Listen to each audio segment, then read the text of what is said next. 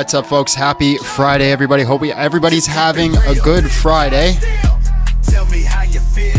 Make sure you're smashing the like button, sharing the live, doing the things that you need to do. Let's get some folks in here. We also forgot to focus Abby. You don't make any sense. Slow down a second, it's making you tense. When I be talking, just don't. And we are also joined today by the infamous, the one and only Little John Steele. Topic to topic, you flop like a fish. Say what you're meaning while being concise. Still got my taco, I ain't leaving Christ. Linda, just listen, get wrecked by a Christian. I think you might have a special condition. I debate all of you Muslim and atheists, witches and wizards and new ages. Did you see the poll today? Even if you repeat, just keep it real. I didn't do that. You didn't? No. What'd you do?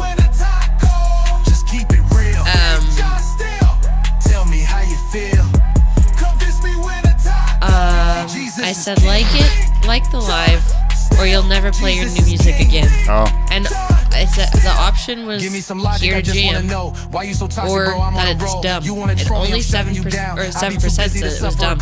Say that you hold a position, defend it. Linda, I know you don't listen, let's end it. It's your own fault that you're stuck in your state. I just move on if you come in bad faith. Don't say that I mean, I say what Little John got adopted.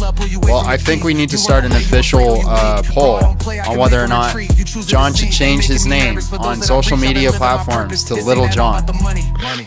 That's crazy. I think you should do it. Everybody already knows you by Little John anyways. Stripping me of my apologetic identity, giving me another, like, Abraham and Abram and Jacob and Israel. Saul and Paul. Simon. Well, actually, no. Actually, Saul and Paul was the no. His name was never changed. He just had two names. He had a Roman name and he had a Jewish name. Yeah, so you have two names. I didn't know that. I didn't change your name. Everybody just started calling you Little John. I didn't say, hey, from now on your name is Little John in the name of the Father. I didn't do that. I didn't do that. Everybody just started referring to you as Little John. So I think it's time. Hey, this is Little John. Have you seen that guy on TikTok? No. What the? Little John. Yeah, I know who. Yeah, I know exactly who you're talking about. Yeah. Joey Mazzarelli. He's listening to music. I love him, man. He's listening to music. He's like, I'm gonna do his sales. Guy comes on. Hey. Yeah. Joey Mazzarelli. I just want to know if you got. Your insurance thing lined up just covered. Yet. Stop calling me. Hangs up. Damn it. This starts vibing. I have no idea what's happening, but I enjoy it. It's hot in here now. You still cold? Yes, I'm frozen. I have to take off my hoodie. Hold on. It's because you're moving. John, stop dancing. That's what we should just do after every single Muslim now. I'll wait till he gets back. Yeah. Yeah, he can't hear me. He's gonna say it again, don't worry. That's what we should do after, like, every Muslim debate, is whenever it gets done and we just drop them, we just stand up and start dancing. Okay. That'd be great. No. So, ask the chat right now, Abby. Yeah. If they want the Dawa song or the TikTok song, the Irish song or the metal song, because we're doing Dawa today, the Dawa boys, but we're also going to TikTok, so both are suitable. You want me to do both are suitable. So which one are we gonna do? I want to do the Irish one. We could do both.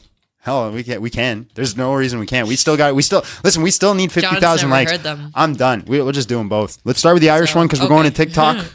And then when we start doing debates, we'll do the Dawa song. John, you ready for this? I'm ready for this. In the early hours of night, I opened up the app. There saw 1,000 fools. Let's go. Smash that like button. Grabbed myself a coffee, said a prayer before the battle. Cracked my knuckles, cleared my throat, prepared to scatter callow. For the degenerates were posting of their filth. They all were boasting. Every sacred thing worth holding, they were mocking and were roasting. With my Bible and my wit, I refused to let them sit. Trying to humble every twit on the rocky road to TikTok. 1, 2, 3, 4, 5. Hunt the serpent, cut him down. Expose him where he hides all the way through TikTok. Watch them fall tonight. I found a skeptic who was proud of his rejection, thought he'd studied all the text. We need 20,000 likes, and we're going to start taking guests, ladies and gentlemen. Abby, you can open up the floodgates. After this, we'll do a prayer. He stammered and he stuttered, every comeback that he muttered fell apart like stale bread that was moldy, torn and buttered. All his followers went quiet when they saw him lose the riot on the rocky road to tick-tock. 1, 2, 3, 4, 5, hunt the serpent, cut him down, expose him where he hides all the way through tick-tock. Watch them fall tonight. Then there came a louder voice who loved his sin and pleasure, called the wicked things he did his freedom and his treasure, said that God was just a myth, morality a prison, but he couldn't hold his ground once the actual bait had risen. Oh, his confidence was cracking, any substance he was lacking sent him home with all his pride in pieces and in packing. Serpent thought he had the juice, but I cooked him like a goose on the rocky road to tick-tock. 1, 2, 3, 4, 5, hunt the serpent, cut him down, expose him where he hides all the way through tick-tock. Watch them fall tonight.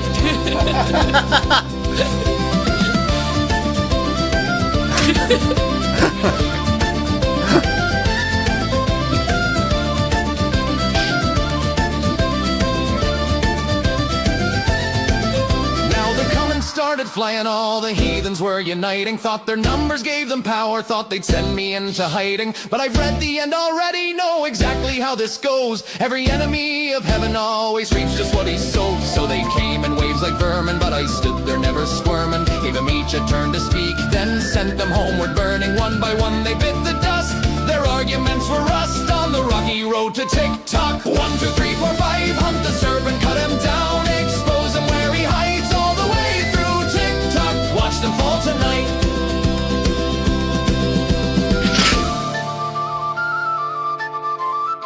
Flute solo.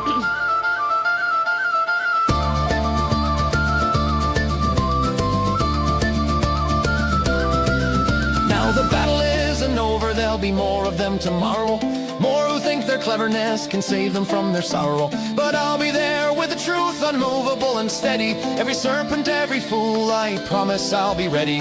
So if you're feeling bold tonight and want to test your might, step into the ring with me, let's see if you can fight. But know that when you lose your ground and tumble all around, you got cooked without a sound on the rocky road to tick-tock. 1, 2, 3, 4, 5, hunt the serpent, cut him down, expose him where he hides all the way through tick-tock. Watch them fall tonight.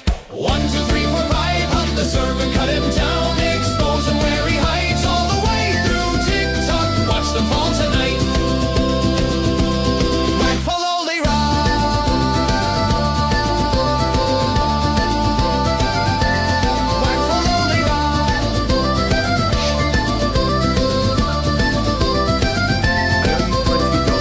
yesterday when you cooked me. Also, I'm off today if you desire a third co-host. Little John can be the angel and I can be the devil on your shoulder. Yeah, we could open up the watch party. I'm okay with that, but I also don't want to outnumber people with like a 3-to-1. That's a bit much. So it's like a mixed feeling. Like we could use you because you're a lawyer. Lawyers are always great to have on deck. So let me think about it. I'm not saying no. Let me just think about it. Also, He's not saying no. not saying no. What'd you think? That's beautiful. That's right. That's It's awesome, beautiful. right? Yeah. Did you get the references? Were you listening? I did. Cook him like a goose. So just like absolutely. I'm hyped. Uh, I'm hyped. It gets me going too. I think he'll appreciate the Dawa one. Dawa one though more. I think you'll 'Cause like the that Dawa will- more. That's on theme. Yeah, and that's where. And if you guys want to hear the Dawa theme song before we start bringing up guests, we need 20,000 likes. At 19,000 likes, I will play the song, and then we could bring up a guest at 20,000 likes. I also feel like you didn't get your proper due diligence. I owe you $20 from yesterday when you cooked me. You know what I cooked them on? He just wants to read it again. You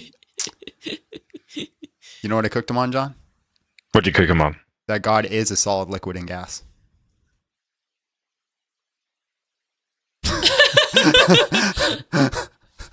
That's moralism, Patrick. You want to hear the argument? That's moralism, Patrick. You want to hear the argument?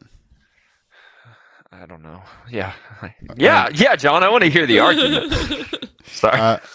Was Jesus 100% man? He was truly man. It's true. Yeah, true.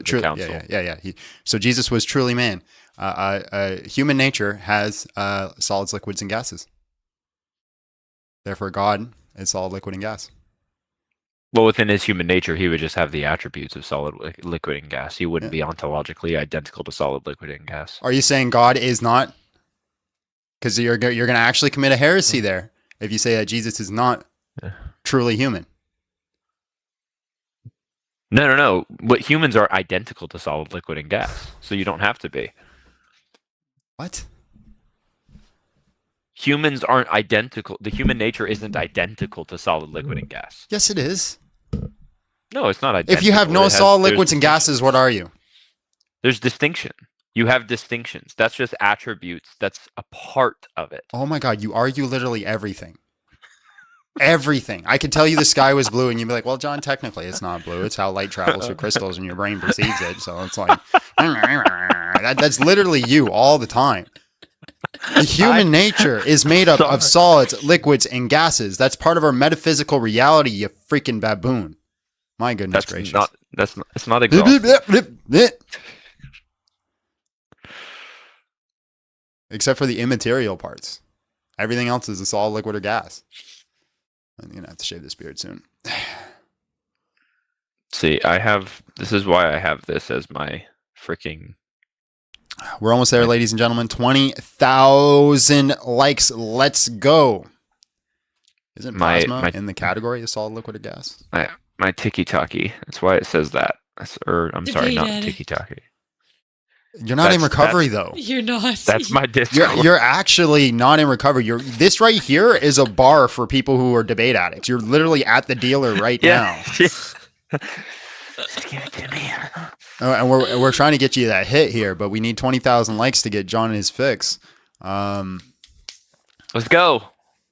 My gosh. My goodness gracious, guys! If you want to come up, we need. We just got a message on the Discord that says Little John needs therapy. Yeah. Plasma is the fourth state of matter, so it's matter. That's a solid. The stinking comet. Grown man spends his time streaming. Yeah, and you spend your time watching streams. Who's the bigger loser? Who's the bigger loser? You are, Mr. Comet.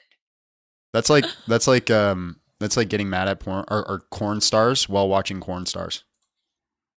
Yeah, it's like that's like getting mad at prostitutes for being prostitutes while hiring prostitutes. Just no sense. None. No. Oh, by the way, accept me. I accept you, John, as you are, and I don't. I don't. Accept me on the TikTok. Yeah. Okay. 14,000 likes, guy. Do you know I got bananaed? Wasn't he here for that? No. On Monday? No. Oh, yeah, he was. There we go. Yeah, you were here when I got bananaed. Yeah. Okay. Yeah. Is this the same? Yeah. Yeah, this is my backup account. Is this still your backup? Yeah. So we think it pretty good on Wednesday. Yeah. So it wasn't bad. So we never know what's going to happen, but never know what's going to happen.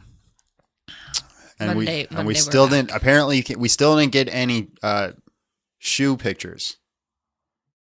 Like, you got to be so careful what you say on this app. I'm gonna. It's crazy. I can literally call people effing idiots, but I can't say a joke about pans.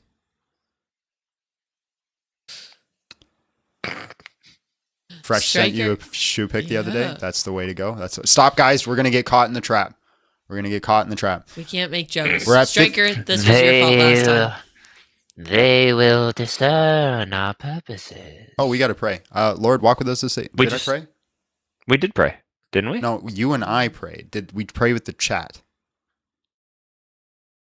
I'll wait for the chat to say something. I don't remember anymore. Well, we can't. Let's just pray again. Yeah, Lord, we can have all the prayer. I'm trying to pray, but y'all yapping.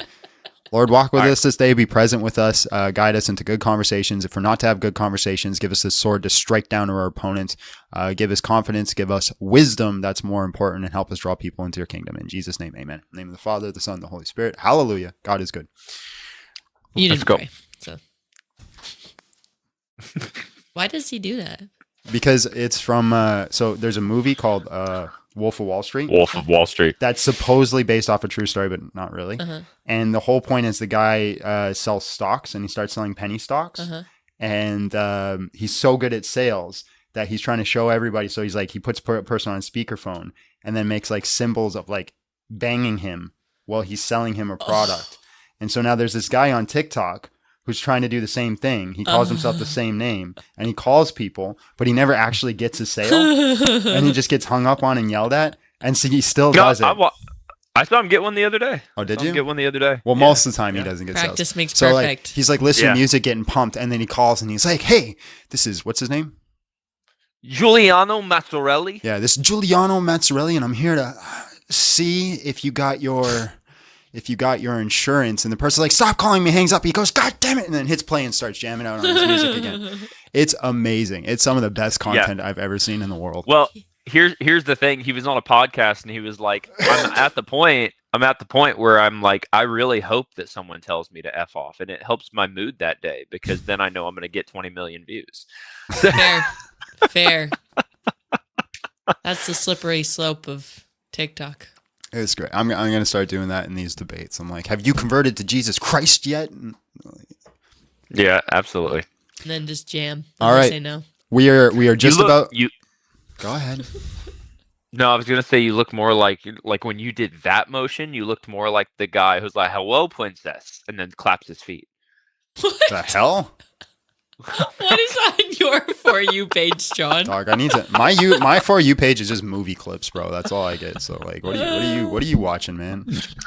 Hello, princess, with the fedora, and then he like he's laying flat on his belly, and then he claps his feet from behind him together. You saying I look like? Okay, hold on. You're saying you look at me and you see an uwu dude?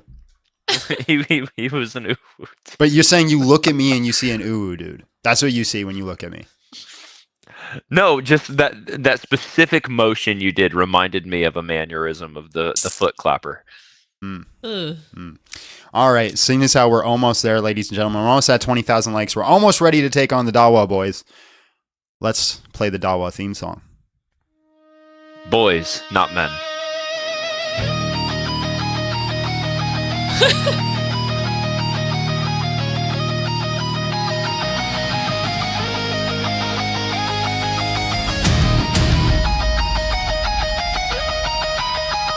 AI is so good.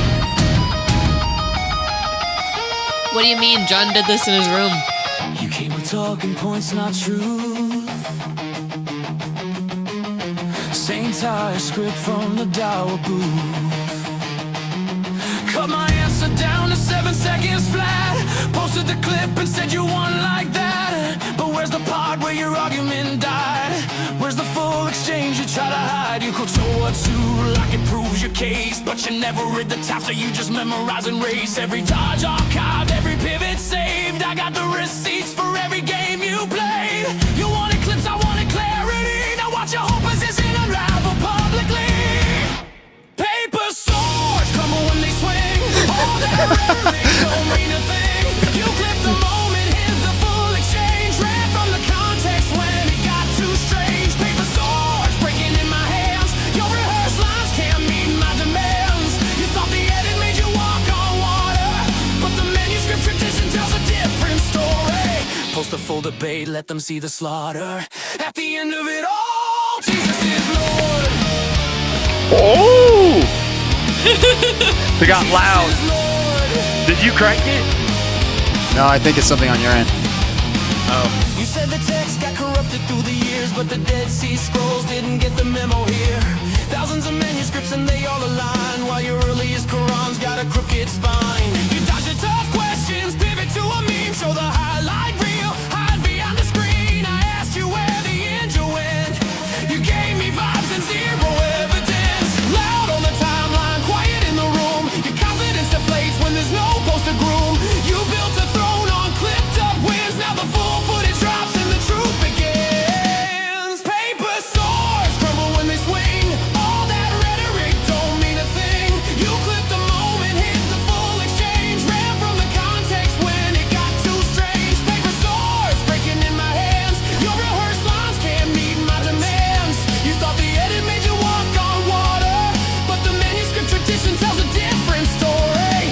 the full debate, let them see the slaughter. At the end of it all, Jesus is Lord. Jesus is Lord. You want the clip, take the whole tape. Every question dodged, every great escape. I don't need to cut, I don't need to splice. The unedited version hits twice as nice. You memorize a script, but you don't know the source. I read your scholars, they don't help your course. Imitate their Tabari, I did the work. While you copy, paste, and call it research. Explodo!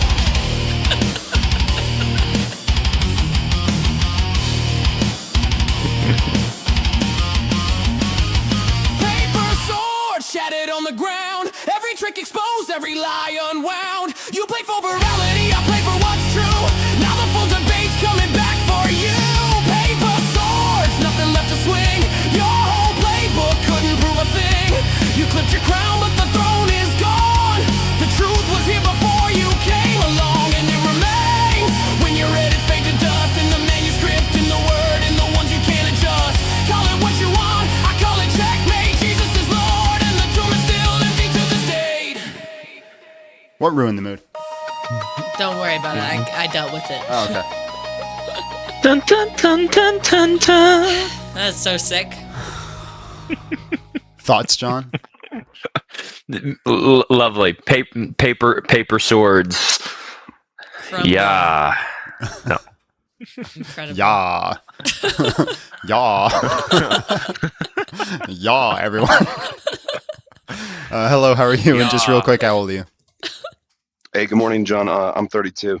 All right, bro. Islam has been debunked in 2026. Prove us wrong, win a taco. I forgot to put that in there. I'm here to present an Islam argument and ask for you to identify the fallacies in it. If you can, or if you're willing to do that. I'll do my bestie. So Muslims like to put Christians in a dilemma where they say, how many gods were on the cross? And how many gods died on the cross? So what's the fallacy in this, and what's the problem with this argument, and what should Christians be aware of in it? There's no fallacy in it, right? It's using language that's like trap language. This very specific answer is that there is one divine person that died on the cross. That is the very specific answer. But if they insist, you must say God, you can, depending on like what kind of what's the word I'm looking for? Predicates that you're using. You could say 0 or 1. You can also say like fundamentally after the question is asked and then you give an answer. If they take the answer further, when you say 0 in the sense of like immortality in virtue of the divine nature, or if you say 1 in virtue of your like your actual position regarding the divine nature, if they take it further and then they make any sort of statement or any sort of assertion, 9 times out of 10, it's just going to be informal non sequitur. Non sequitur is going to be it doesn't follow. Because here's what they're doing. This is what people just have to identify. If they can identify this one thing, the argument dies. When they are asking your position, they are performing an internal critique. The moment they say, how many gods died on the cross? They're asking you, hey, how many gods died on the cross? Okay? If you say 1 and you say how many gods did not die on the cross, and then they extend it to that, well, no, it's still going to be 1 because it's just going to be the divine nature, because they're trying to insert their metaphysics into your position. So there's Sure. language. No, there's, and I go ahead. Go ahead, John. No, you go ahead. I agree with what you said. It is one divine person. What happens if a Christian says one God did die on the cross? What happens in that case? Well, you can say that. You can say that God died? Yeah, because it's in virtue of what you're talking about. So Jesus is fully human. Jesus is fully God. And him being God, he died on the cross. So in virtue of his personhood, Jesus died on the cross. One God died on the cross. So my understanding is that because of God's incommunicable attributes of like a deity, like possessing eternal life and self-existence, like for God to actually die would be to lack that that property. Would that make sense?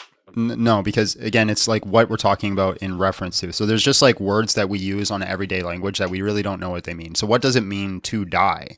Well, if you look at it from like the colloquial understanding, it means that your heart stops moving, your brain stops operating, your flesh stops working towards life. So did God, if we use that definition, did God die on the cross? Yes, because he possessed a human nature, and that human nature went through the death processes.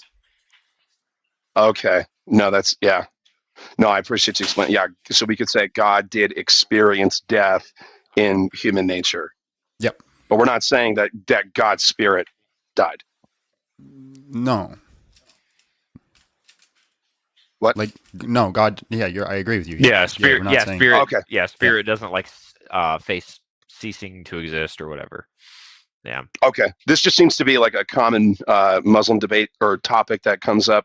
Someone in the comments says that it's just a question. It's not a debate, but it's opening up the argument. And it seems like as the Islamic dilemma has been on the rise, I think they're trying to respond with some sort of Christian dilemma, and to try to get Christians to admit that God was killed or something like that in like the absolute like extreme sense. But when you're specifying that it's in the human nature, I think that kind of provided some clarity for me. So I appreciate you taking the time to answer that. I didn't. Before you go, just don't get caught in the rhetoric, right? And so like I recommend everybody, if you're going to do Christian apologetics, take a bit of time and just study some like basic logic.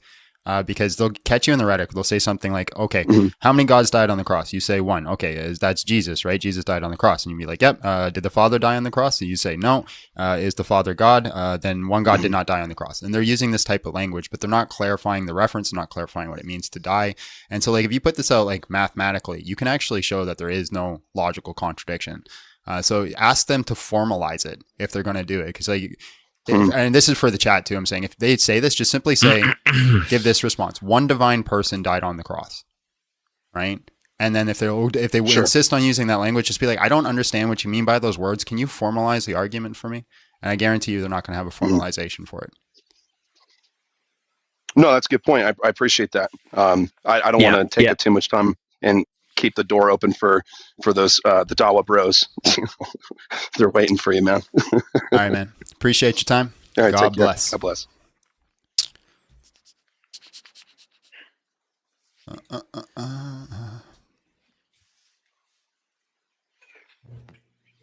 Abby, did you open the floodgates? Yep. Awesome. Hello, how are you? And just real quick, how old are you? 18. All right, bro. Islam has been debunked in 2026. Prove us wrong. Go ahead. All right, so this will help my argument. So I just had a question first. What denomination are you? The best one.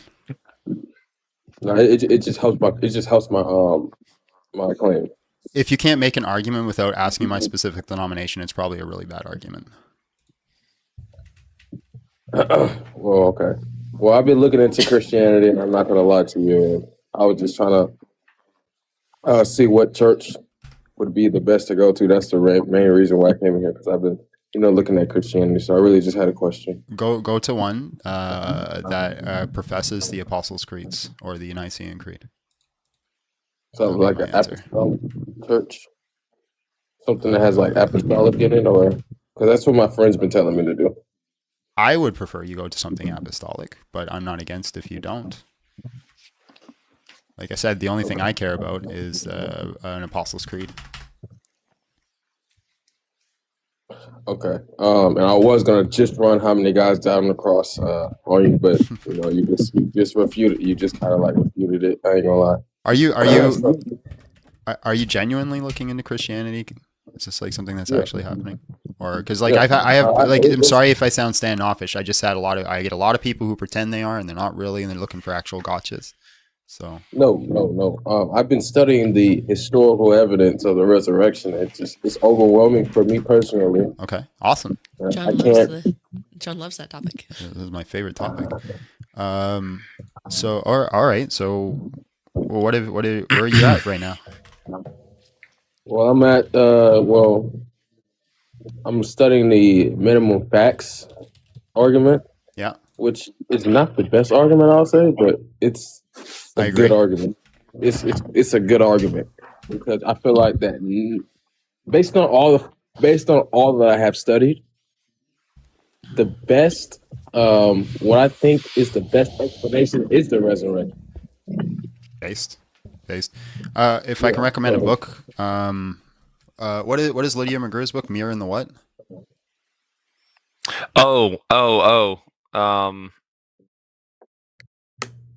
Why'd you put me on the spot? If you look up Lydia McGrew Mirror, you'll find her book. That she only got one book with Mirror in the title. That's a book I recommend for like a way better argument than she actually refutes the minimal facts argument. She's actively against it, and she does what she likes to call the maximal facts argument. And Mirror of the Mask, or Hidden in Plain View. How does it go? Like, can you give me like a summary? Hidden in plain sight. Okay. Sorry, what's your question? Yeah, can you give me like a summary of like what she's saying? Yeah, so the maximal facts doesn't rely on a scholarly consensus. So the minimal facts argument works on a consensus viewpoint. It's a fallacious argument by nature because it relies on an ad populum fallacy. It says this is what everybody agrees on, so these are some truths that we can come to. And it's got a lot of problems. So it's say like, well, Bart Ehrman agrees that Jesus Christ did blah, and it's more like an appeal to emotion. It's like, well, if so many people believe it, then it must be true. The problem is Bart Ehrman will also say that the Gospels are not historically reliable. So he'll believe Jesus Christ was crucified, that his followers genuinely believe that they resurrected, but the Gospels are still not reliable. So the maximal fact argument goes the other way. It actually tries to make the argument that the Gospels are reliable. And it goes through all the data to point to the fact of like, if A is true, B is true, C is true, X is true, D is true, if all these things are true, then the conclusion must be that they're trying to report accurate and truthful information. And so the argument doesn't work like, here's all the information, therefore Jesus Christ rose from the dead. The argument works like this. If we can convey that the authors are portraying accurate and truthful information, then we have to ask the question, what does it mean when they say that Jesus Christ rose from the dead? What does it mean when we get to that point? And then we start going into something like a Bayes analysis. We put all the hypotheses on the table and we see which one has the most explanatory power, explanatory scope. And then at the end of the day, I think once you've done all that, the best hypothesis that you're going to come up with is going to be the resurrection of Jesus Christ. Wow. Yeah. And I agree. Yeah, I feel like I studied for like a year now, so I'm just extremely convinced right now that the resurrection did happen. So that's the main reason why I came in here to see what church I should go to. Because that's what my friends were telling me to go to, so I really appreciate that. I'm gonna try to look for. You said apostolic. My friend's been telling me like an Orthodox church or a Catholic church. So I think I think both those churches are based. I think if you either one, you're not going to go wrong with. I think you need to, when going for a denomination, I think that's something you got to figure out yourself. Both me and John here are going to fully disagree about this. We have full disagreement about this. I'm a big believer that the communion is an actual presence of Christ, and I would prefer you go to a church that has that, and I think it's important. John does not. John thinks it's symbolic. We're not going to get into a debate about that right now. What I think to say that you're a Christian, to like 100%, like I would say that yes, you're a Christian, yes, you follow Jesus, is to simply be a person who professes the creed. If you profess the creed and you're in a church that professes the creed, I'm not worried about you not being a Christian. And then after that, you could start doing research and study yourself and try to understand, hey, is the Reformation correct or is the apostolic viewpoint more correct? Yeah, it's just like I would just go to. I'm not trying to hold you up, but I would go to like a Orthodox church, but I just don't agree with everything, and I don't want to be judged for that. You know what I'm saying? I don't want to be like judged for something. Like praying to Mary and all that. Like I don't know if it's like fully what Christ really wanted us to do, and I don't want to be wrong, and I don't want to get judged for that. You know what I'm saying? Well, I think if you're getting judged for that, and you're wrong, you're in the wrong church. So, like for example, I believe in praying the saints. John, do you? I don't think you do. No. I'm saying like judged by Christ. Praying to the saints? Yeah. No, I don't. Right. But you wouldn't say that me praying to the saints is sinful. No. Yeah. You just don't think it does anything. Correct. Yeah. So like I won't be too worried about that. Like Jesus is not going to judge you for that. Yeah, it's just what Christ like. It's just how I'm just a little nervous on how Christ would judge me for like, stuff like that. But I am trying to just do everything for Christ. So I just don't want to mess up. You know what I'm saying? That's all. Remember the verse in the Gospel of John that says that if they did not know, they would not be held accountable for their sins. But now that they do know, there's no excuse for them. Christ is not going to judge you for your ignorance. He's going to judge you for your active knowledge and your active choosing to reject things and going against things. That's where your judgment will come. So like if you don't know and you're just researching, God gives grace. Okay. I didn't really know that. What's that verse? I don't have to top them. If you look up, if you Google, they did not know Gospel of John, I guarantee you'll find it. And are you live streaming on like a different app? So I want to watch my thing again. A YT. So okay. Big John Steele on YT. Yeah. Okay. Well, I appreciate you, Merrill. I'll come back whenever you go live and just give you an update. Thanks, man. Appreciate it. Good luck on your journey. I'll try to remember to pray for you. And I apologize for my standoffness. I have a tendency John has trust issues. I have trust issues on this app. So. No, you're good. You're good. I don't blame you. All right, bro. Appreciate you. God bless. Thank you. God bless. I have trust issues as well. I don't know why. That one dude, the 3 million gods bought by blood, bought by Libiano, that guy, he got me the other day. He got us. He kept getting us. I got to give props where props is due. Like 3 times. That was so funny. Yeah. I heard about that. Yeah, and now I'm just listening. Now I'm listening to people, and I feel like at any moment they could just erupt. Like, because for those that don't know, there's this guy that jumped up and he would just start yelling at John about him believing in 9 million gods, and then we would boot him because he wasn't engaging. And then he would come up pretending to be someone else, and I start engaging in a real conversation with him. And then all of a sudden, out of the blue, he just erupted and he's like, and then he came back up a third time as somebody completely different, and we had like a 15-minute conversation, a beautiful, wonderful conversation. He's like, that's great, but you know what? John believes in 9 million gods, and I was just like, no way. Like, honestly. He trolled us and he succeeded. If you're gonna troll, do it like that. Do it like, I don't mind being. I respect the art. I respect the art. I respect the hustle. So that for me, I give props to props to. Yeah. Good actor, but now I've got like just PTSD. Like every single any Muslim is just gonna erupt out of nowhere. It's crazy. It was great. Hello, how are you? And just real quick, how old are you? 24. Just real quick to answer the question, when am I going to take any of these heretics in the ring? As soon as somebody accepts the offer. All right, man. Islam has been debunked in 2026. Prove us wrong. Go ahead. What's the argument? There's a few arguments. So we'd use the Islamic dilemma, the Ijaz dilemma, the historical contradictions, and then the fact that there has been 0 inductive or deductive arguments brought forth that I find it justifies the religion of Islam. How is there a dilemma? And which one? I brought up 3. Yeah, so the first one that you mentioned. Which one was the first one? Let's see if you know how to listen. Yeah, I think you're referring to the Quran affirming previous scriptures. Yeah, the Islamic dilemma. Amen. Hallelujah. You can listen. Great. All right, so the Islamic dilemma is a 2-horn dilemma. You're familiar with it?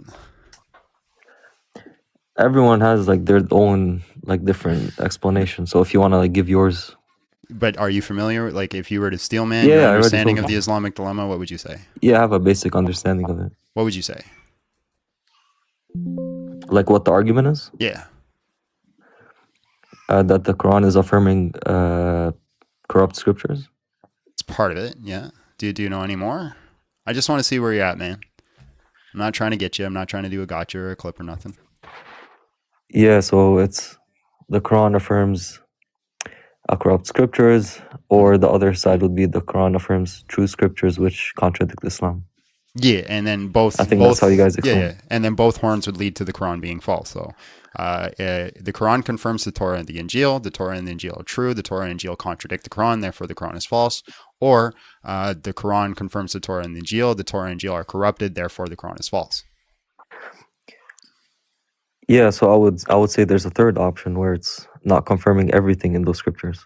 Great. Yeah. So that's, is there an issue with holding that position? What would happen is it's not a third option. That's actually just disregarding the first premise. You wouldn't say that it's not. You would say it's not confirming the Torah and Injil. You'd say it's partially confirming the Torah and Injil. It depends, because Torah and Injil, there's two ways in which it's presented in the Quran. It's either the 7th century texts, which are corrupted, or the original texts, which were uncorrupted. So in those two regards, it's either a full confirmation or a partial confirmation.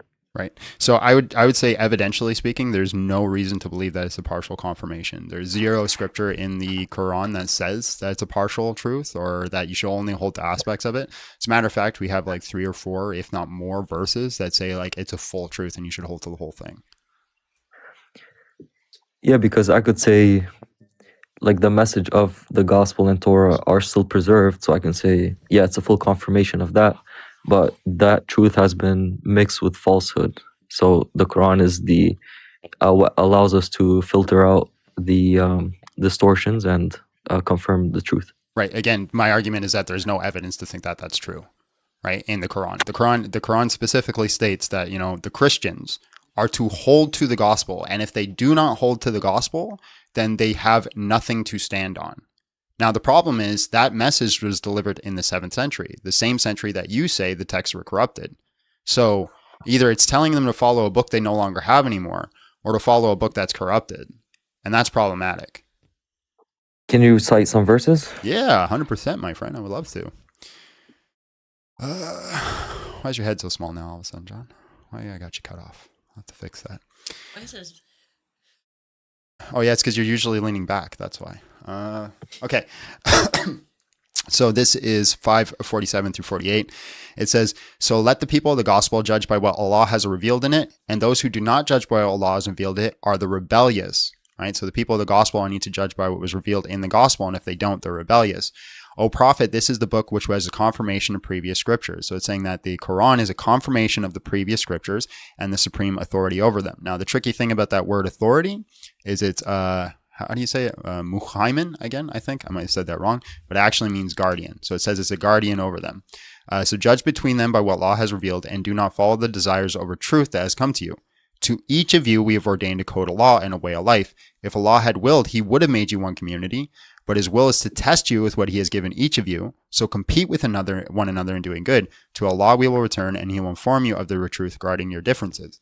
So it literally commands Christians to hold to the gospel, that they should be a separate community from the Muslims, and that they will be judged based off of their understanding from the Gospels. It also says that that when the Jews went to Muhammad, they were rebuked, and it says, "Why do they come to you, Muhammad? They already have the Torah." And this again is in the 7th century. Yeah, so we should go over each one one by one. In regards to the Torah, I mean, we can talk about that, but that's completely different. Do you believe that Muhammad only means guardian? I think in context it can shift and change, but generally it means guardian, and I have no reason to believe that means where's the word here? "Revealed to you, O prophet, this book is a truth and a confirmation," authority, right? Because most translations actually translate it to guardian, and when we go to corpuses or on the side, it goes guardian, guardian, guardian. Now, I can actually grant that it says authority. That still doesn't mean that the scriptures were changed. Yeah, that's fine, because the word oiden in Greek, do you think it only has one meaning? Yeah, I actually hold to the firm that it's talking about knowledge. So it only has one meaning. It doesn't have if you go to the dictionary, it doesn't entail other meanings as well. Yeah, you're thinking oide, right? With that knowledge of know. Yeah. Right. Yeah, I think generally the word used is talking about knowledge. But it also means to declare, right? Not often, no. It's a very rare instance, and I'd actually say there's no scriptural term where it's just to reveal. Okay, that's fine. I mean, other Christians would disagree. I mean, the point is that one word has many different meanings within it. So, yeah, Muhammad, although it does include guardianship, it also entails authority, overseeing something, being a supervisor over, and being authoritative, and yeah, all of those meanings. Do you disagree with that? Again, I have no reason to believe that it's talking about authority. Because that would see the sequence of like Torah, Gospel, and then finally it's speaking about the Quran. So we see like a progression there. Because that would also disagree with what's said right after. If Allah had willed, He would have made you one community, right? If the idea was that the Quran was an authority, right, then He wouldn't have said that if I willed, He would have made you one community. The next sentence you would expect him to say, you should follow the Quran and use that as a confirmation of your scripture. So you're saying the Christians shouldn't follow the Islamic law? The new Islamic Sharia? The Christians should not follow the Islamic law? Yeah, you're saying because you're saying that like each community would have its own law, like set of laws. Is that what you're saying? No, because the Quran that doesn't logically follow, right? Because the Quran states that you can subjugate other communities and be over top of them and force them to follow your laws. Now, what this is stating is that the Christian.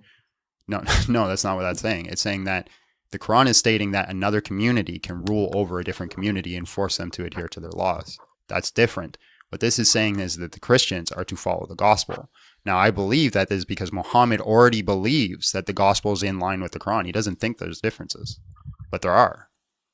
Sorry, I'm just trying to clarify, because in one instance you said like Muslims like subjugate others to follow their law, but then you're saying that it also teaches that they can use their own laws. So can you just clarify that, please? Because I'm trying to understand your point. Right. So the Quran is stating that you can go over top of the people and you can rule over them, but those people are still to follow their law and their gospel. The reason that it's saying this, the best explanation for all the data, is because Muhammad already believed that the gospel was in line with the Quran.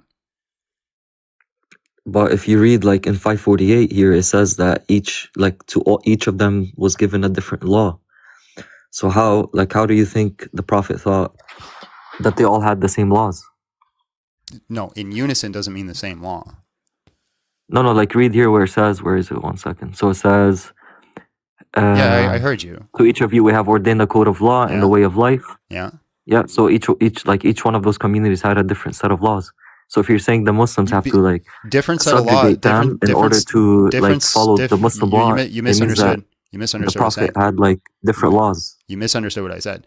Having different laws doesn't mean they're not in unison with them or already are aligned. Like there are countries that have different laws, but they align with each other. Do you understand that? They have different laws, but they align with each other? Can you give an example? So, for example, in Canada, it's illegal to unalive people. In America, it's different to unalive people, but they're both written as different laws in different countries and different perspectives.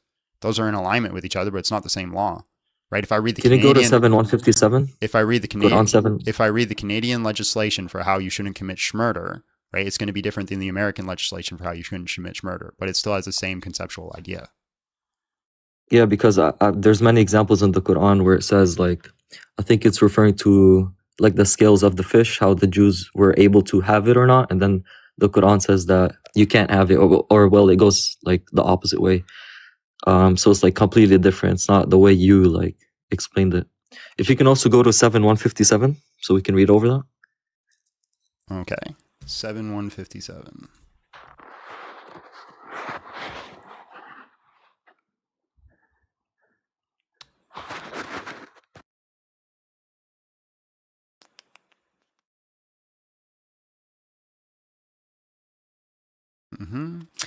They are the ones who follow the messenger, the unlettered prophet, whose description they find in the Torah and the gospel. He commands them to do good and forbids them from evil, permits them for what is lawful and forbids them what is impure. He reviles them for their burdens and the shackles that bound them. Only those who believe in him, honor and support him, and follow the light sent down to him will be successful. Okay? Yeah, so you see here where it says, he commands them to do good and forbids them from evil, permits for them what is lawful and forbids to them what is impure, and relieves them from burdens and so on and so forth. So, so he's bringing, he's permitting some things and he's forbidding other things, like allowing some things and forbidding other things. What's your argument here? That he's bringing them like another law, another set of law. Where does it say that? Yeah, so here says he commands them to do good and forbids them from evil, permits for them what is lawful and forbids. In what context? So then what is impure? Is he commanding it in the Torah and the Gospel? Because right here it says, they are the ones who follow the messenger, the unlettered prophet, whose description they find in their Torah and Gospel. He commands them to do good and forbids them evil. Why is it in the context of it's talking about the Torah and the Gospel, do I assume that all of a sudden it's saying that you should follow the Quran right after? Yeah, because like we read 548, like they're getting different, like the Quran is bringing different laws than other scriptures. You're not answering the question. Why in this context do we all of a sudden shift when it's talking about the Torah, the Gospel, to the Quran, when there's no reason and no contextual reason to hold to that? So you're saying this isn't applying to the books? I'm not saying anything. I'm not making a claim, right? Asking a question isn't making a claim. You're stating that immediately right after this period, it starts talking about the Quran. Why should I think that? He says he commands them. So he's talking about the people of the book. Yeah, but where did he command them? Because again, the idea in the Quran is that the Torah and the Injil were God's word, yes?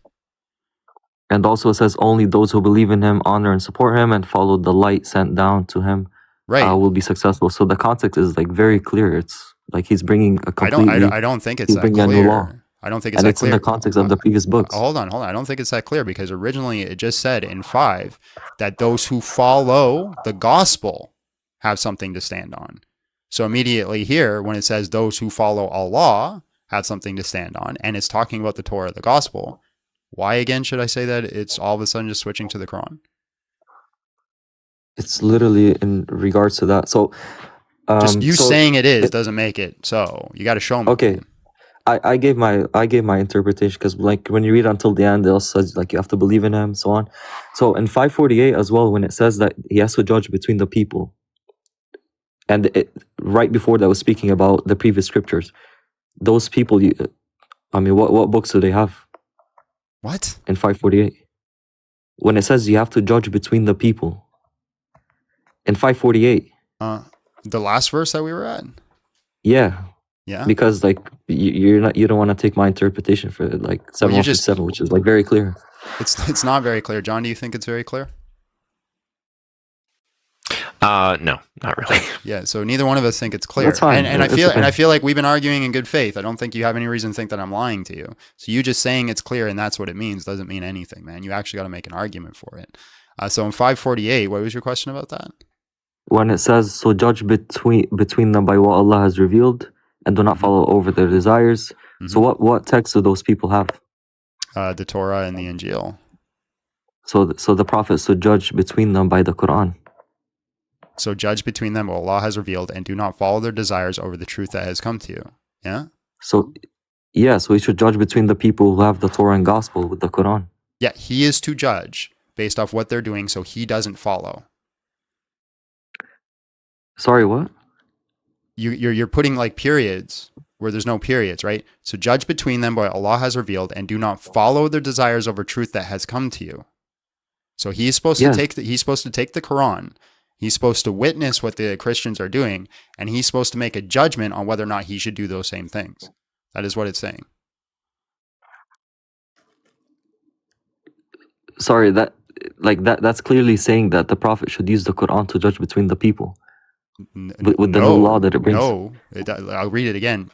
So judge between them by what Allah has revealed and do not follow their desires. What did Allah reveal? The Quran. Yes, I agree. He's supposed to judge based off the Quran. Which has different laws than the previous scriptures. Sure. What is your argument? So they should follow the new law that the Prophet brings. Where does it say that? Where does it say Christians are supposed to follow that? You just said earlier that Islamically, like you guys are like subjugated and must follow the law of the Prophet, and you just said that a few minutes ago. No, I didn't say. I said that Muslims can overcome countries and rule over them and force them. We see this. This happens in AUE countries all the time. Christians are still Christians. They adhere to the gospel. They adhere to Christianity, but they have to adhere to the law of the land, which is the language that you guys use all the time, which is Islamic rule. That's not them submitting to the Quran. So you're saying that the Christians and Jews can stay Christians and Jews and keep using their scriptures? That's literally what happens in AUE countries. right? So they could still be Christians, but they can't put a cross outside their building. That's a rule that they can't do. They can't preach the gospel outside, and they can't do blasphemy laws. So they're still under Islamic law, but they're not adhering to the Quran. Yeah, that's fine. I mean, like Christians, yeah, of course. Like if there's a Christian country which isn't ruled by like Muslims, of course, like we should tell them, in AUE countries, that's Islamic ruled countries. Those are theocracies. Yeah, because we're not like forcing anyone to become Muslims. That's fine, but that doesn't mean the religion is true, because the Quran says the only religion that's true in the sight of Allah is Islam. Bro, that's because the Quran says you can't force them to be Muslim, but you can rule over them and they're to pay the jizya, and then you protect them, so to speak. It's like, hey, here's your protection fee, or we're going to break your store up. And they have to submit to the Islamic ruling, but they still hold to their religion. So there's nothing in this context to think that, they would have to submit to the Quran and follow the Quran and disregard their book. There's nothing in that. You just said they must pay the jizya. That is them submitting to the Quran. That is Christian. Oh my God, you can't be this slow. That's Christians following the law of the land. Just like a Christian, I'm a Canadian. When I pay taxes and I'm adhering to Canadian constitutions, is that me disregarding, or actually, here's a great one. When I pay interest to a bank, is that me disregarding the Bible because the Bible says not to charge interest? No, but that's just not the point. The point is that they're following a ruling that's not in their text. Hold on. It's great. Yeah. So Christians, when we pay interest, which is commanded not to in the Bible and in church history, we're not supposed to charge people interest. So when we're paying interest, we're adhering to the law of our scripture or the law of the land. The land, but that makes the owners of the land an authority over you, because you must pay them the tax. It's authority over us, sure. But does that mean that we are disregarding our scripture and holding their law to a higher authority as something that changes and alters our understanding of our book? No, that's not my point. I already said, like, Christians, like if you're under a Muslim country, sure, you can, like, we're not forcing anyone to like become Muslims, but it's still wrong in the Quran. Like we still want them to become Muslims, because there's a verse in the Quran that literally says my argument, because the only religion understanding it. I mean, I don't get your what's the argument here? Because I'm gonna move on now. Appreciate your time, bro. God bless.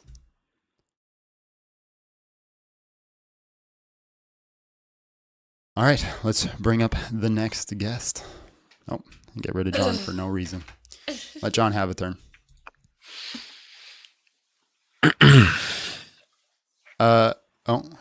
You guys really look a lot alike today. Don't insult me like that, Abby. Oh, wait, did you just call John handsome? Dang, and it's recorded. Wow. John Thiel's wife calls little John handsome. Damn, they're going to clip that. You're going to clip that. You see, John can't even keep his wife, you see? That's crazy. I'm going to serve 450 I'm so sorry. I'm so sorry for what you endure, Abby.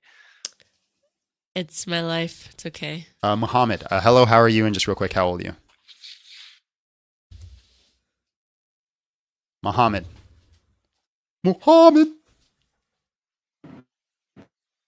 Hey, can you hear me? Yes. How old are you? Hi.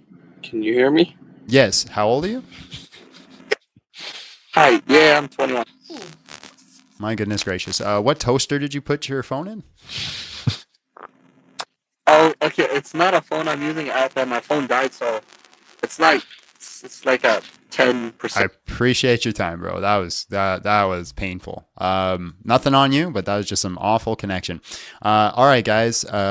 We have no one else in the queue. Islam has been debunked in 2026. Prove us wrong. Smash the like button, share live, do the things you need to do. You guys slack. As soon as you hit 20,000 likes, you're like, oh, we're going to get our guests now. I can listen. And then you just stop hitting the like button. Get to work. You have a job to do. This is your end. Now that the debate is done between IP and Libby, we need to add it to the section. Another reason to know that Islam is debunked is because Muhammad's not in the Bible and he's supposed to be. Yeah, I'm gonna wait. I'm gonna go through that book first before I start doing that topic. Which one? Abraham, whatchamacallit. Fulfilled. Yeah. Hello, how are you? And just real quick, how old are you? I'm doing well. What's it called? I'm 28. And John, believe it or not, you already know me, brother. I do. Heck, I'm in a video. Yeah. That's yeah. Let's go. This is Abby. This is the guy who is like, you think I'm white? Turn the camera on. I'm even more racist. What now. color am I? Remember?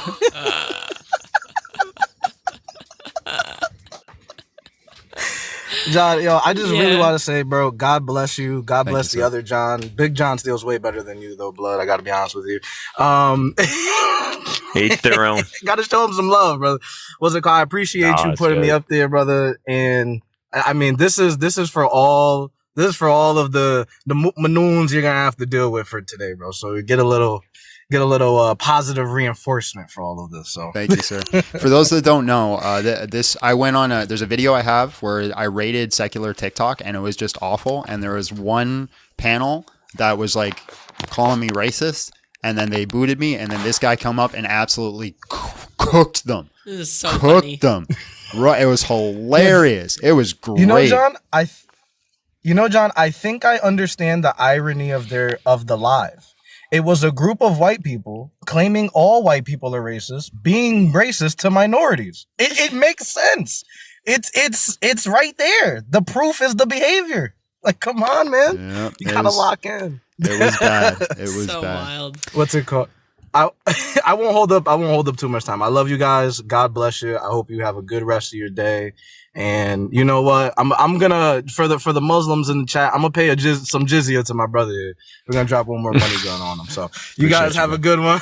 God bless, man. God bless. Love you all. God bless, bro. Yeah, definitely go watch that, guys, because he absolutely cooked them. It was hilarious. Hilarious. Muhammad, did you fix your toaster? Hey, yeah, can you hear me? Oh, yeah, that's much better, bro. Yeah, Thank you so much. Yeah, I just plugged in my phone, so it's all good. All right, How you guys bro. doing? Good, man. Islam has been debunked in 2026. Prove us wrong. Go ahead. Whoa. Well, wait a second. He paid his jizya to me. He just you deserve it, John. You deserve it. You work hard. You've done a lot of work for free lately. Don't spend it all in one place. He sent me a money gun. Thank you so much. Anyway, I hope it's not more than 2.5%. There you go. All right. What's up, man? Yeah. Just want to know what you're basing that on. Like, Christianity has been proven, and then Islam has been debunked. On what case? Like, what's the reason? So, yeah, a number of reasons. One, that is presented as the Islamic dilemma. Two is the Ijaz dilemma. Three is there's just no deductive or inductive reason. There's no good evidence to say that Islam is true. That's a pretty good criteria, John. Where did you get that? Yeah. Okay. Well, I think the first one, dilemma, what you guys were calling, was probably the confirmation of the gospel, right? I think that was the conversation you had with the guy before me. Is that correct? Yeah. That's more John's. I'm gonna run mine on you, if that's good. Okay. Yeah. So what would you describe as a dilemma? And then, if you don't mind me asking, I want to ask a question about Christianity as well once you're done. Yeah. As long as the conversation's chill, I have no issue with that. All right. No part. Yeah. I love it. Keep it respectful. All right. So let's agree on something really quick. All right. The Quran's a book for all mankind. Say yeah or no. Yes.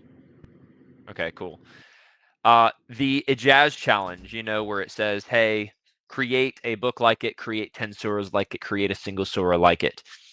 This is meant to be evidence for divine origin, both in the past and in modern day. Yeah? There is context. If you just give me a minute, I'll explain it quickly. So, yeah, it's a case of acid test, basically, like to prove if the Quran is true or not. So yeah, it's an active test as evidence for divine origin, right?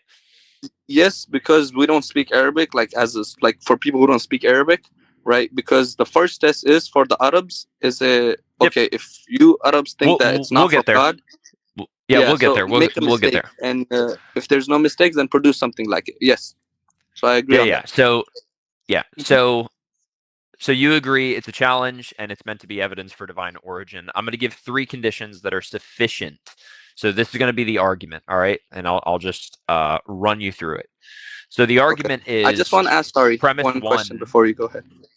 Yeah, go ahead. Yeah, before you go ahead, do you know the rulings on how it's supposed to be created? Like, because it's just not like just create anything we're gonna get in there. Arabic.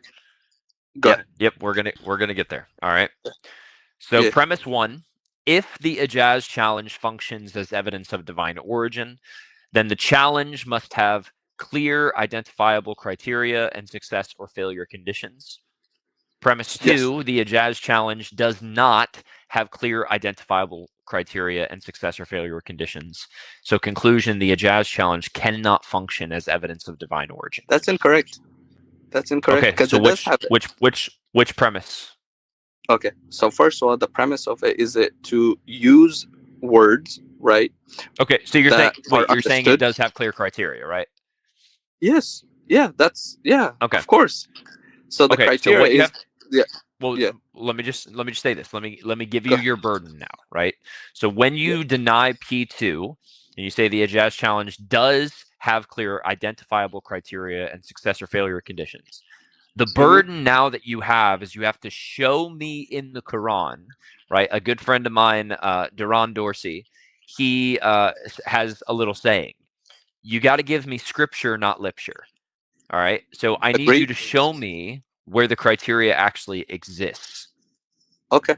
Can I explain something? So we say if the criteria is asking to create something like the Quran, right? Where do we get the example of what something would look like? It's from the Quran, right? So if we want to make something, for example, if I want to make a toaster, I'll get an example of it from another toaster, right? So like, how do I create it? So we get an example of it from the Quran.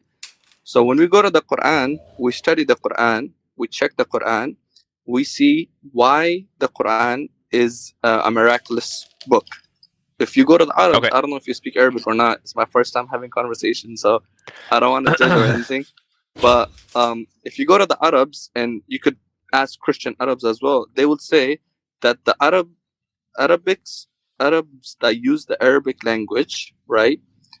They never heard the words that are used in the Quran in a way that they understood it. Meaning, so I can give an example if you want. So you know the first chapter of Quran. So really quick. All right. So we agree on something. We agree the Quran says you have to produce something like it, either a book like it, 10 surahs like it, or even a single surah like it. Right. The challenge. It doesn't say you have to. It says if you want to prove it wrong, go ahead. Well, I understand, but that's how you complete that's how you complete the challenge. You have to do something like it. But the problem is when we say something like it, that is it's going to have a problem of intrinsic vagueness. What is something like it? Yeah. So if I say I look like John Steele, what do I mean by that? It's not you resemble John Steele. It's not that part. No, if I look like John Steele, what does that mean? You say that you resemble John Steele. In what way? You look like John Steele. In what way do I resemble him? No idea. You would have to give me the context. So what is the criteria for John to look like me? What does he need? What are necessary and sufficient conditions to say that John looks like me? Necessary or sufficient, sorry. I would say facial recognition, like you have facially, bodily, height. I don't know where you're going with that, though. Okay, but notice, when I say he looks like me, right? You don't actually know what I mean by that, right? Because it's epistemically private, which means it's only I know what I mean by that. What you're thinking, yeah. Correct. Yeah. So with the Quran, you have the exact same issue. Allah says, create something like it, but what it means to be like it is epistemically private to Allah, because there's nowhere in the Quran where it actually details what it means to create something like it. Can I explain now? That's a good point. Yeah, for example, go ahead. Surah Al-Kawthar. right? Wait, let me just give me 1 second. Yeah, go ahead. Yeah. So Surah Al-Kauthar, where it says it has 3 verses and it has 10 words. I'm giving you the easiest example in the Quran. When it says create something like it, and we have all of these different moving parts. We have a criteria for the longest surah, which has hundreds of verses, and then we have a separate criteria for the shortest surah, which is just 10 verses, right? So when Allah says create something like it, what criteria does Allah mean, or is it epistemically private to Allah?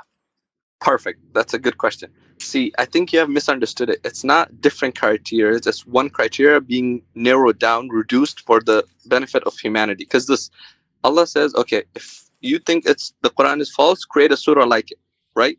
And then as it goes forward, okay, it says, no, you can't create a surah like it, no problem. Call all of your allies, create 10 verses like it, right? Close that range. So I got you. But I need to know. Right? I need to know what the like it means, brother. Yeah, I'm coming. I need to know what the like it means. Yeah, I'm coming to that point. So this is the thing. We have scholars. I'm sure there's a lot of Christian scholars as well. We would agree, right? We take Christian scholars' works. We take scholarly work in the way they understood, right? If you go read Sheikh Ibn Taymiyyah's, right? Sheikh Islam Ibn Taymiyyah. I'm sure you're familiar with him. Any of his work, the criteria is narrowed down very clearly. The criteria is the way the Quran was revealed. So, for example, the word alhamdu, right? Alhamdu means the praiseworthy, right? If you keep going on, the Arabs didn't use these words in this context, right? So, when the Quran was revealed, it was revealed miraculously. So, that's what the Quran is asking. It says you can use same words. Can I ask a clarifying question about that? Meaning. Yeah, let me just complete this quickly. Well, before you complete the criteria, I just got a question about that specific criteria. Using words in a different way than it's originally been used. That's one of the criteria, right? Why do you conclude that that's miraculous and not that he's just stupid? It's not about being stupid. Like, for example, if I say the word like, you know the L-I-K-E, like. If I say I like something, you would understand it. Okay, this guy likes something, right? Yeah. But if I use the word like, and I use it in a different context, and it still makes sense to you as an English speaker, we say, okay, that is something that nobody else has done, nobody else could do, so that's a miracle. Why would I assume it's a miracle rather than that you're just stupid and don't know how to use the word? No, but it makes sense to you. See, this is the miraculous thing. Like if I say I like this phone, right? You're like, okay, this guy likes the phone. But then if I say the sky is alike, you're like, that doesn't make sense. I would agree. You'd say, okay, this guy is stupid. But he doesn't know what he's talking about. Yeah, but I could get it. Hold on. I could get it by context that surrounds it. So you could be like, the sky is alike. No, not by context. Not by context. The sky is alike that its shimmers are the opposite of the color green. I'd be like, oh, well, he's using like as blue. That's stupid. Yeah, okay, perfect. But I'm saying if the word like makes sense to you, then you would say, okay, this is not stupid. This actually makes sense. This is dumb. Okay, go ahead. The reason I'm saying this is because. But this is the problem. Okay, when you say, okay, there's a scholar who gives this criteria. Where is the scholar deriving the criteria, and what makes his criteria true? Perfect. Good question. We say we'll say why is the Quran unique in first place, right? So if the Quran was just Arabic letters written, right, we would say, okay, any Arabic person who speaks Arabic could just write other letters and be like, look, I did the Quran. Look, the Quran is false. I created something like the Quran, right? Can we agree on that? Yeah, no, I mean this is actually the issue. Like, we can agree on that. Saying, look, it's very simple. I'm saying if the Quran was just Arabic letter that had no miracle sense, nothing special about it. But wait a second. Miracle. Write down a book and say, look, you can't say it's a miracle. You can't say it's a miracle. No. Can I explain something? See, I'm saying if it wasn't a miracle, right? No, but if it wasn't a miracle, said it is. I understand. You got to lock in with me. You just said it's a miracle. Remember, what is in question right now is whether or not the Quran can be used as evidence for divine origin on this basis. So saying that, hey, we know the criteria, one of the criteria is that it's a miracle, is actually begging the question. No, okay, my point was, if the Quran You can't conclude your conclusion in your premise. No, my point is, I'm trying to make a point. My point is that if the Quran was just any other word, the Arab Christians, which are millions, right, they would say, look, we proved the Quran wrong, so you Muslims, you have nothing to stand on, right?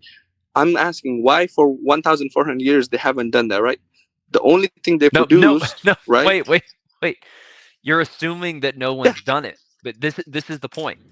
There's no way to attempt it without knowing the rules to the game. There's no way to attempt it without a criteria. Everything that you've given me has been based off of post hoc rationalization. Well, because remember specifically what I gave you in terms of the premise.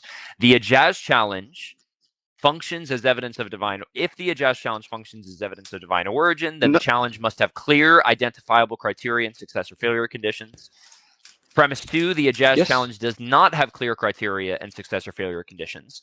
Now, you're saying that it does have the clear criteria, but now what you're doing is you're relying on post hoc rationalization. It's information after the fact, right? Okay. What was the criteria before the scholar that you mentioned wrote something down? Okay. How do you derive a criteria from something, right? How do you derive a criteria that doesn't give you the criteria? Exactly. This is the point. It's like if I ask you, sorry, I didn't get your name. I know John's name, but I didn't get your name. Sorry. It's also John. So okay. It's also John. Look, if I say Alif if I have a phone, Alif Lam Mim, Alif Lam Ra. What does that mean? What does that mean? Okay, I knew you're gonna go there. Alif Lam Mim is letters in the Quran, right? In the chapter 2 of the Quran. That by itself has no explanation to it. The Prophet actually addressed this question. Can I explain? Can I explain? So would you agree that's a unique element in the Quran? Can the Prophet address the question? He said there is a unique verses all throughout the Quran, right? I know. Just hear me out. The only person do you agree that that's a unique element of the Quran? Not by necessity. That's not no. Okay, not by necessity. So, what do you mean? What do you mean not by necessity? Okay, you know how you're saying if the Quran is true, right? The Niyaz test has to be true. I'm saying no. That's not the only reason. There's other things that you could prove the Quran. No. I'm not saying there's not other. I'm not saying there's not other reasons that you're going to offer. I'm saying you said, hey, to create a book like the Quran, right? You have to have all the unique elements of the Quran. Well, I named you have the to unique study elements. the Quran. Well, wait a second. Do you think that if you're going to create a book like the Quran, you have to have all the unique elements of the Quran? What do you mean by unique elements? Like, I don't know what do you mean by unique elements. I don't know what the Quran means by something like it if it's not referring to can I like give the it to totality of the elements that are both mundane. Can I tell you? Can I tell you? No, you can't. That's the problem. So wait. So how can I not tell you? If the scholars you can tell me, but when you say the scholars say this, that is post hoc and I give you the reasoning for why they say it. No. And I give you the reason why they say it. If you don't agree with the reasoning, that's no problem. No problem. You can say, you know what, I don't agree with it. But if they give you a rational reasoning behind why they give it an answer, then you have to agree. Which for 1,400 years, no, because they're not deriving it. They're deriving it via their opinion. They're not deriving it via the Quran. But let me try to simplify it, right? Just because I think John's talking past you and you're not getting it. The Quran. No, I'm getting it. It's just I really don't think you do. The Quran issues challenge, right? Yes. Before any scholars, they receive challenge. Yes. They look at challenge. There's no criteria for challenge. They do not know the day it was written. There was a criteria. Can I explain? But hold on, just answer the question. The day that it was written, the day that Muhammad spoke it into the air, was there a criteria? What do you mean by a criteria? Like, was it written in criteria? I agree, there wasn't. So okay, great. So they understand. Yes. So the argument is. So, but the Go ahead. Still going. I'll stop. All right. Okay. All right. So the day they spoke it, Yes. there's challenge. Yes. They give to first man stand in front. I'm gonna try to explain Yes. monkey. So here's challenge. They give John the first guy I see. I go here John, here challenge. John take challenge. John look go. How do? And I go, I don't know. The criteria is in the question itself. It says like the Quran. The criteria That is the Quran. vague. This is the point. It's not vague. When you say like the Quran, would you agree Alif Lam Mim, if I created a book and I had just some random letters in there, that would be like the Quran? Perfect. You made an extraordinary point. Good job. Now, the Quran. Okay, please answer my extraordinary point. Brother, can I explain? Yes, but you have to answer the question. I'm coming to the question. Literally, I'm not going nowhere. I'm just coming to the question right now. You said the Quran let him gave answer. a challenge. Let him answer. Let's see if he does it. Just let him answer. Yeah, the Quran gave a challenge, right?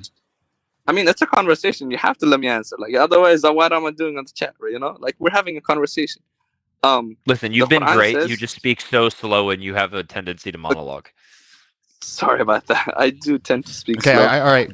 First, Quran gave challenge. All right. So next. The Quran gave a challenge, right? The Quran was produce something like it if you are in doubt, and then it gave the criteria of. Hold on. Just. Like I'm not interrupting. I'm asking a clarifying question. The Quran gave the criteria. I'm saying the Quran, when it was written, produced something like it by necessity. I just needed a yes or no. Like So for step one, Quran gave challenge. Step two, did the Quran give the criteria? I'm coming to the point. I just need a yes or no. Okay, this is the thing. Not in the words that you're trying to look for, right? Just did the Quran give the criteria? Yes or no? It's a true dichotomy. Not dot by dot. No. Okay, Quran. Okay, I'm gonna let you speak. I just need to clarify what you're saying. No criteria from Quran. Okay, go ahead. Perfect. The Quran says, what's the criteria for it? Is there something that it's like the Quran? Now, the Quran itself becomes So it did give a criteria for it. So, oh my God. Brother, come on. John, I know you're smarter than that. I'm saying, look, the Quran gave the challenge. Dog, what do you mean I'm smart? I literally asked you yes or no to give the criteria. You said no, and then the next sentence you said is the Quran gives the criteria. The Quran became the criteria. The Quran is the criteria. Okay, Quran is criteria. Itself became the criteria. So we look at the Quran. We're like, okay, what's so special about the Quran that it's unproducible, right? Why is the claim even there? When we look at it, I don't know if you have any person that speaks Arabic or not. I have no idea. But if you ask them, right, they will explain to you that the way the Arabs spoke, right, was nothing the way that the Quran was written. Some of the most advanced poets at the time, they were like, we don't know what this is. We cannot comprehend this, right? Yeah, we don't need stories. We're looking for criteria here. So what Quran gave challenge. No criteria in Quran. Quran is criteria. Is there another step? So this is what I'm trying to see. You guys are looking for word by word by word. Just 1 second. Explanation. For his challenge, didn't Umar fulfill it since his verses were added / agreed to by Allah? His wording was verbatim added, no? See Sahih al-Bukhari 402, especially Surah 66-5. That's so like the Quran, it was added by Allah. All right, so Quran gave challenge. No criteria in Quran. Quran is criteria. Is there another step? Yes or no? No. Okay. Okay, great. Perfect. Then please answer the question I asked. Yes, go ahead. If Quran is criteria, must create something like it. Yes. Then, in order to create something like it, if Quran has unique elements such as Alif Lam Mim, Alif Lam Ra, then if I am going to create something like it, I have to have just a set of random letters that no one knows what it means. Because the Quran says at least 10 verses like it. Alif Lam Ra is just one verse. No, it says the single. No, it says a single surah like it. Yeah. So if I create, if I create, okay, you don't know what the word surah means actually. Surah means a whole chapter, right? You're talking about verse. Yep. and it doesn't say verse. It doesn't say a verse. No, It no, says I know verses, Surah means chapter. Surah chapter Yeah. Al-Kuthar, it has 10 Yeah. words. It has I know which one 3 you're talking verses. about. You're talking about little. Yeah. But can you? Okay, perfect. That's a very nice surah. You know that actually. But I know that. now listen. So if I Can want you- to create, create a surah like that, or I want to create a surah like one of the surahs that have Alif Lam Mim or Alif Lam Ra, if I want Take to do that, then that Al-Kawthar. means in order to do it, I have to give you something that just has random letters that only I know what they mean. But does it make sense? No. But we know what Al-Kawthar means, though. We know what the surah Al-Kawthar That's means. not. It has No. 10 words. Listen, please lock in. Please, you've been a great guest. You really have. Please lock in. Okay. You guys are lovely. Alif Lam Mim. Yeah. They're random letters in the Arabic language that only Allah knows. Right. Yes. Let's say I want to set out to create a surah that has that introduction. That means that for me to do it, I have to have random letters at the start of it. Okay. Right? Not by necessity, but yes. Okay, go ahead. No problem. So what are you going to do with the other verse? Can I pause both you guys real quick? Just really quick. I just want you to tell me why. Give me like what failed in this right here. I asked ChatGPT. I copied directly from the Quran. I said, "Can you produce something like this?" Let me finish my statement. Go ahead. I copied directly from the Quran, put it in here.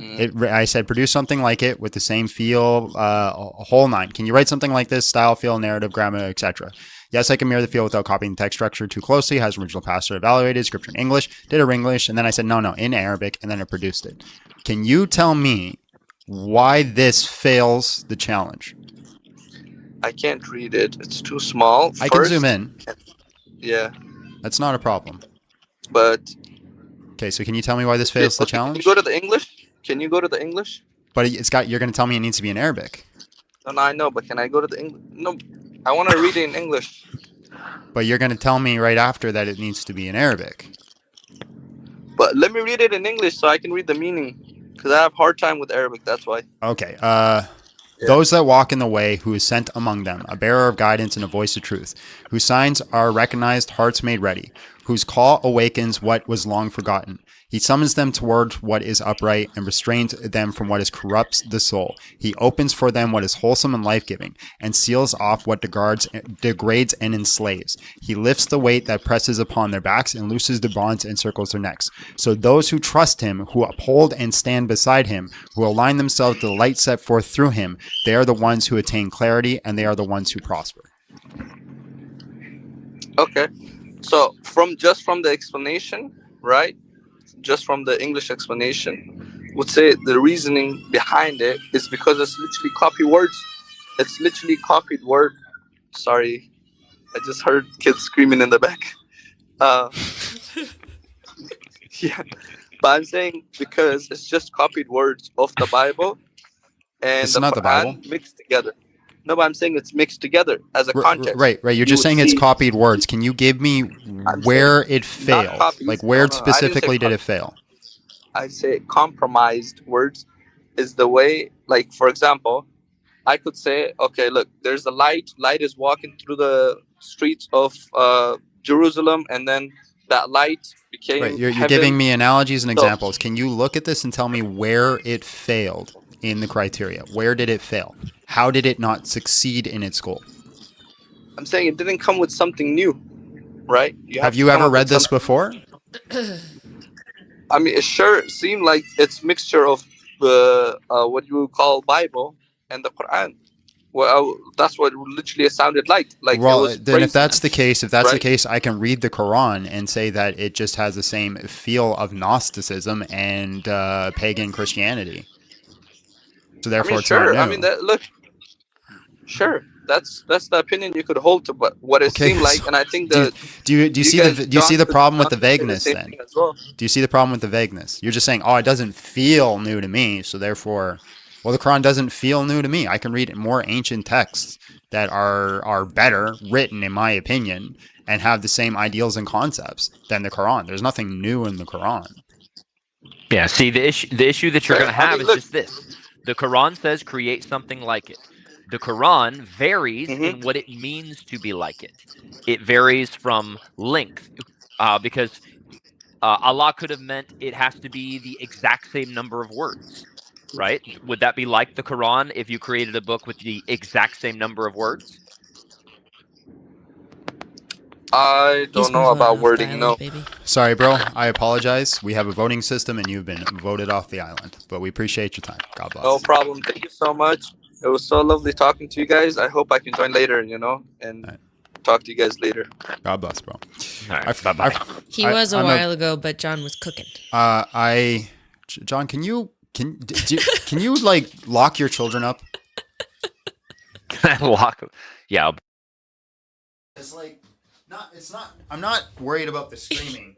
He left. Where'd he go? He went to go lock up his. Hold on. When he comes back. Also, guys, I forgot to put up the dono bar, so we still need to achieve that goal, and we've been going a while without it. So give me your money.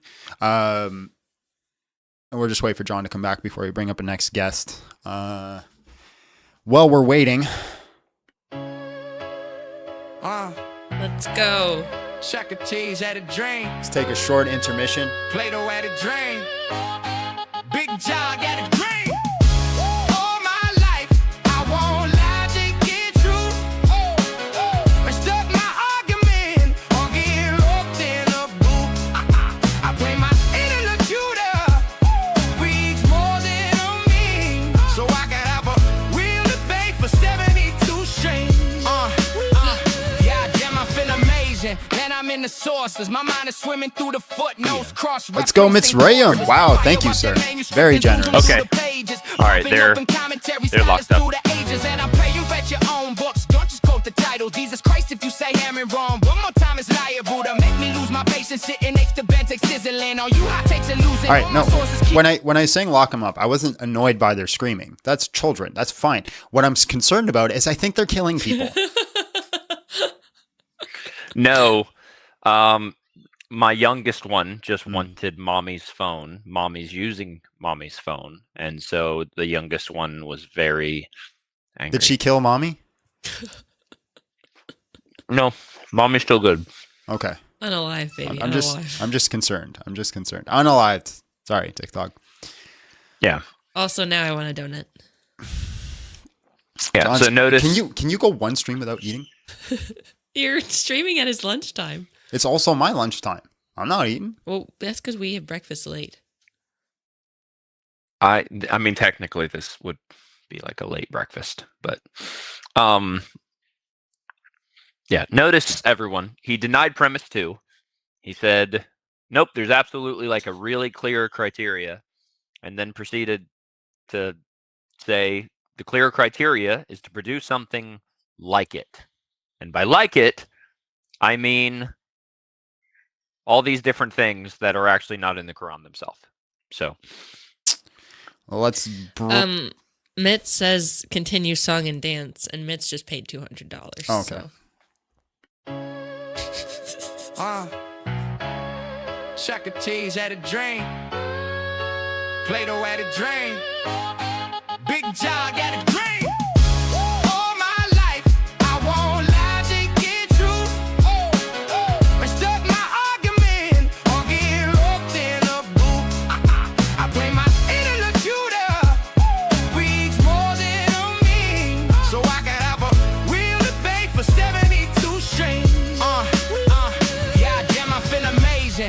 In the sources, my mind is swimming through the footnotes, cross-referencing courses. Fire up that manuscript and zoom through the pages, popping open commentary, scholars through the ages. And I pray you read your own books. Don't just quote the title. Jesus Christ, if you say Hammond wrong, one more time is liable to make me lose my patience. Sitting next to Bentex sizzling. On you hot takes and losing. All my sources keep winning. Scribbers.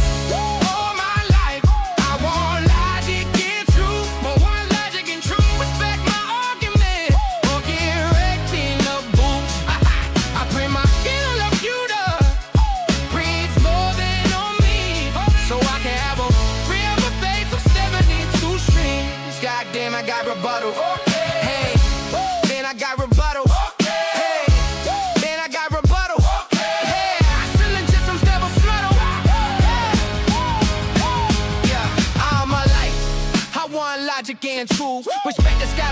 I'ma fact check you. I got 25 tabs open on my bowels. They get served with fire to that fallacy. Your arguments are stretching. And your nieces got your weight, your peer review, cut your measure. But you never read the context that your academic treasure. Check Googling, I'm studying the I hate that we're off beat. Like our head bobbing is off beat. I'm on beat. You hear the music. I think I'm on beat too.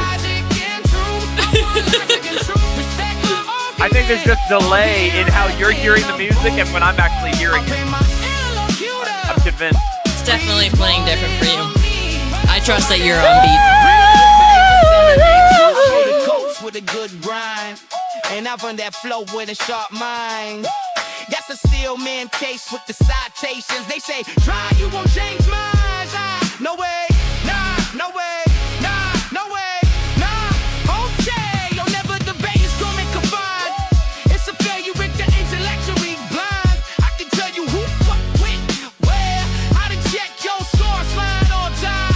Yeah, read the text, read the text, read the text. I look back, I'm vexed. Killing everything from bad faith to all Muhammad. He got 3 day at Haminem and other options like a syllogism. My beat, P-I-G-J-O-N, I win and ball it to the feet.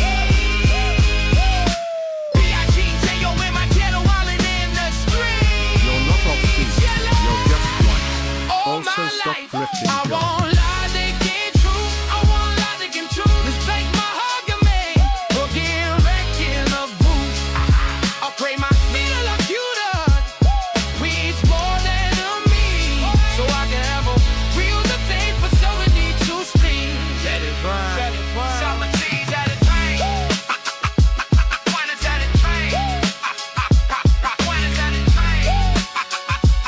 When it's at a train. That's so sick. You should do a. Did the song say GD? GD. Yeah, like God D. Yeah. Oh, okay. Someone said it. I didn't hear it. All right, so let's do some supers and we'll take up a guest. It says, oh, I need a new job, lol. Enjoy your weekend. listen. This job looks nice on the outside, but on the inside, it destroys your soul. I'm just going to say it right now. About to help one another, shining like a beacon, pointing to the way. Still doesn't think it's a mystery of some sort. Shaking my head. Much love, brother. Much love to you too as well. You had him. He just forgot that the argument was his Quran was false as soon as he heard he could make the Christians pray. Just keep it real, Slim Abby Steele. Amen. For the Ijad challenge, didn't Umar fulfill his verses were added, agreed to by Allah? His words was verbatim added. No, see Sahih al-Bukhari 402. And the Quran also shows the Ijaz challenge has been fulfilled when it quotes a bird talking. The bird produced a surah just like it. When the bird spoke. DW was right. And the ants. Don't forget the ants. The ants too. DW was right. Religion of innovation. Mitzrayim here. Mitzrayim single-handedly paying our. Why did that go behind? Oh, never mind. Single-handedly paying our mortgage. Appreciate you. Visual Dawn also contributing to that. You're not offbeat. You're just white. Also stop grifting, John. I can't not. I need to be able to pay my bills. But I do have a rule. We've reached our donation goal. So I'm going to take the dono bar off the screen because we're not greedy up in here. We're just trying to keep the channel running. Anything extra helps the channel grow. But that is what we need to sustain.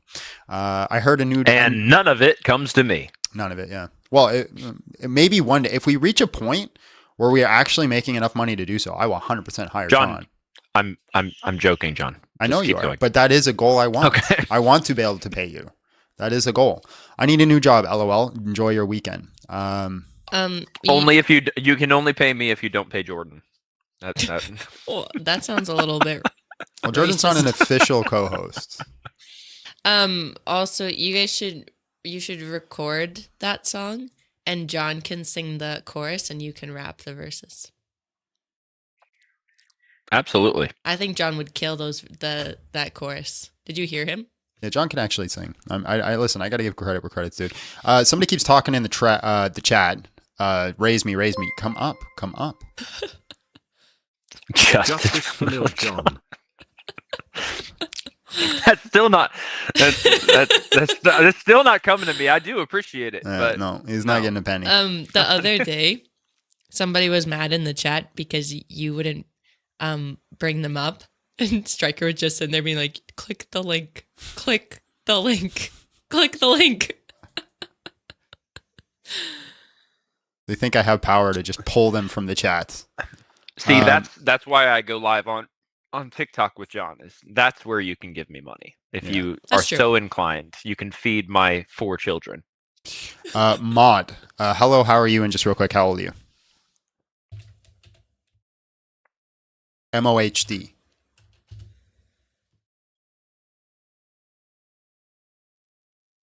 Money theist? Is that supposed to be an insult? Maud. God, how dare you try to pay your bills? How dare you? Oh, y'all better go look at Dean Responds. Homie has a full Patreon, and literally, do you know, for just the low price of $30, you can have a 30-minute conversation with him on the phone. Wow. I should pay for it and then just fart in the phone the whole time. I paid for 30. I paid for 30 minutes. Paid for 30 minutes with you. What? But is he offering a service, or is it literally just because he's like a celebrity? Anyways, we're doing enough yapping. Let's bring up a guest. All right. I like yapping. I know you do. You are wrong. Hello, how are you? And just real quick, how old are you?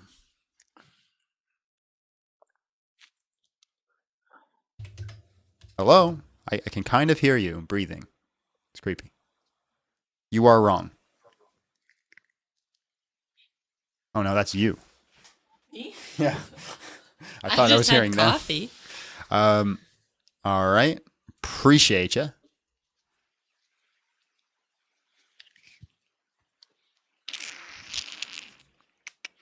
I'm going to write my own book, and I'm going to say that no one can produce something like it. And then I'm just not going to tell. I'm not going to tell them what it is. Mode. Hello, how are you? And just real quick, how old are you? Yes, so Oh, there we are. How old are you? I guess I'm 19. You guess? I just didn't count from a long time. Oh, What? yeah, I am. Are you Yeah, guessing? I am Man, 19. he said he didn't count for a long time. This guy ain't it's real. just that I don't. All right. You are wrong. Hello, how are you? And just real quick, how old are you? You are wrong. Hello? Yes, hello. How are you? And Yeah, just real can you quick- hear me? Yep. Hello, how are you? And just real quick, how old are you? Yeah, finally. I'm good. I'm 20. What's 2026? I'm 27. All right. Islam has been debunked in 2026. Prove us wrong. Why is your microphone in a bowl of Rice Krispies? What? I get that a lot. I don't know why. These headphones are really good. Oh, he must have drove through a tunnel. Well, guess what? You are wrong. All right, guys. We need someone. No laughs at that. What? Nothing. The guy's name was You Are Wrong. He sounded like he was freaking talking from a microphone in a bowl of Rice Krispies. Hello, and then he's how like, are you? These And just real headphones quick, are how old actually are you? really good. I am 34. All right, bro. Islam has been debunked in 2026. Prove us wrong. Haha, John. Oh, you're just talking about Islam? I'm just talking about religion in general. What do you want? You want to talk about Islam specifically? I can leave. What did you want to talk about? Well, it's just you guys have logical fallacies saying you're wrong, you're right when you can't prove either way. So Is that a you can't topic? be wrong, you can't be right. Is that a topic? What topic? Well, it's just it's your general statement. You're saying Islam is wrong and Christianity is right, but you cannot. Where prove does it say Christianity is Christianity is right up here? Well, that's your argument, bro. Where's the argument? Where does it say? Well, how would you argue Islam is wrong if you don't conclude that Christianity is the right one? How many hours did you spend on Reddit today? I don't use Reddit. You should. You'd fit I don't in. believe you. You'd fit in. All right, Why bro. you have so to what, try to insult me, bro? So what That's topic? Really that's such what a Christian topic- thing to do. I could show you so many verses with Jesus and Paul insulting people. So what topic did you want to talk about? That is such a good person to look up to. Wow. What topic did you want to talk about? I just want you to. I want you to try to prove that Christianity is right because you're claiming others are wrong. So your topic is what? That Christianity cannot be right or wrong. Christianity cannot be right or wrong. So you're going to deny the law of excluded middle? Yeah, because you don't have evidence, bro. You think You're going to Bible's deny evidence, the it's not law of evidence. excluded middle. You're literally denying logic in your claim. Congratulations. Yeah, it's beyond you. I know it's beyond you. It is beyond me to disregard logic. You're 100% right. You're 100% right. Yep. Well, you don't have any supporting factual evidence to prove that something is right, yet you know it's right or think it's right, but you simply believe it's right. That's fine. Believe it, but you don't know it. Okay, so what is your definition of evidence? A fact that supports Evidence is a claim. fact? That you didn't let me continue. Look at Evidence is that. a Classic fact? John. That Go supports ahead. a claim. Is a fact that supports a claim. Define a fact. Yeah, and you claim that Christianity is true, yet you don't have facts supporting it. You just have ancient writing that has no proof of being divinely inspired. You can't prove that. Blah, blah, blah, blah, blah. Define a fact. Your mom, I don't know. You define it. It's a fucking word in the dictionary, bro. So you're basically saying we don't have something that you don't even know what it is? How do you know we don't have it? Of course I know what a fact is. So what is it? Of course I know what a fact is. What is it then? Truth. A fact is truth? Yeah, exactly. Something that's provably to be true by fact either is science or experience. Yeah. Okay, watch Facts this. is- Watch facts this. is a Watch this. hugely broad term. Watch this. Jesus Christ rose from the dead. Christianity is true. Jesus Christ That's not a rose. fact. Hold on. Let me finish. Jesus Christ rose from the dead. That's factually true. No, it's not. Why not? Because it was written by people who didn't see it. It was written by people who didn't see it. But you just said evidence is just a fact. So do I have evidence or don't I? It's a fact that was written by ancient humans. It's not a fact that it happened. So do I have evidence or don't I? You don't. But you said evidence is just a fact. No, you're just trying to twist words now. It's You cute, don't but even it's know not. how to use words. I can't twist them because Well, you don't even know how to use them. You provided something that's not even a fact. It's a fact that it was written by ancient people, but there's also Okay. facts if something is proven to be true. Yeah, it's you a- can I give prove you an that it F, was written. an F in English. So Okay, well, you evidence guys is can't just a prove fact. That Evidence you is guys can't just a prove that it fact. happened. All you guys can prove is that it was written about. You can't prove it happened. Guess what? I wrote Evidence is this just a morning fact, that ladies and gentlemen. the rapture happened. Guys, I wrote this morning Uh-huh. that the rapture happened. Does Yep. that make it true? Yeah, so this is just rhetoric. So your definition of evidence is just a fact. It's just truth. No, That's the that's not definition what I of said. evidence. I said a fact. How do you determine what a fact is? Well, we have a lot of different mechanisms. We have science. If you want to prove that something about science, we have Science? video. If you want to prove that something happened on video, you can use your own eyes. Video. So if I show you a video of somebody being miraculously healed, are you going to believe it? Depends on how they were healed through what mechanism. Tell me. There's a lot prayer. of different ways you can heal that look prayer. look miraculous. Through prayer. They prayed over Well, them you and can they were also healed. do the same thing through meditation that wasn't to God. Yeah, you're not answering the question. So no, I would not, because there's. Well, you it's a just said hugely broad video is example. evidence.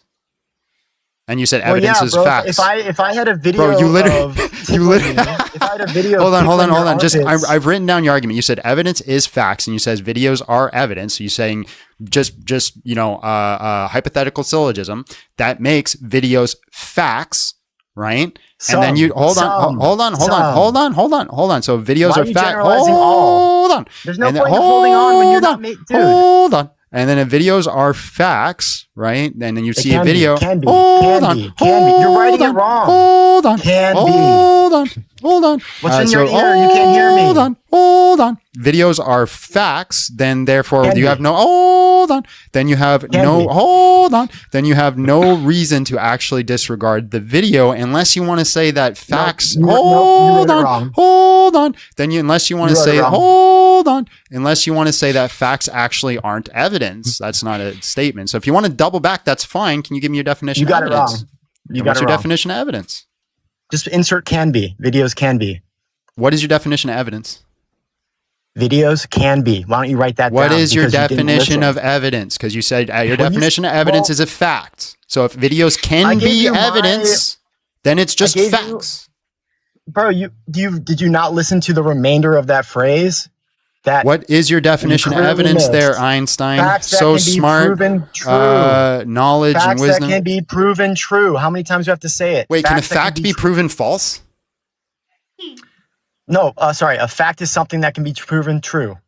Is that just not synonymous with fact? You told me what's the definition? So your definition of evidence is a fact, and a fact is something that is true. No, my definition of evidence is using facts to prove something true. So you're using facts to Boom, prove there facts? you go. Wow, we got there. Holy shit. John, You're using how facts. fucking Your dense are definition. you? Your definition of evidence is using facts to prove facts. No, facts Can a to fact prove be proven truth. false? Is Facts truth a to fact? prove- Is a truth a It can fact? be. It When is can truth be. not a fact? A fact can be Your proven truth. false. Your Is that truth. what you That's just said? exactly. Bro, you just found oh my God. That's exactly the point. You got there, John, by yourself without me. Your faith, your truth. A You fact My just can did truth? it, be John. proven false. Yeah, it can't Okay, be hold proven. on. My truth. You So just we're did gonna it, John. we're gonna Congratulations, do everyone. Round of applause. we're gonna for do John. He we're gonna do just beat personal himself. truths. We're gonna do John personal just beat truths. himself. We're gonna do Holy personal fuck. truths. I'm gonna Oh my hold God. on. All right, we're gonna do personal Just truths. beat yourself. John, We're gonna Aaron, do- you just fucking We're gonna beat yourself. Holy shit. we're gonna do personal truths. I'm gonna say 4 John plus just 4. beat himself. Oh my God. Hold on. I'm gonna say Dude, 4. your voice is Hold on. Hold on. If you stop talking Hold and on. yapping over me, I can make my argument. Hold on. I can do it too, John.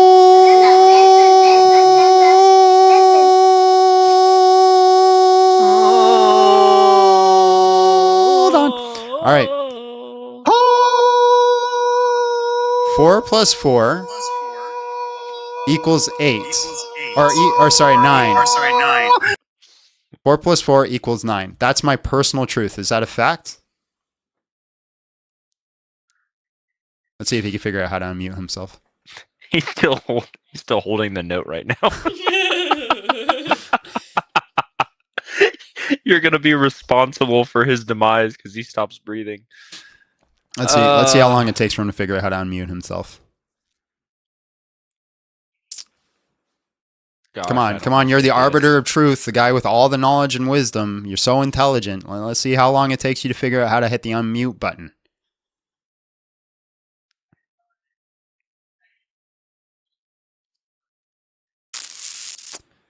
You could do it. I believe in you.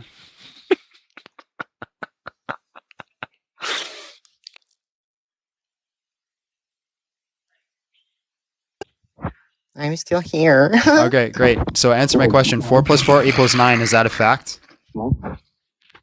That's math. That is incorrect. So it's not a fact? Okay, is it true? That's math. That is incorrect. So it's false, but you just said it's my personal truth. So if I believe it's true, is it true? It's true to John. Doesn't mean it's true to everyone. Is it actually true? It's you believe it to be true. John believes this to be true. Is it actually true? No, because John believes it to be true, but Okay, it can't be proven true. personal truths are irrelevant then, right? Personal truths with zero supporting evidence. Personal truth that John can't support with factual evidence. Look how insecure you are. Look how childish you act. When you're losing, you act like a little tiny child.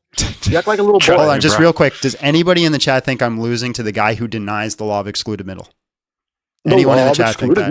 The law of excluded Anybody? middle. Oh. Bueller? Homie doesn't Actually, even know yeah, I what the saw law like of 10 excluded I middle saw is. 10 comments No, that you didn't. when I cooked you, I saw 10 comments go, wow, guest is onto something. Wow, guest actually cooked. Wow. Yeah, I saw No, you those. didn't. I just saw yes. Well, I'm looking at the same comments, and you saw Yes, one yes. guy say yes I twice. just saw 10 yeses. Yes. You I saw the 11 same yeses. guy 15 Say yes yeses. twice. Yes. Wow, I just saw 20. Are you gonna ignore the like hundreds of no's? Just completely no, ignoring they're all actually- the no's. Well, I wonder why. Because your whole audience is little Christian boys No, and they're girls. not. Duh. They're not. Yes, They're they not all are. Christians. I have atheists. in Yes, here, they too. are. Yes, they are. Can you It's name? okay, Can you guys- name the laws of logic? No, I can't. That's what I thought. Appreciate your time. Oh, God bless. that's so. Bye. You got. You can't say things are true and not true, my friend. It's both true and not true at the same time. Christianity is right and wrong. According to your personal feelings, but if your personal feelings goes against math, what's a fact, ladies and gentlemen? It's just the truth. It's just the truth. A fact is just the truth, and that's evidence. So anything that is true is considered evidence. Silliest Goose. Silliest Goose Award right there for the day. All right, guys. Islam has been debunked in 2026. Prove us wrong. Win a taco. Win a taco. I don't miss the atheists. They're very pretentious. I don't miss them. They are the definition of Dunning-Kruger. I remember back in my day when I used to debate atheists. Corrosive. Hello, how are you? And just real quick, how old are you? 42. Oh, you got a bad mic, bro. Speaking of corrosive. What is up with all these mics today? I can't wait to try these arguments in court. Your Honor, I have evidence. What's your evidence? It's true. It's just neither a fact. true or false. But it's He also is my both personal. guilty and not guilty.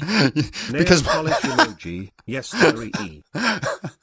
Yes, they, yes, they are. Justice for Little John. Yes, they are. I was about to ask the caller if he needed us to tuck him in, but he did it first. My goodness gracious. Your Honor, I'm both guilty and not guilty at the same time, Your Honor. Hello, how are you? And just real quick, how old are you? Hello, I'm 16. All right, well, appreciate you. Come back when you have an 18th birthday. And why just like that he disappeared? Hello, how are you? And just real hello? quick. Yeah, hello, how are you? And just real quick, how old are you? Yeah, I'm in my 20s.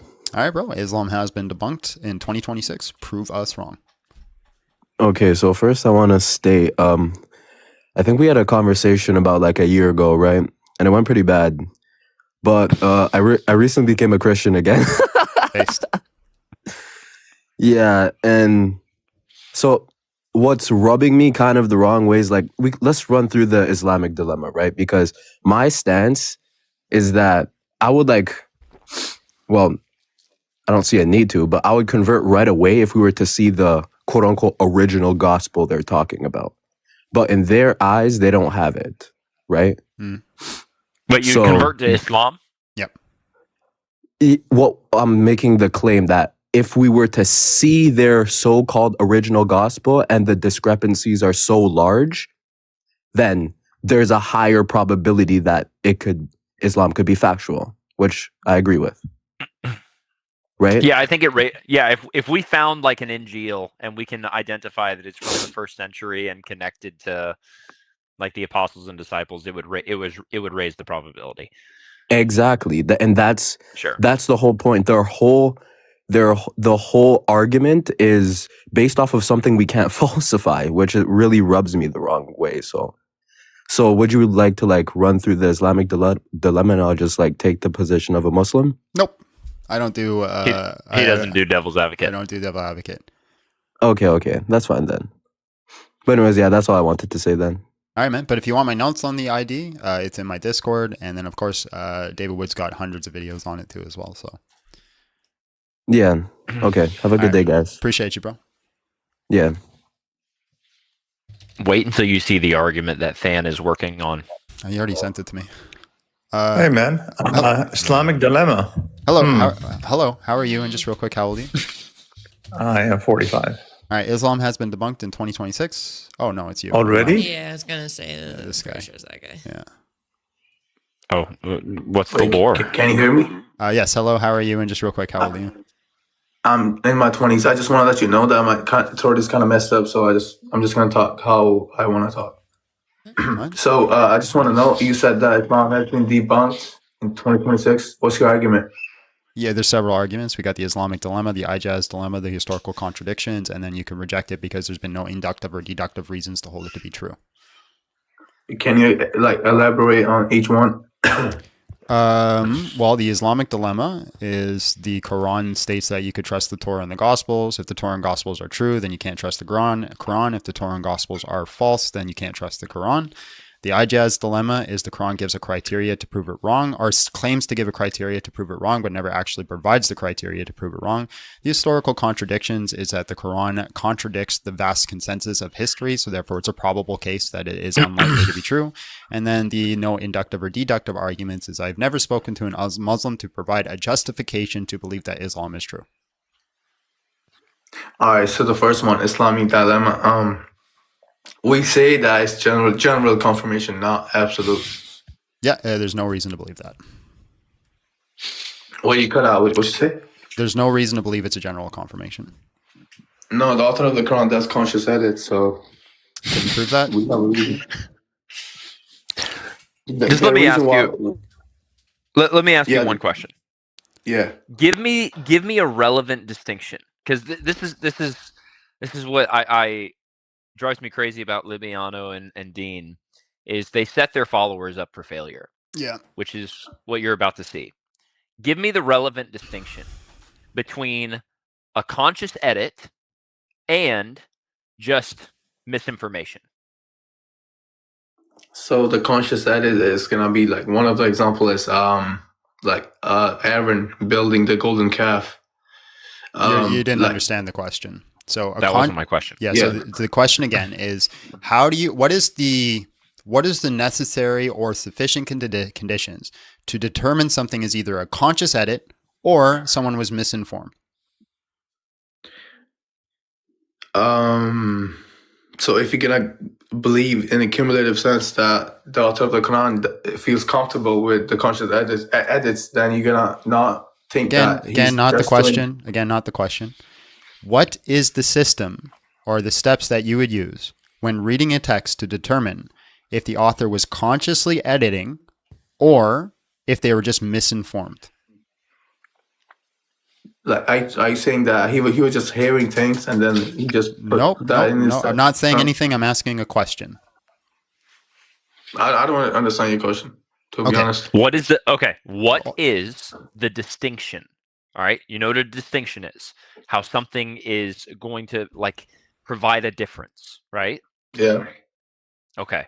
What is the distinction, a relevant distinction, in saying hypothesis 1, conscious edits, hypothesis 2, misinformation? How do you know it's one and reject the other? Yeah, so there's a great intertext between the Quran and the Bible. So we know that the author of the Quran knows extensively about the things in the Bible. You're still not answering the question, right? You don't need to talk about the Quran to answer this question. That's the thing, is you keep going into the argument that both Dean and Libiano use, and you're not actually listening to the question that we're asking you. So I'm going to give you an example.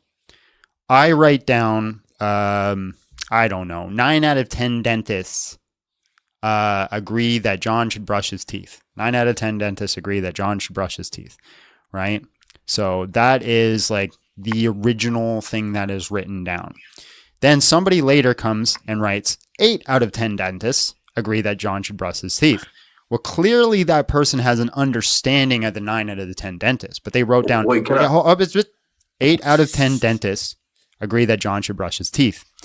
And now they wrote down 8 because they heard somebody say 8 and they got it wrong. So they have the general story mostly correct, but they heard someone say 8, so they wrote down 8.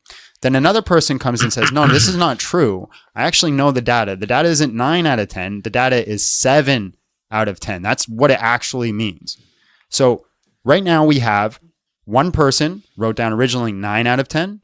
Another person wrote down 8 out of 10. Last person wrote 7 out of 10. The first one is the correct one, 9 out of 10. The second one, they wrote 8 out of 10 because they misheard someone else say it, so they wrote down 8 out of 10. The last one is like, nah, they're all wrong. I actually know the truth. It's 7 out of 10. How do you make the distinction between the second one, the 8 out of 10, And the third one, the 7 out of 10, between the person who got misinformation and then the person who's actively trying to correct it. How do you make the distinction? Wait, so I just wanted to clarify. So who you think the prophet got those misinformed things? Completely irrelevant to the question I'm asking. Can you please answer the question? No, I just want to know so I can answer. Doesn't matter. Can you answer the question? Wait, hold on. I can't ask a clarifying question. It's not a clarifying question because it's completely irrelevant to what I am talking about. I'm not even talking about the Quran at this point. I'm just talking about a mechanism or a criteria. That's all I'm talking about. If you just answer this, right? I'm not going to answer any single question until you answer this question. Yeah, so I already answered. The reason why it's it's less probable that he's just hearing things and just writing it down. That is not the question I asked you. It's not the question I asked you. So you're just repeating. We're just repeating what he's saying. Again, the dentist question I asked you. What is the criteria to determine between the second one and the third one? The person who's choosing to consciously edit and the person who just got misinformation. What is the criteria to determine between the two? How would you do it?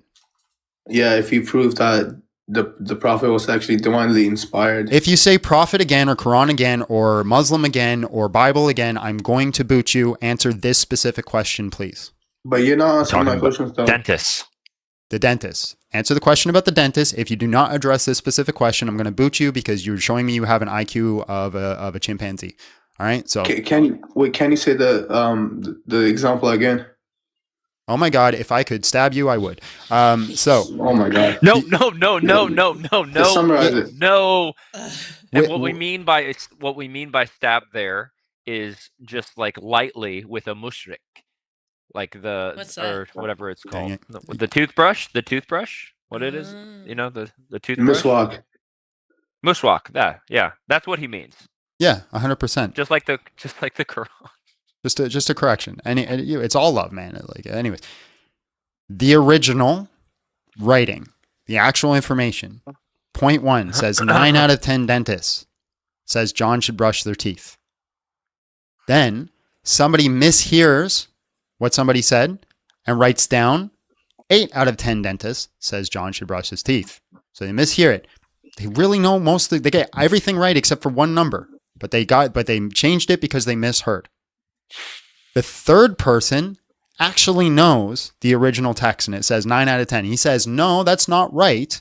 That's incorrect. 7 out of 10 dentists says that John should brush his teeth. My question for you is between the person 2 and person 3, what is the criteria to determine that person 3 is consciously editing and person 2 misheard the information? Again, if we can prove that the prophet... All right, I appreciate your time. I warned you if you said prophet again, I would kick you. God bless. Have yourself a great day. I can't even believe you. Me? Yeah. Why? Yes, this is why John's here.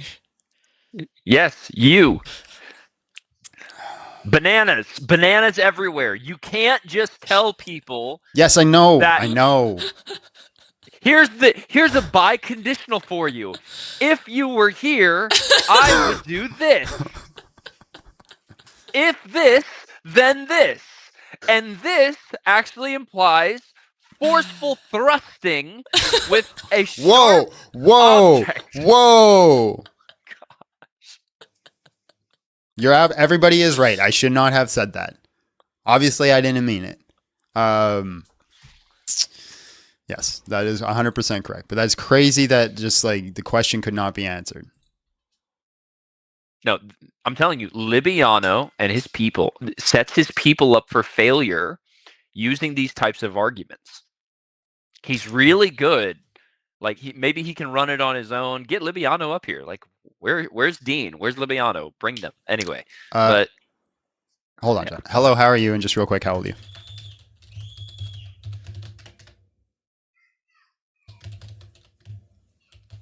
Brian. Is it Striker? No. Going once. Oh. Yes. Hello. How are you? And just real quick, how old are you? And you got a lot of background noise. Yeah, I'm sorry. I'm in a restaurant. I'm so sorry, but I'm 27. And The background my noise is brother going to be too much, my friend. one question for you. Just one question. Just one question. Yeah, it's too much. Appreciate your time.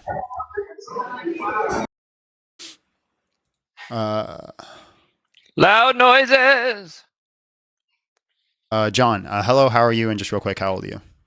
I'm doing good.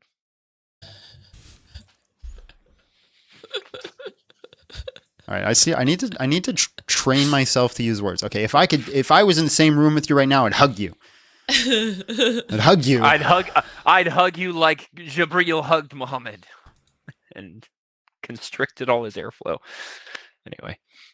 Hello, how are you? And just real quick, how old are you? 19. Oh yeah, Abby, don't use his real name on the live. Oh, I don't know. You used it yesterday. But that was in a study session. I'm sorry. All right, man. Islam has been debunked in 2026. Prove us wrong. That's my bad. Okay, so I want to argue a cumulative case for the Prophet Muhammad sallallahu alaihi wasallam in the Bible. Can we go to Isaiah 42? Do you have any objections to that? And I want to link it to another scripture and prove that it's intentionally linked by the authors. Yeah. I'm not a Christian. Now what? You're not? Okay, easy. So knowledge of the unseen proves divine inspiration, and as divine inspiration has been proven for the Prophet Muhammad, thus we can make the case that he is thus a prophet of God. Do you disagree? I have no idea what you said. Knowledge of the unseen proves divine inspiration. Do Knowledge you agree? of the unseen proves divine inspiration. I don't know what that means. Okay, so if something is unseen, it means that knowledge of the future proves divine inspiration. Do you agree? Knowledge of the future proves divine inspiration. No, I don't agree. Do you agree? No. It depends. Oh my God! It depends what you mean. If I make a prophecy which is so perfect, which has a That's not what you said. You said fulfillment, knowledge of the future let's say proves 1,000 divine years later. inspiration. That's not what you originally said. Yeah, Yes, if you say that's if you're knowledge saying of the future, prophecy, is it not? Yeah, so no, you can. do you know? knowledge. Hold on, pause just real quick. Do you know the difference between type token distinction? English is not my first language. Yeah, so there's type and then there's tokens, right? So you can have knowledge of the future, maybe through statistical analysis. That doesn't mean that you're divinely inspired.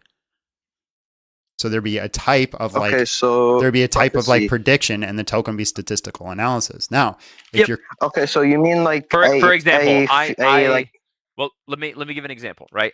I know that when I let this go, it's going to fall. It hasn't happened yet, but I know it's going to happen. There it is. Yes, I know. Right? I clearly mean perfect fulfillment. That's what I literally said. Prophecy, is that good enough for you? Yeah, so if somebody can give a full, complete, and understanding and prophetic, let me finish, because you don't know the criteria. I'm going to say, because I could say, I thought you cut it out. Because I could have said a pure, clear prophecy, but he happens to have the name Muhammad, and then it would nullify it. So you don't know what I'm going to say, right? You listen. If you're just trying to look for gotchas and getchas, it's not going to work here. We're going to navigate everything, and it's fully. All right, so. If somebody provides a full comprehensive understanding of the future in a way where the probability can't be that he just guessed it or that he received knowledge from somewhere else, then it raises the probability he received the information from some sort of being that has awareness of the future. It's more likely that a being that has awareness of the future is going to be some sort of divine creature. Yeah. Exactly. That is clearly what I was referencing. You were kind of running, but it's fine. It's fine. Let's go to Isaiah 42. Can you please open it? Buddy, okay, just go to Isaiah 42, and I want to make a cumulative case, and that there's this one person in the Bible who is sorry, English is not my first language. If I can prove that the authors of different sections and different chapters, like Malachi, Isaiah, Isaiah, first Isaiah, they all have this one person in mind, and they all have the intention of linking one person. I'm going to make the cumulative case of that. Can you open up Isaiah 42, and then I'm going to link it to other prophets, other passages, sorry. Okay. Yeah, so you're going to show me that Isaiah has the ability to prophesy, correct? I'm going to make the cumulative case. But you need to first So it's not substantiate that strictly Isaiah is a It's going to prophet. be Malachi, Deutero Isaiah, First Isaiah, and we're going to have a clear Yeah. one So person who has so first much you have to description. substantiate that Isaiah is able to predict accurate things about the future, correct? That's obviously what I'm saying. Just do you have any objections to Isaiah 42? And do you understand the argument of Isaiah 42? My Before I goodness, can link it. my goodness gracious, my guys, my goodness gracious. It's like talking to a wall sometimes. It's like they're just so excited. It's like a little puppy. It's like, take me outside. I gotta pee. It's like, let's go. It's a basic conversation. It's simple questions, right? But you just get like, I really want to get to the thing that I already have written down and understand it. The thing, like just chill, man. Take a breath, relax, breathe, I chat it answered your out. question. All right, so did I not answer your question? So we're going to substantiate that Isaiah is able to fully comprehend and understand the future. We're going to show that Isaiah fully understood and comprehended Muhammad specifically, and that he spoke about him. So I think you're equivocating. Can I please, can I substantiate why? How can he I think you are? equivocate? Wait. How can he equivocate? Can I please explain what I mean? Wait a second. No. I hate when people just throw out fallacies. Okay, an equivocation is where you are using the same word or the same term in two different ways. Yeah. Right. I know. What word? Can I explain why I said or that? Phrase did he use that he just equivocated on? Okay, perfect. So you said that so if somebody makes one prophecy, this means he must have knowledge of all. He must make every time perfect prophecies. However, Never this is said that. quite flawed, there can be corruptions in the text. I also didn't say that. What? Come on. Okay, that's great. That's great. That's not an equivocation. And it's also not what I said. Okay, isn't equivocating saying that two things have the same meaning? That's literally not. I never said that. Yeah, but literally by your own admission, what he just did, what you just said he did, which he didn't do, is not equivocating. Did you not just say that he must have perfect knowledge of the future? That's not an equivocation. Even if he said it, it's not an equivocation. Okay. That's saying two things have the same meaning. No, I don't want to get on semantics and argue semantics. Can we please get to the substance? Okay, so yes, well, first, so you guys listen. Here's the issue with a lot of you guys when you make arguments is that you don't have criteria, you don't have ways or methodologies to determine things. You already have conclusions, and then you just kind of like run it and base it off like a presuppositional idea. So before we can get into the substance, we need to understand the criteria. That's all what we're doing when we're navigating this conversation. So the first part of the criteria is we have to confirm that a person can actually prophesy about the future. That's the first thing that I said. So I said what we need to do is we need to confirm that Isaiah is actually making prophecy about the future. That's part of the criteria, right? Before we can conclude that his prophecy is about Muhammad, yes? Yes, I'm gonna argue that it's about Muhammad, obviously. Yeah, obviously. I know where it's going, but I'm talking about a criteria and a methodology. So I actually have a big problem with prophecy. And I'm not even saying this as an issue to go against Muslims. I'm saying this as a Christian, right? I have a huge problem with how Christians presuppose prophecy because we clearly do not have a comprehensive understanding of how Second Temple Jews understood prophecy and exactly how it worked. So when we're going to engage with things that are considered prophetic, I'm going to ask you questions on how you determine that they're using prophecy, how they understand the future, how you conclude that they are a prophet, and then how you are concluding that they're talking about Muhammad. Because if all you're going to do is look at a text, let me finish. If all you're going to do is look at a text and do correlation fallacies where you find correlates and assume that it's about X, I'm not going to be convinced. You agree with this, right? I know. Great. Of course I agree. Great. I want to add on to what you said. I do agree with that. I do agree that's a huge problem in apologetics as a general. Like, as we can even see in Danielic themes of Daniel 12, that scripture can only be understood once it happens, which is like quite fallacious, it sounds, as you first say it, right? Huh? It's kind of like linking to what you said. I have no idea. Am I cutting out? No, I heard you. I just don't know what you're saying. Okay, so Daniel 12 says that prophecy can only be understood after the incident takes place. Well, this links to what you said, as if a prophecy was extremely descriptive, then we would be able to tell a degree of when he's going to come, etc., timing, place, etc. I'm agreeing with you. Yeah, but I don't agree with your interpretation of like that understanding. So I agree that a prophecy has to actually happen before you know that of what the prophecy is telling. So if I say that, hey, tomorrow John's going to sneeze 17 times into the roof, we're not going to know that until tomorrow. I think that's a significant condition of prophecy. I'm agreeing with you. Great. I don't know. I'm agreeing with you on linking Daniel 12. Anyways, you told me to go to Isaiah 42, right? So we have 42. Yes, 42. This is, now just so you know, this Yes. is my all-time favorite verse in the world. So this is when everybody asks me what's my favorite verse, this is the one I go to. All right, so let's go through it. Where do you want me to read? I apologize if like I'm a bit like vague because like Arabic's my like first language. I write like books in Arabic, etc. So I might not be able to say what I'm thinking of exactly. Okay, so understand? What do you want me to read? 1 till what? Okay, so do you get the basic argument behind Isaiah 42? Right, but here's the thing. Where do you want me to read? From 1 till where? Oh, obviously, I believe the whole chapter is about Muhammad. Like, except for like the last bits, which can be a case towards the opposite. But like, do you understand the basic argument, or do you want me to explain it to you? Okay, so all I have to do to actually present my argument to say why it's not Muhammad is that I can go to Yeah, so I can go to Matthew, which specifically performs midrash about this and speaks it about Jesus. And then if I can confirm that we can trust Matthew, Mark, Luke, and John, then I can confirm that this is talking about Jesus.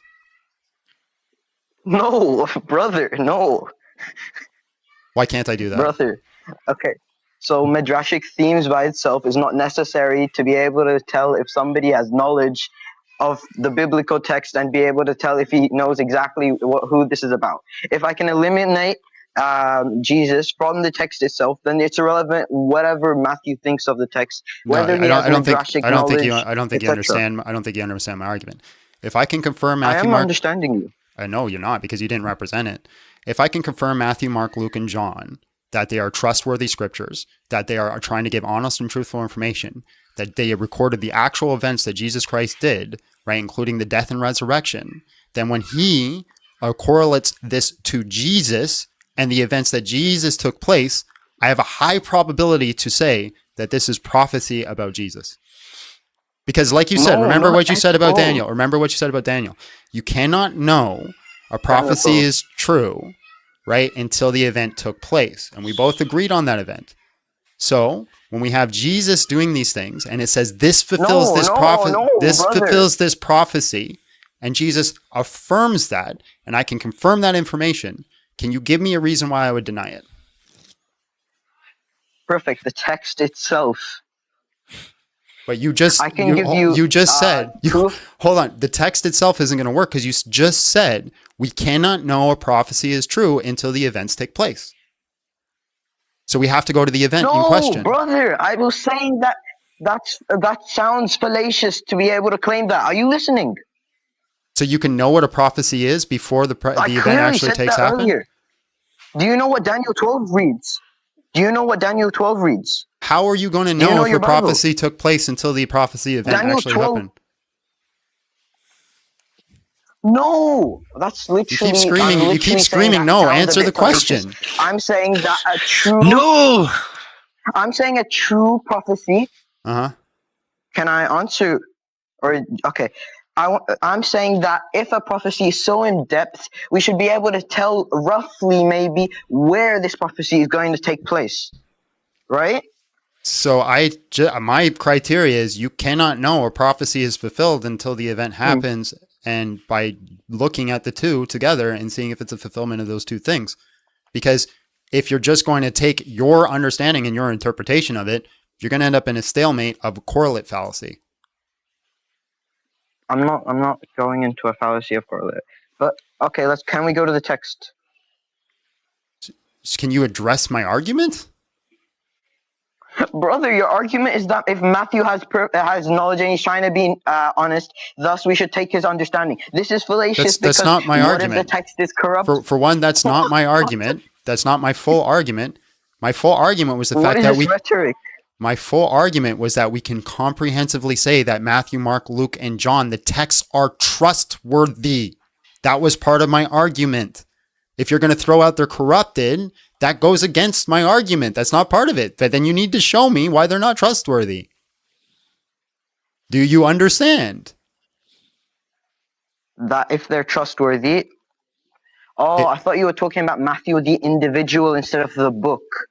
You're screaming no when you don't even understand my argument. Yes, because you're making your words ambiguous. No, I'm not. I was very distinct. You're just not listening.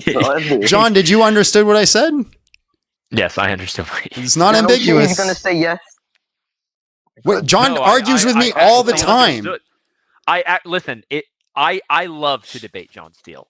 Okay? He does. He has no problem calling me out on shit. When he said, if Matthew is trustworthy, right? Do you agree he used those words? I thought you were talking about yeah.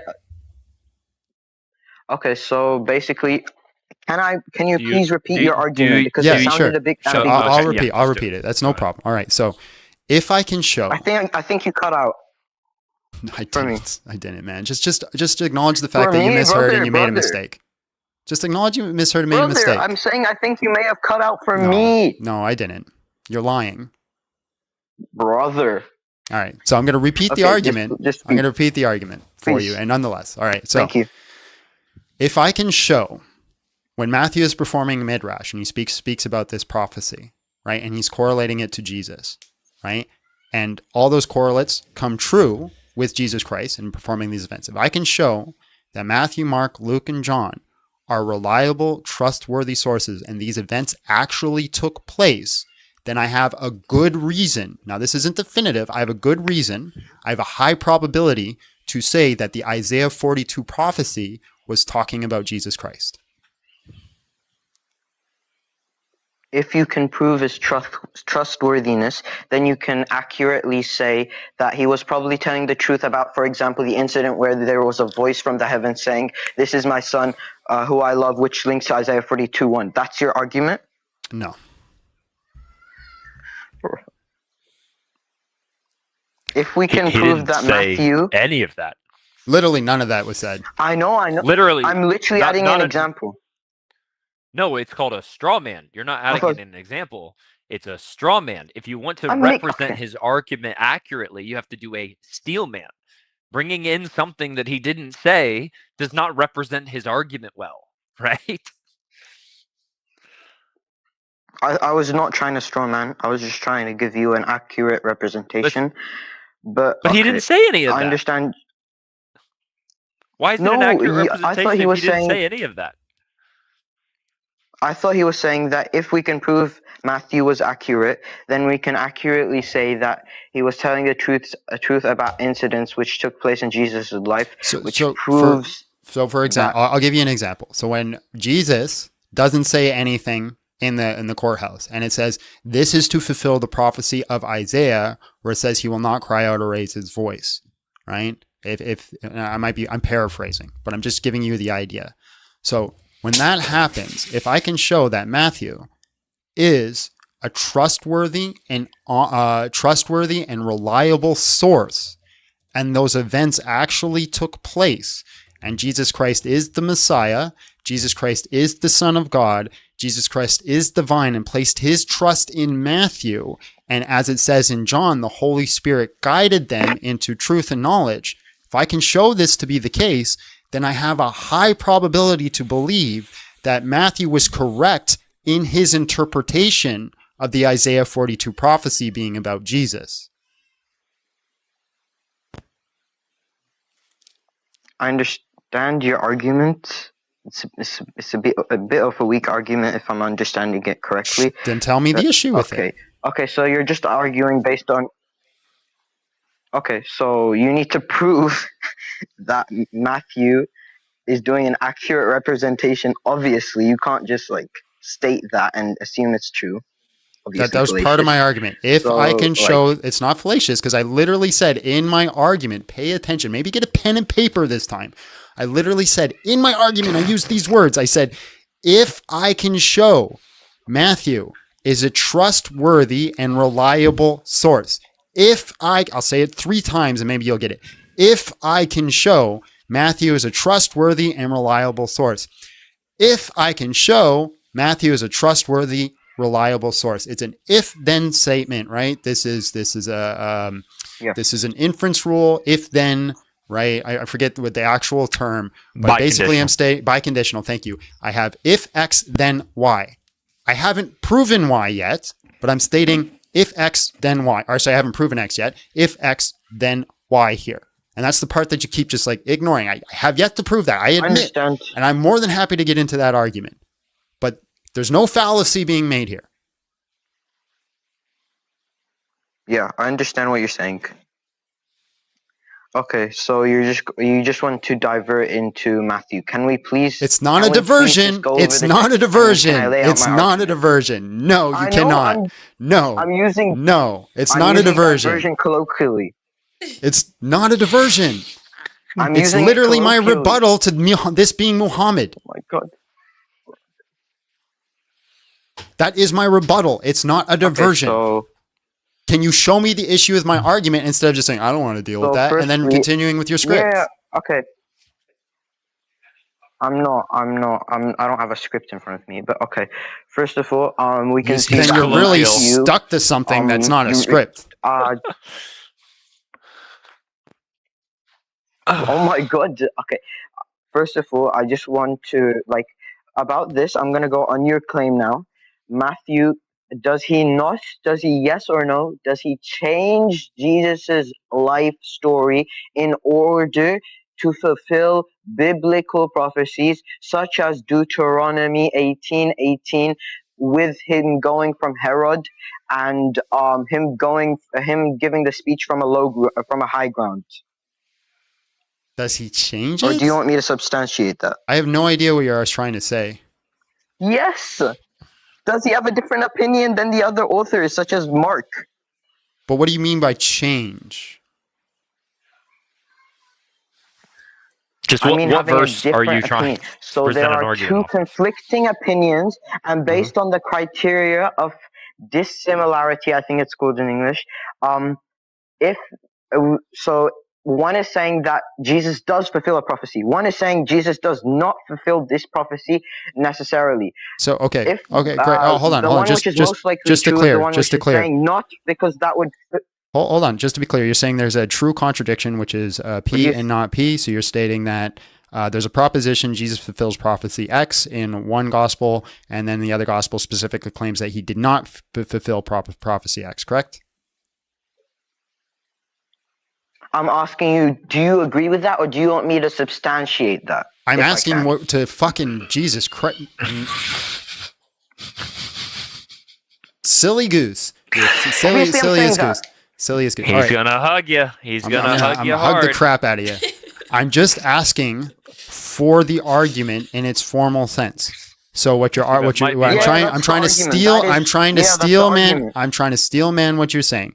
You're saying that there's a proposition and it's negation. The proposition is that we have a true P and not P event. Event is P. Jesus did prophecy X, right? In one gospel. And then in the gospel, Jesus did not do prophecy X. This is the argument? Not directly. Yeah, not directly. I'm moving on, my friend. I appreciate your time. God bless. Have yourself a great day. How? I'm literally speaking to you. He has been voted off the island. That was awful. Okay, so I'm actually Abby, we need to talk about this, okay? Yes. We need to talk about this whole hug thing. So in one sense, we have like unjustifiable unaliving via stab, right? In another sense, now we're doing the hug, but technically it's non-consensual essay. Yeah. It didn't sound very good, did it? When you said it. He said it. He's like, I'll hug you. I'll hug you hard. I'm like, well, wait, let's not threaten the boy. I don't know. We're gonna have to come up with a better. We just need to go. He's got one. He just needs to stick to his script. I know. It's silly. I know. You silly goose. That's your line. You silly goose. That is your line. It is. But I want to hug you real bad, John. Rehearse the line. Okay, hold on. But that line is a say catch-all. say something that really peeves me off. Like actually try to legit get me mad, not jokingly. Like say something that would actually make me upset. Aisha was mature enough. You silly freaking goose. You silliest goose. I'm gonna. Oh, you silly. Oh, you could even add like this. Oh, you silly goose! I want to pluck your feathers. What? Right? Like that sounds like a euphemism. I really want to pluck your feathers. John, that was not better. That was not better. Don't mock the prophet, the guy who cried on top of a 9-year-old. I'll mock him all day long, man. And no one ran from you. You couldn't even comprehensively make an argument or understand my argument, right? Like running from silly gooses is not running, right? That's just rhetoric. Oh, you ran from me. You talked with me for 40 minutes and we got nowhere, but you ran, you see, you runner. I think the solution is just to stick with the line and imagine it's all the other things that you want to say. But it's okay. So you know how people have Tourette's? You do not. I'm not saying I have Tourette's, but you know how it works, right? Yes. How does Tourette's work, Abby?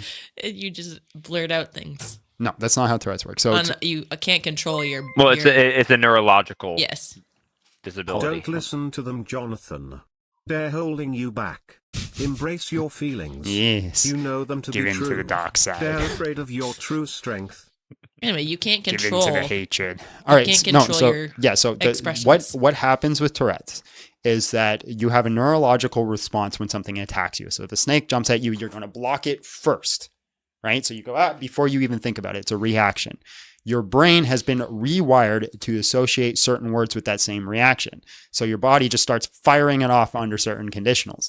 Now, I'm not saying I have Tourette's, but I'm saying I have been programmed so long in my life to have a reaction to stupidity that it just comes out, that I just flies out. It's like an uncontrolled thing. It's like a reaction. So it's going to take some time to rewire my brain using neuroplasticity to reprogram you mother freaking whatever that's to why John silly goose. That's why John is here to go, no. No, stay, bad. John, stop threatening to stab people.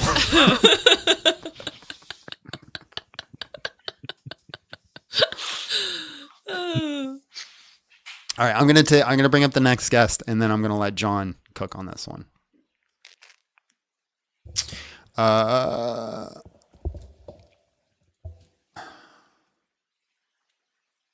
It's not a brain condition; it's spiritual. I'm possessed. Hello, how are you? And just real quick, how old are you?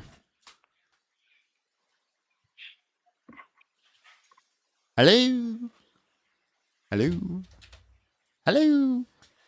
Hello and welcome to the Big John Steele Show. Please turn on your microphone so we can start with the cooking session. Willingly Judas. Hello, how are you? And just real quick, how old are you? That's Edgy. crazy. Hi. Hi. Can I hear me? Yes, I can hear you. How old are you? Oh. Hi, I am 33. All right, man. I'm not really Muslim. I'm an atheist. I've been watching your lives. Thank you. Have a great day. I told you. I heard the name. Yeah, of course. And I said, "That's an atheist." Yeah, we're not an atheist. We're not interested in atheism right now. We'll listen. That's an atheist. Okay. We will deal with you atheists when we finish this crusade that we're going through right now. We'll get to you guys. Don't worry. You're on our list. You're on our list right now. We're just not too worried about you. We're just not worried about you atheists at the moment. No, yeah, y'all are inconsequential. Muslims are taking over the world, not your secular ideology. Hello, how are you? And just real quick, how old are you? Yeah, I'm 18. All right, when were you born? 2007. What do you guys think? Why? I trust Abby. Well, the math is right, but it sounds young. Sound young, Go ahead, bro. Rabbi. Okay, so how is Islam false? How's it been debunked? I feel like I want to ask a question that like something only an 18-year-old would know. What's the question? I trust it. I trust it. You can't do it because of the internet. Everybody knows everything. Yeah, so how is Islam false? All right, go ahead, John. Okay. Yeah, Islam is false for a number of reasons. One, the Islamic dilemma. Two, there is no inductive, deductive, like evidential reason to hold that Islam is true that has ever been presented. And then three is the Ijaz dilemma, in which we say when the Quran says produce something like it as evidence for divine origin, it actually is an unfalsifiable challenge by its own metrics. So Yeah, so I would like to then let's start with the Islamic dilemma. Then let's discuss it. So you want to run the argument then? yeah. So which horn do you take? What do you mean horn? So do you know the Islamic dilemma? Yeah. So the Quran affirms the Bible. The Quran contradicts the Bible. Therefore, the Quran is false. Okay, Islam is false. So it's either that the Quran affirms the Bible and Islam is false, or the Quran does not affirm the Bible and says the scriptures are corrupted and Islam is still false because it says to judge by them. I said that's a false dichotomy. I could just hold to it being a general affirmation. Yeah, so I get to ask you the exact same question I asked the previous guest. Can you give me the relevant distinction between general confirmation, right? Because you're gonna go to conscious edits, right? No, I'm not. Who said that? Okay, when you say general confirmation, what do you mean? Yeah, because the Quran cashes out that it's a judge over the previous scriptures. So, and Jordan says, yeah, that whoever agrees with the Quran, we affirm, and whoever contradicts the Quran, we reject. John, I got a quick question. I'll let you take it from here, John. I don't know what we're talking about. But you said there's biconditionals. Is there straight and gay conditionals? I don't know what that means. Anyway, yeah, John said you could have this one. I don't run the Islamic dilemma. I don't have all the material John does. So I'll let why did you bring it up? Why did you bring it up? Because I run it. Because he runs it. I was waiting for him to get back. Here's I'll catch you up, John Steele. He takes a general confirmation. Go ahead. Okay. Make the argument. What do you mean make the argument? I didn't prove it's a general affirmation. Yeah, so the Quran 548 says that it's a judge over the previous scriptures. So whoever agrees with the Quran, we affirm. Whoever contradicts Never the says Quran, it's a judge over previous scriptures. Doesn't use the word. Does. Nope. Yeah, it says it's a Muhaymin. No, it doesn't. Yeah, so it doesn't say it's a Muhaymin? Yeah, Muhaymin is guardian, or you can say an authority. Never uses the word judge. No, that's false. The Muhaymin is equivocal. Can you give me a source then? Can you give me a source that says it's a judge? Yeah, watch this. So Al-Baghawi's Tafsir, chapter 5, verse 48. Tafsir? Yeah, Tafsir. Yeah, wait, Tafsir is not a corpus. It's not how you understand language. Tafsir is an interpretation that comes from somebody that's 700 years later. No, it's not. What? No, Sayyid ibn Musayyib is from the first centuries of Islam. What are you talking about? You have right. You have a Tafsir manuscript that's from the first century. Crazy. Show me. What? No, we have an interpretation. Mufassirin from Sayyid ibn Musayyib. He's a student of 70 Sahaba, and he says that Muhaymin means judge. Al-Dahaq says. So he wrote the Tafsir. He didn't write the Tafsir. Okay, so you don't have a Tafsir from the same century. No one made that claim. You literally just said we have a Tafsir from the same century. You said first century, but you meant the first century that it was in. I understand that. You're strawmanning me. I'm not strawmanning you. I'm repeating what you said. Yeah, I'm saying in our interpretation, and which is this is an internal critique. So you're granting my paradigm. So you have a Tafsir that is 700 years later. Yeah. No, it's what? No, it's not 700 years later. It's when's the earliest Tafsir? Muqatil bin Sulaiman's. When is it? 2nd century of Islam. So you have a Tafsir that was written down in the 2nd century of Islam? Yes. 200 years after? Yeah, Muqatil bin Sulaiman. So you got something that was written down 200 years later? Yeah. Okay, can you show me? Yeah, Muqatil bin Sulaiman's Tafsir. I gave you the reference. Can you show me the dating and how you come to the dating? Yeah, because Muqatil bin Sulaiman is from the Salaf. He's a 2nd century scholar. What is his name? Muqatil bin Sulaiman. How do you spell it? I'll type it in the chat. No, I'm not going to read the chat. Tell me how to spell it.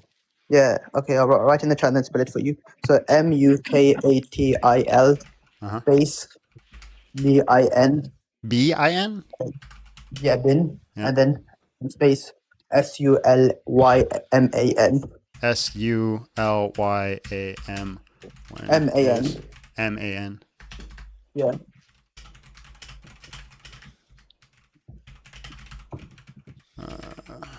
When did you think our earliest tafsir was? Don't tell me you thought Ibn Kathir was our earliest tafsir. Okay.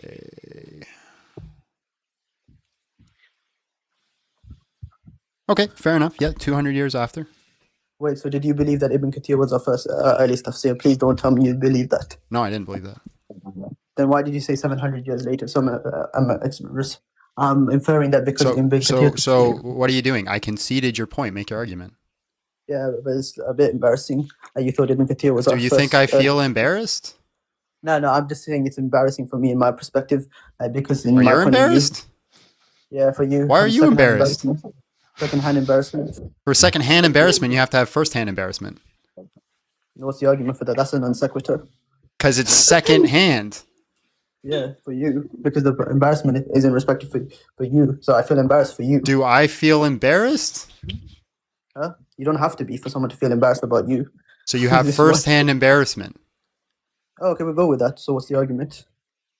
There's no argument. We both just agreed you had first-hand embarrassment. Cool. So yeah, okay, no worries now. So what's the argument now? So since you're the one making the argument. You got a guy 200 years later that says that this word means judges. Yeah, so no, that's fine. No, but he quotes Sayyid ibn Musayyib, who's a first century, he's a son of 70 Sahaba, and he says this means judge.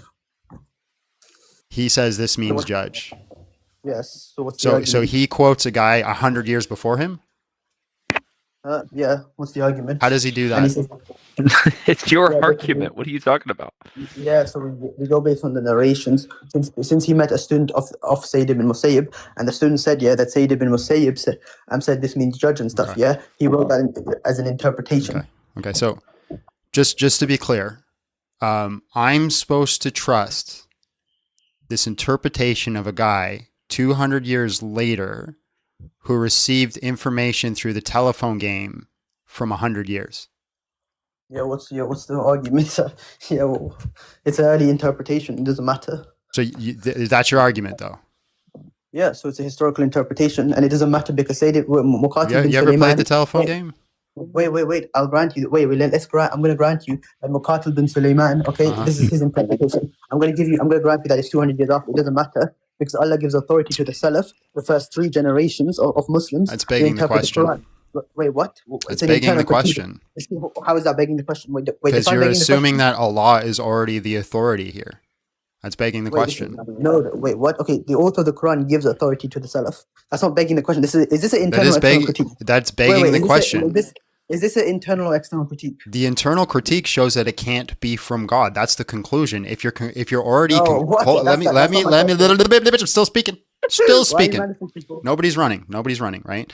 If the conclusion we're trying to determine here is whether or not the Quran actually came from God, and an internal critique, you adopt certain worldviews to see if it's consistent. If it's called a reductio. So basically, you're taking a truth table, you assume the conclusion, you run backwards, and you see if you have contradictions. If you find a contradiction, then the conclusion can't be true. But if we just assume always the conclusion is true, no matter what we go into, then you have a whole bunch of problems, right? It becomes circular. Because if you're saying it's from God and God said, therefore everything else is true, then there's nowhere to go. It's not even an argument at that point. That's false. An internal critique is where can I respond? Yeah, internal critique is in where you grant some aspects of the paradigm. It's where you grant the whole paradigm and find a contradiction. My paradigm, the Salaf have authority in interpreting the Quran. Can you tell me what a reductio is? A reductio, where you reduce someone's position to absurdity. No, what an actual reductio is, like in logic, in classical logic. Yeah. How do you do it? Where you reduce a person internally or externally. How do you actually apply a reductio if you were going to do it in classical logic? Yeah, so you find a logical contradiction within the person's position. So you don't know how? Well, do you know what a truth table is, for example? That's just a red herring. What does that? It's not a red herring. It's an actual reductio. This is how you do an internal critique. It's actually the mechanism in which you do it. A reductio to reduce to absurdity. Now, in language, we could take different worldviews and we could change it to see if they're logically consistent. But to actually apply a reductio, you take the understanding, the argument, you put it all out, and then you assume the conclusion is true. When you assume the conclusion is true, you have certain mathematical equations. You look at the mathematical equation, this is true, and then you run back. And you see if there's any contradictions based off that being true. If there are any contradictions, then the conclusion is false. That's where it goes. So if we looking at something like the Islamic dilemma, right? Yeah. And we find that, hey, this creates a dilemma, therefore it can't be true. There, when we're assuming the conclusion, we found the contradiction, therefore the conclusion can't be true. But if you have something where it says, well, anybody 100 years later can make a reinterpretation and change it, therefore anything that this says, you could just throw away the contradiction, then you're begging the question. You're assuming the conclusion first. No, that's false, because first the Islamic dilemma. Can you tell me what I said was false in the? Can I tell you? Can you tell? Hold on. Can you tell me what I said was false in my understanding of a reductio? So what you said is that someone's interpretation that comes 100 years later is false. No. Can you tell me what I said? What was wrong in a reductio? Yeah, I'm telling you how your position is wrong. Can you tell me what I said? What was wrong in a reductio? Yes or no? Yeah, because so the paradigm, you're saying that you don't grant the whole paradigm. If it's an internal. Do you know what a truth table is? That's a red herring. Can you like? It's not a red herring. Do you know what a truth table? You need to use truth tables to do reductios. Okay. Define a truth table. So you don't know what I said is wrong. So you don't understand my argument, but yet you're continuing on as if you do. Listen, man, I'm going to give you a piece of advice, right? As a friend to a friend. As a friend to as a friend. You don't, hold on, stop talking for 5 seconds. You don't need to understand everything everybody says. I'm not trying to beat you with like a semantics or a jargon thing, right? You can concede that I don't know what X is. Hey, can you explain it? And you can look for issues with it as you're going through it. Don't pretend you know something and continue arguing when you have no clue what I even said. It makes you look bad. Concede you don't know something. Say, hey, I don't understand. Can you elaborate on that further? Yeah, so I'm just going to like respond to when you said my interpretation because it's 100 years later is invalid. Can I respond to that now? No, I'm going to move on. Appreciate your time. You're running away, so you're running away. No one's running away. No one's running away. You don't even... Wait, so I'll tell you what. Steelman my argument. If you steelman it properly, we'll continue the conversation. Yeah, so your argument is because my interpretation that comes 100 years later is invalid because it's presupposing a conclusion that makes the argument false. No, appreciate your time. So you're running away? No one's running away. Okay, so can I justify? No one's running away. All right, guys. Islam has been debunked in 2026. Prove us wrong. We got no one else in the queue. I am looking for an actual honest conversation. That would be a wonderful thing to happen. But I don't think it's going to happen with Muslims. Muslims couldn't be honest to save their life. And that's probably going to be my topic on Monday. Can we find an honest Muslim? That's going to be the actual question. Queue is open, ladies and gentlemen. As for we're waiting for the queue.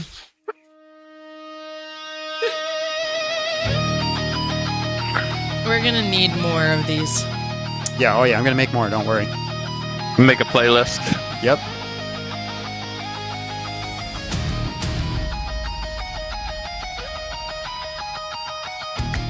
I haven't really talked much today. I gave you an opportunity and you said for me to go. No. I'm not saying it's like your fault. I'm just saying today's just not been a talkative one. Cut my answer down to 7 seconds flat. Posted the clip and said you won like that. But where's the part where your argument died? Where's the full exchange you try to hide? You go toe-to like it proves your case, but you never read the top, so you just memorize and race. Every dodge archived, every pivot saved. I got the receipts for every game you played. You wanted clips, I wanted clarity. Now watch your whole position unravel publicly. Paper swords crumble when they swing. Queue is open, ladies and gentlemen. Islam has been debunked in 2026. If you want me to stop playing the music, come up. Actually, we'll do this. For every 2 minutes we don't get a Muslim on here, I'm going to eat a page of the Quran. Baby. Oh my gosh.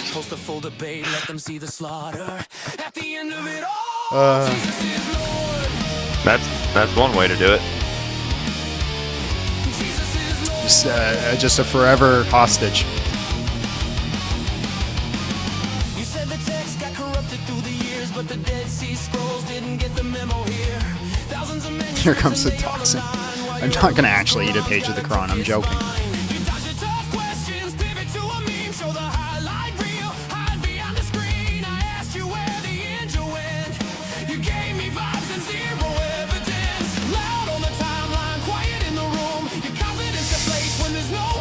Okay, let's see. Let's see if somebody is just all talk. Oh, you have your multi-guest option turned off. Ah, you are just all talk. Do I read the chat? No. No, I've never read the chat once.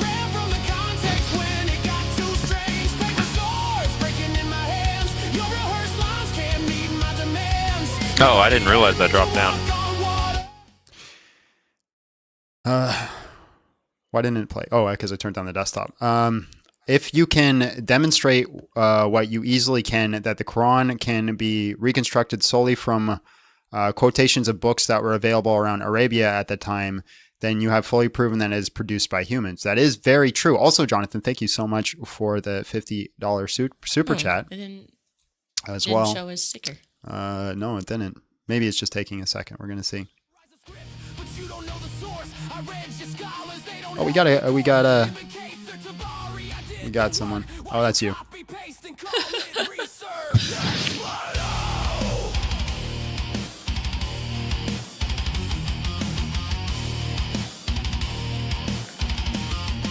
Just all the different faces. Make as many different music faces as possible. You got the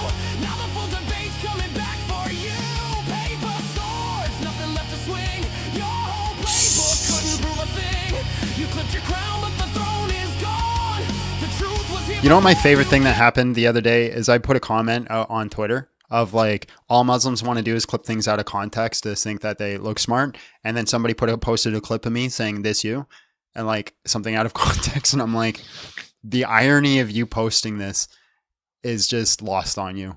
It was That's crazy. great. It was crazy. My favorite one is when I said that Muslims collectively have an IQ of 3, and then people responded with, I'd rather have an IQ of 3 than believe in 3 gods. And I'm like,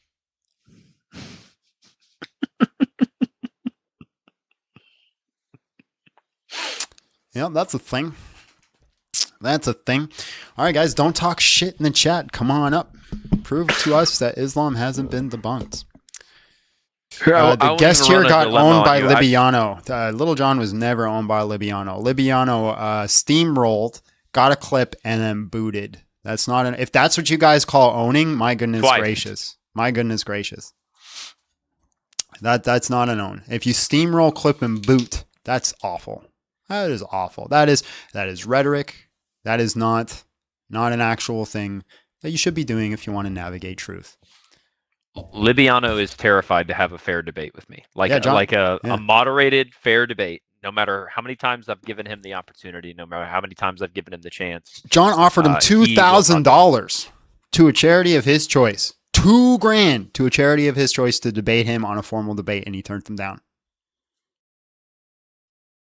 That's pretty selfish. Not even for the children. That's crazy to me. That's crazy. And then constantly says to John about John that he doesn't have time for people like him. Oh, he's too big for people like him. But then has gone up on panels with John a few times, runs a steamroll and goes for a clip, or kick, and then gets his clip, and posted 2 videos now about you? Mm-hmm. Yeah, 2 videos, but doesn't have the time for him. Living rent free in his head. Yeah. Yeah, both videos he just ends with a non sequitur. Like videos. No one owes you a debate or a conversation, LMAO. Keep that same energy when anybody denies a debate with Libiano. Keep that same energy. Just keep it. Don't call them a runner. Keep that same energy.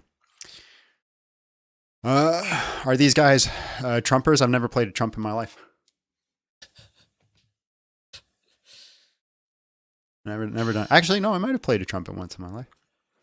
All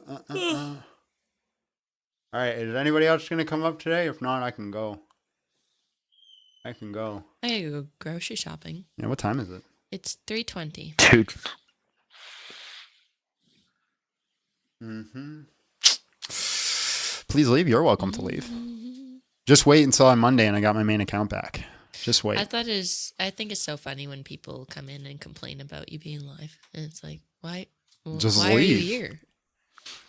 Did you vote for Trump not? Oh, that'd be really hard to do as a Canadian. Really hard to do.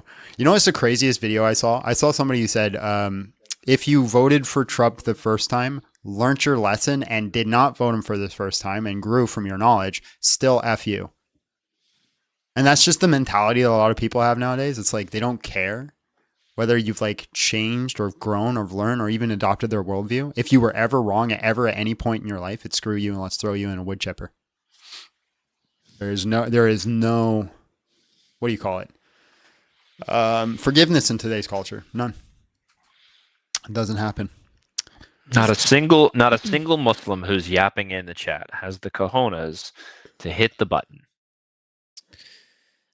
Is John watching the Super Bowl? I don't know which one they're referring to, but we won't be. We don't care about football. John, do you like football? I watch the commercials. Other John, do you like football? Do you watch the football? I'm more so with John Steele on the commercials. Yeah, I don't have the snacks. Not a debate Itachi, Little John. So Itachi said that I'm not welcome on her platform. So that seems to be a consistent thing with you. You're not welcome on anybody's platform. What do you do? Dean responds. What did you do? Dean responds, won't respond, because I accepted his debate that he issued on Twitter. Libiano, I offer him $2,000 for a charity of his choice. He still says no. Who else? You know what we should do, John? Is I'll call them out on a debate, and if they accept, we'll come up and I'll hit a button and bam, there you are. You didn't say which John. Yeah. So Itachi said I'm not welcome because she assumed. I've actually. So Itachi is a Muslim I have known longer than any Muslim on this platform, and Itachi just. Let me say this. Christians, I do not think friendship between Muslims and Christians work. No. Yeah. I got friends in my real life that are Muslims. Well, I'm saying like social media wise. If it's like IRL, you have a little bit more pull. But don't consider people that you're just like friends with on social media your friends. Itachi and I were chill with each other for 5 years, and then in just one instance, now I'm not welcome to debate on her platform. So I think it's the same with atheists too, and a lot of them, because I've had a lot of friends that were atheists that all of a sudden, like out of the blue, were like, "F me" for my religious beliefs. What fellowship does light have with darkness? Based, sea potato. Also based name. I know you've been on here for a long time, and I know you, but it's still always a great name. Little John, super low tier. Here, okay, you know what? Here, let me do this. I'm gonna show this really quick. But he's willing to give $2,000 to charity of your choice. For those of you who don't know the history, who don't actually know the lore, let me show you this.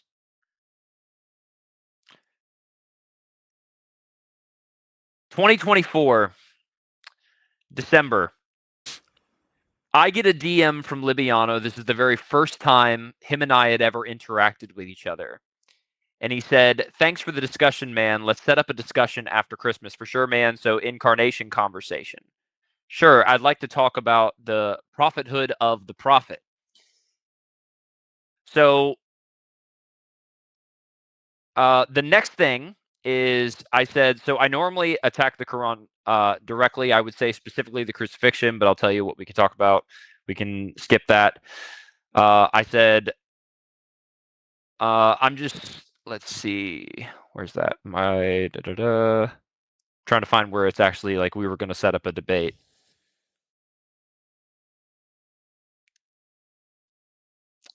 Yeah, here's another instance.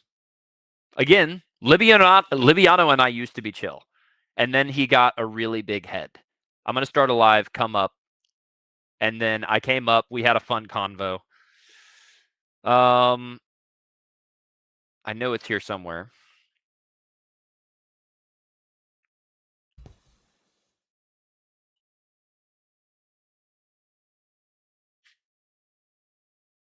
We talked about having a debate on Prophet Muhammad, and we were actually going to do the Daniel thing. So here, okay, so Muhammad in the Bible, that's the topic. You're taking the affirmative, I'm taking the negation. How do we want to structure? And then he says, well, I'm just going to choose which one I'll do first. They aren't independent. They'll complement each other. You want to do it on MDD. He wanted to debate me on modern day debate. He said I can contact James. So for everyone saying that Libiano just thinks I'm too low tier to debate, no, we had a debate scheduled before he got a really big head. And then in one instance, one conversation, the cordiality that we had in our DMs disappeared. So if you want to say that Libiano just doesn't take me seriously, no, he did take me seriously. He was willing to debate me on modern day debate.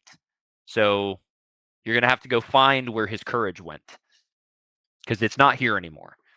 Because after it stopped being friendly, now it's just I'm ready to take the baker and shove him into the freaking oven. So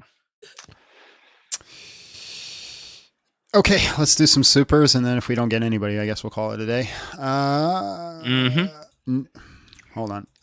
New song idea. Hold on. The guy who originally came up with the continuous edits fallacy thought he cracked the code, huh? It's the thing is, as long it's called ginning up an apologetic. Oh my gosh, they're saying leaking private messages now. Well, I mean, you did, but completely irrelevant. Yeah. Can I? So what? Yeah, go ahead. Anyways, yeah. Sure. Now I forgot my train of thought. The guy who originally came up with the continuous edits. Okay, so it's called ginning up an apologetic. If you can introduce a possibility, then it just like makes people feel at ease with a problem. So is it possible it's a continuous edits? Sure, that's a possibility. You could throw it on the table. Is it evidentially so? No, I think the argument is very, very weak. And so as long as they can show something that has like logical consistency, therefore it's true. And that's not how it works. Prove Matthew is a reliable source. Well, yeah, if anybody wants to debate that topic on specifically that Isaiah 42, I'd be happy to do that. They're holding me back. Yeah, we did that. Solution is solution to the Islamic dilemma, Quran doesn't contradict the Bible. Oh my word. They were in the chat and they were like, I have the solution to this, but I don't know if I should share it. And I was like, I don't think you do, but you can share whatever you want. And they were like, the solution is that it doesn't contradict the Bible. And I was like, do you have an argument? And they were like, yeah, it doesn't actually contradict the Bible. And I was like, you're just saying things. You're just saying things. Thanks for the $2 though. Thank you. Yes. Little John put the non-alcoholic boxed wine down. Choose peace. I don't know. Boxed wine down. Choose peace? No. Jacob, thank you. I don't want peace. I want problems. You remember that quote? No. You've never. Thank you for the 5 big John Steele gifted memberships. If you can demonstrate what you easily can that the Quran can be reconstructed solely from quotation. Oh yes, we did that one. How's the dono bar going? We've far surpassed our goal. So thank you guys so much for keeping this channel going and running. We can only do it through your generosity. So yeah, we far surpassed it. Like I said, I'm going to take it down when we hit our goal, and then everything else is a bonus after that. Allah commands Muhammad to subjugate the earth for him, but if Allah already owns the earth and the entire universe, why would he need anyone to conquer it on his behalf? I get what you're saying. I don't think that's a strong argument, right? Because God can allow certain things to happen.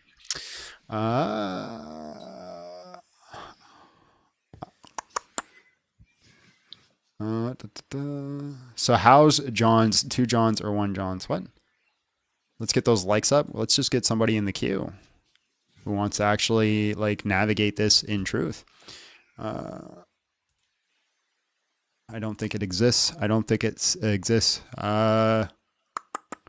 Answer. Oh, you think I'm pretty? Do I support Trump? I don't know enough about Trump to support or not support him. It's not looking good for him, though. Yeah, it's not looking good. It's not the greatest thing, but I don't know enough. I haven't looked at all the data or the information to make a claim one way or the other. And do I support you? No. John, do you actually... bye-bye. John, do you actually like a Christian? You're rude and I find you extremely full of self. You're a good talker and that's how you crush people, then laugh at them. Not kind. You don't actually like a Christian. He likes me, though. You don't actually like a Christian. I don't think... I'm trying to figure out what they're saying. John, you don't act like a Christian. Act like a Christian. You are rude. I find you extremely full of yourself. You're a good talker, and that's how you crush people, then laugh at them. Okay, let's run through this. I don't act like a Christian. Well, how should a Christian act? Are we supposed to emulate Paul like Jesus did? Well, was Jesus always super kind? Well, no. He whipped people, threw tables, called them snakes, called them empty tombs, insulted them, mocked them. That was a thing that happened. Paul told people that they should cut their wieners off. That's a real thing that happened. So it's not just like mocking people. Okay, so it's not that. Let's run through it again. So I'm rude. Yeah, okay. Still Christ-like. I find you extremely full of yourself. Abby, you know me on a personal basis. Am I full of myself? You're not full of yourself. You're just pretty, so it looks like you're full of yourself. You think I'm pretty? Yeah, I'm actually pretty down on myself. I don't think really down on himself. I don't People think just much of assume. myself at all. I've got horrible imposter syndrome. Okay, you're a good talker. Thank you very much. I actually agree with that. I do think I'm a good talker, and that's how you crush people and then laugh at them. If you can't laugh, then why do you do? If you can't laugh at your job, then you shouldn't be doing your job. But thank you so much for your 2 cents and your thoughts. John can't grift correctly. He's not full of himself. Oh my goodness. It's called banter, guys. Yeah. No Jordan today? No, well, listen. We've reached our DEI quota. Baby. What? What did I do now? What did I do now? One day, John. One day we'll get him reeled in. What did I do now? We'll work together. Sometimes I like today. Today's been a good day. We haven't talked about 9-year-olds. Yeah. Actually, the only 9-year-old comment was made by your wife. Silly Goose. So we haven't talked about 9-year-olds. I haven't crashed out on anyone. Let's do the rebukes then. I'm bored. So what would Jesus think about you making money off of religion? Well, Paul literally says that those who work with the gospel should be paid for it. And Jesus ordained Paul. So I'm guessing he's fine with it. Oh, so this is a ministry. How's that a ministry? It's not just entertainment if it's for the gospel, right? I didn't say it was just entertainment. Huh? I didn't say it was just entertainment. There was a whole caveat about my life is the ministry. But this isn't a ministry. Amen, brother. Any more rebukes? I want to go through. There you go. You proved my point. That's not an argument. Come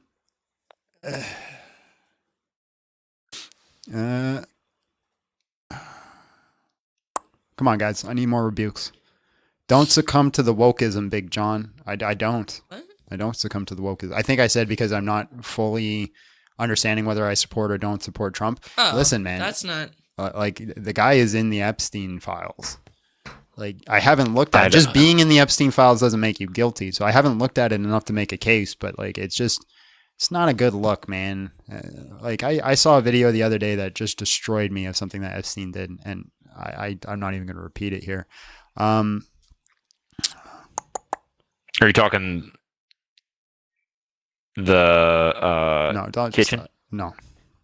Oh, okay. No. This one makes that kitchen one look like. No, I'm not even. If you really want to know, I'll text you later. But I'm not repeating. Text me later. Quite smart trying to ignore those who are actually asking. I'm begging people to come up right now. Come up. It's also funny because it's like we don't choose who comes up. No, I literally have no way to choose. If they are not smart, that's on them. Yeah. And the fact that you think they're all dumb because you think he's avoiding smart people, so they all must be dumb, is saying a lot. These kind of religious people make hating religion so easy. Well, then you just showed me an issue with your epistemic standards, because if you're going to deny something that is true simply because you don't like the people who believe in truth, that's on you, bro. Also, they weren't talking about Trump. They were talking about the DEI. Which one? DEI comment. Oh, the wokeism. Yeah. Okay, my bad. Any Christian, feel free to explain Numbers 31:17. Yeah, sure. Moses shouldn't have said that. New mega answer to Trump. Okay, we can't say that.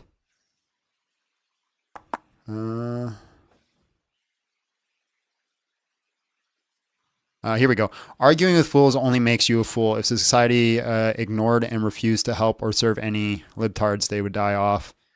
I don't know, man. I don't know. Paul argued with fools all the time. They literally stoned him to death and threw him out of the city. So what? We're just supposed to leave these people? Yeah, just let them vote. Don't argue with them. Just let them do the thing. But no, not even like in a combative way, but in like a, you're not just supposed to not talk to people that disagree with you. A worker is worth his wages is only for the ox that he is concerned.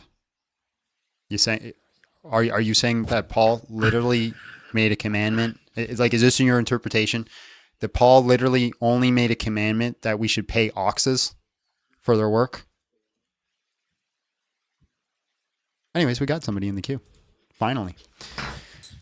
I just want to hear a good reason to be a Muslim. That's all I want. There's none. Hello, how are you? And just real quick, how old are you? 30. All right, bro. Islam has been debunked in 2026. Prove us wrong. Yeah, it was actually 675 by John of Damascus. What did you say? You said it was done in 675 by John of Damascus. Jack, hello, how are you? And just real quick, how old are you? Hey, brother, can you hear me? Yes, how old are you? Yeah, I'm 31. All right, bro. What's up? Islam has been debunked in 2026. Prove us wrong. Go ahead. Yeah, I mean, it's a religion, right? I used to be Christian and I converted to Islam because Islam basically teaches the same thing as Christianity. It's like 99% the same, just a little difference. They don't believe that Jesus is God. Okay. They have a whole chapter. Can I ask you a simple question? Can I ask you a simple? They have a whole chapter on Mary, the mother of Jesus. Yeah, hold on. You're moving on to another point. Just pause for a second. Pause for a second, please. Right? Pause for a second, please. Pause for a second, please. Like Christians. Shut up! I'm just gonna wait till his video stops. All right. Nope, still going. He thinks people can hear him. Okay. So you say we believe pretty much the same thing. Jesus is the way, the truth, and the life, and no one gets to the Father except through him?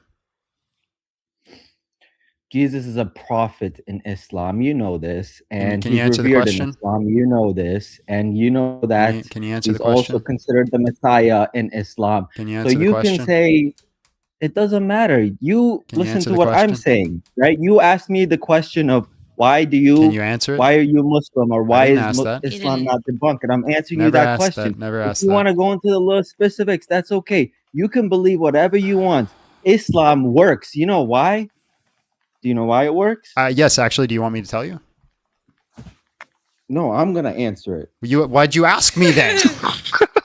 Why did you ask me? You asked me, do I know why? Yes, I'm going to tell you why. Okay, right? Are you ready? Yeah, so the reason Islam works is because that there is people out there who have really low IQs and are easily convinced of nonsense. Okay. Good Here, you, for dude. example, That's very let's just smart. take one. Listen, Let's take listen. one thing that I you know said. I'm not Let's gonna take have one. a smart Wait. conversation with Hold you on. guys. You guys are the Hold on. goofiest looking dudes, corniest looking dudes. Hold Number on. one. So if you want to drag the What conversation down that way, is listen. The guy on the Jesus right, the shut up, dude. Messiah The of? guy on the right, don't even What talk, dude. is Jesus the You're just a Messiah puppet of in over here. Islam? You're an ugly What looking puppet. is Number one. Jesus Don't even the talk. I want to Messiah talk to the guy on of the left. in Okay, the Islam? guy on the left has some smart What things to say. Guy on the I right, is have a please be question, quiet. actually. the Guy Messiah on of the in right, be Islam? quiet. We're not listening to you. Hey, locked in. I want to talk to the guy on the left. I was just really happy I haven't crashed out today. Hey, my friend, you Lock don't gotta in. crash Look what you out. did We to just want to him. hear you. You Look what listen. you You did. listen. It's to the almost smart like I guy. lit the fire and ran out the room. Listen, what is Jesus the Messiah of in Islam? Listen, he's gonna. I don't know. I'm not that theological like you guys. What I do know is that he's revered, okay, and that there's gonna be I an don't care if he's antichrist revered. that You comes, said and he's he's gonna the fight the Messiah. antichrist, right? What That's what you does guys it believe. mean? Islam believes Okay, the so you same don't thing, know. okay? So you what don't are know you what it arguing means. with me about, dude? You What is don't. it that you're Okay, arguing so with you. me about? So watch this. Watch this. You don't believe Jesus No, is no, no. God. I'm not gonna watch You this. don't I'm not gonna believe. watch Wait, this. No, no, no. wait, We're not. We're wait. not gonna do that. We're not gonna do that. Shut Listen, up. listen. We're not going Shut to the up. little specifics. We're not Shut gonna up. go into the little specifics. Shut In up, little Islam, boy. Mary Shut up, is little boy. revered. In Islam, Little boy. Jesus is revered. We love Jesus. Peace be upon him. We hope that Jesus comes one day Hey, and saves hey, humanity. Okay, that's what hey. we believe in Listen, Islam. If you don't listen, believe me, Google listen, it. That's all. listen. Great. You don't believe Jesus is God. I mean, You have no conception of Bro, what it it means for doesn't Jesus matter. to It be the doesn't matter. Messiah. Listen, you You believe in hold to something a outside of yourself. revelation That's that believing is in God. also It not doesn't from matter. God. Everything What? about your beliefs is completely separate. Okay, dude, listen. No problem. You Was can Jesus say whatever crucified? you want. You can say whatever you Was want. Jesus Our book is crucified? the Quran, the book, Was he the Quran. Listen, I used to be crucified? Christian, dude. I used to be Christian, and I'm telling you, the Quran has the exact same stories that the Bible has. And you can nitpick little details Was about Jesus it. That's okay. crucified? That's what little Was Jesus IQ people like crucified? you Did you love read the to Quran? do. But you know what? Was High IQ Jesus people love to do. crucified? They like to discuss ideas. They Was like to Jesus discuss themes. crucified? They like to discuss lessons Here's an learned. idea. And that's what religion Here's does. an It gives idea. you Was lessons Jesus for life. crucified? It's not Was discussing Jesus how crucified? fucking color was Jesus. Was How he long was Jesus' crucified? hair? Oh my god, what color's eyes was Jesus? What stink? My favorite comment right now is somebody said, "This is the Xbox 360 chat version of apologetics." Listen, hey, God bless you guys. I have a question. No. Yes, sir. No? No. My wife's not a sir. Oh, let the woman speak. Listen, in Islam, we revere women. Islam, No, you know don't. what You beat them. No, you path to heaven, don't. the You path don't. to heaven Do you know lies how many beneath your mother's Muslims feet. have come Do you know at how me? much we love women in Islam? The path to heaven they don't. lies beneath your mother's feet. Go look it up. You know they what? don't. Mary is the only woman that is discussed by name in the Quran. That tells you how much we love too many Jesus. Muslims to count have come up and insulted me and threatened me and come at me. It is not a religion that respects women. Listen, I have a question. You know what? The Gabby, you people. do it. No, here's the thing. I have a question. The religion respects women. It's They don't. the I people just who told you they respect don't. The religious teachings. No, the people who don't respect women are the people who are not adhering to the religion closely enough. So I'm sorry There would that be you the were vast majority. Vast majority. I have a question, though. You, they're not adhering to the religion question. because, again, like I said, heaven lies beneath I your have a mother's question. feet. Okay, women are revered I have in a question. Islam. They're not, but I have Yes. a question. Did you convert to Islam so you could have multiple wives in heaven? No, I converted to Islam. I'm gonna tell you why. I was in prison, okay, and I had a void. You know what a void is? When you go through something really, really difficult in life, okay, and then what happened is I started praying. Right? I started praying to Jesus. But you know what? Great story. Let's see. Lord Striker. Hello, how are you? And just real quick, how old are you? Where did John go? What'd you say? Lord Striker? Read the text I just sent you. Me? Yes, little John. Yes, Abby. Let the hate flow through you. John. Join us.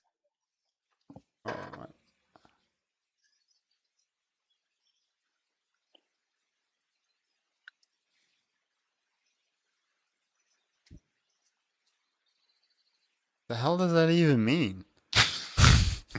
Heaven lies beneath the mother's feet. And in my brain, that's what I wanted to say, but instead I typed it and sent it to you so that I could just get it out. Restraint. Oh. Good job, John. Good job. Khaled. Hello, how are you? And just real quick, how old are you? Hello, I'm 33. Your mother. All right, bro. Islam has been debunked in 2026. Prove us wrong. Okay, so can you listen? Are you listening to me? Am I listening to you? Yeah. Yeah. Okay. Okay. This Okay, one's great. mine. He seems reasonable. He's mine. But you're also delayed. Are you listening to me on YT or through the app? Well, basically on the browser. Through the browser, okay. Okay, so are you listening on the app or through YT? I'm not on the app nor on the YouTube. I'm on the browser using it from the web page. Okay, it's just delayed. It's a simple question. Hello. Hello. You said it's yours, John. Oh, okay. Sorry. Yeah. I'm here. Okay. Okay, let's talk about the falsification test of the Quran that you brought up. Oh, yay. Okay, go ahead. Okay. So, all right. Okay. So, premises, you understand the premises? Yeah. Okay, go ahead and make the argument that you were, saying before. Yeah. P1, if the Ijaz challenge functions as evidence of divine origin, then the challenge must have clear criteria and success or failure conditions. Premise 2, Yeah, the great. Ijaz challenge does not have clear criteria and success or failure conditions. Conclusion, the Ijaz challenge cannot function as evidence of divine origin. Okay. Okay, so what basically you're saying is there is no criteria according to which we can say that what could be considered something like the Quran, even if it were to be replicated, right? There's no objective, exhaustive, explicit criteria. No. Yeah. That's what basically you're saying, right? Yep. No objective, exhaustive criteria. Okay, great. Okay, first let's go through the Quran, right? Hello, you with me? I'm here. I'm listening. Okay, so in Surah Yunus, chapter 10. Wait, let me go through the reference. Okay, chapter can you 10, put it on the verse screen, John? 38. No. Chapter Put your 10, Rubik's Cube verse down. 38. Do the job. No. Abby. John. What? Put Chapter the Rubik's 10, Cube down. No. verse 38. One sec. I have to pull up my own Quran. Hold up. Okay, go ahead. Fine. Hate this job. Hate you guys. I just want to play my Rubik's Cube, okay? Like, oh my God, I just want to listen. You guys suck, all right? I hate this family. I'm going to run away from home. Quran.com. What's the thing? Chapter 10. Chapter 454? verse 38. Oh, 10. Chapter 10, verse 38. 10 chapter. What is that, before or after 12? Chapter 10. Okay, 38. I'm playing my stupid Rubik's Cube. Great, thank you. Yes. Even when his job's John, I gotta just listen to what I hire him for if he's not gonna do anything. He can't control the screen. I can't do anything. All right, we're doing this for the audience. Holy heaven! All right, so 1038. Go ahead. Okay, so it says, or do they? Okay, you can read it for me. Go ahead. Or do they claim he made it up? Tell them, O Prophet, produce one surah like it then, and seek help from whoever you can other than Allah, if what you say is true. Okay, right. So it's basically simple, right? Allah subhanahu wa ta'ala is telling to the Prophet sallallahu alaihi wasallam that you can tell them, the disbelievers that produce one surah like it then, right? Mm-hmm. Yeah, I'm It's familiar. simple. It's my argument. I know the verse. Okay, great. To even make it simple, Allah subhanahu wa ta'ala then says in Surah Al-Baqarah, chapter 2, verse 23, let me simply rephrase it. I would be rephrasing it that you not only need to produce a surah, but you can produce something similar to it, something that could be considered somewhat similar to it. Yeah, it says something, produce something similar, produce something like. Do you agree that those terms, Exactly. when I say, okay, yeah, but this is the issue. Do you agree that when I say produce something like it or produce something similar Okay, exactly. to it, exactly. Hold on, I didn't ask. Wait. Do you agree that those terms are vague terms? Well, they are not vague, but this is basically common sense. This isn't vague. This is common sense. No. Listen. Well, focus. When I say I look like my mom, or I look like John Steele, or I am similar to my mom, or I am similar to John Steele, right? Okay. What do I mean by those words? Are they explicit or are they I get vague? it. Yeah, I get it. I get it. What do you mean? And I know where from you're coming. Look, listen. No, but tell me what I mean. Let's say, are they explicit or are they vague? Well, they are vague. What you are saying, they are vague. What you are saying is vague. Okay. Great. But great. Wait, but it doesn't. We'll just apply the principle. We're taking a semantic term. And we say. Come on, would you for a minute listen to me? Listen, yes, I got your point. Okay, but I got your point. I know what you are saying. But I'm making an argument against you now because now you're being inconsistent. If you say look, I understood your argument. I understood your argument. I got your argument. Now would you please let me make my argument? Yes, after you say this, okay? So you agree that when I say the term like or similar, that it's vague, but then you disagree that when the Quran uses the term like or similar, that it is not vague.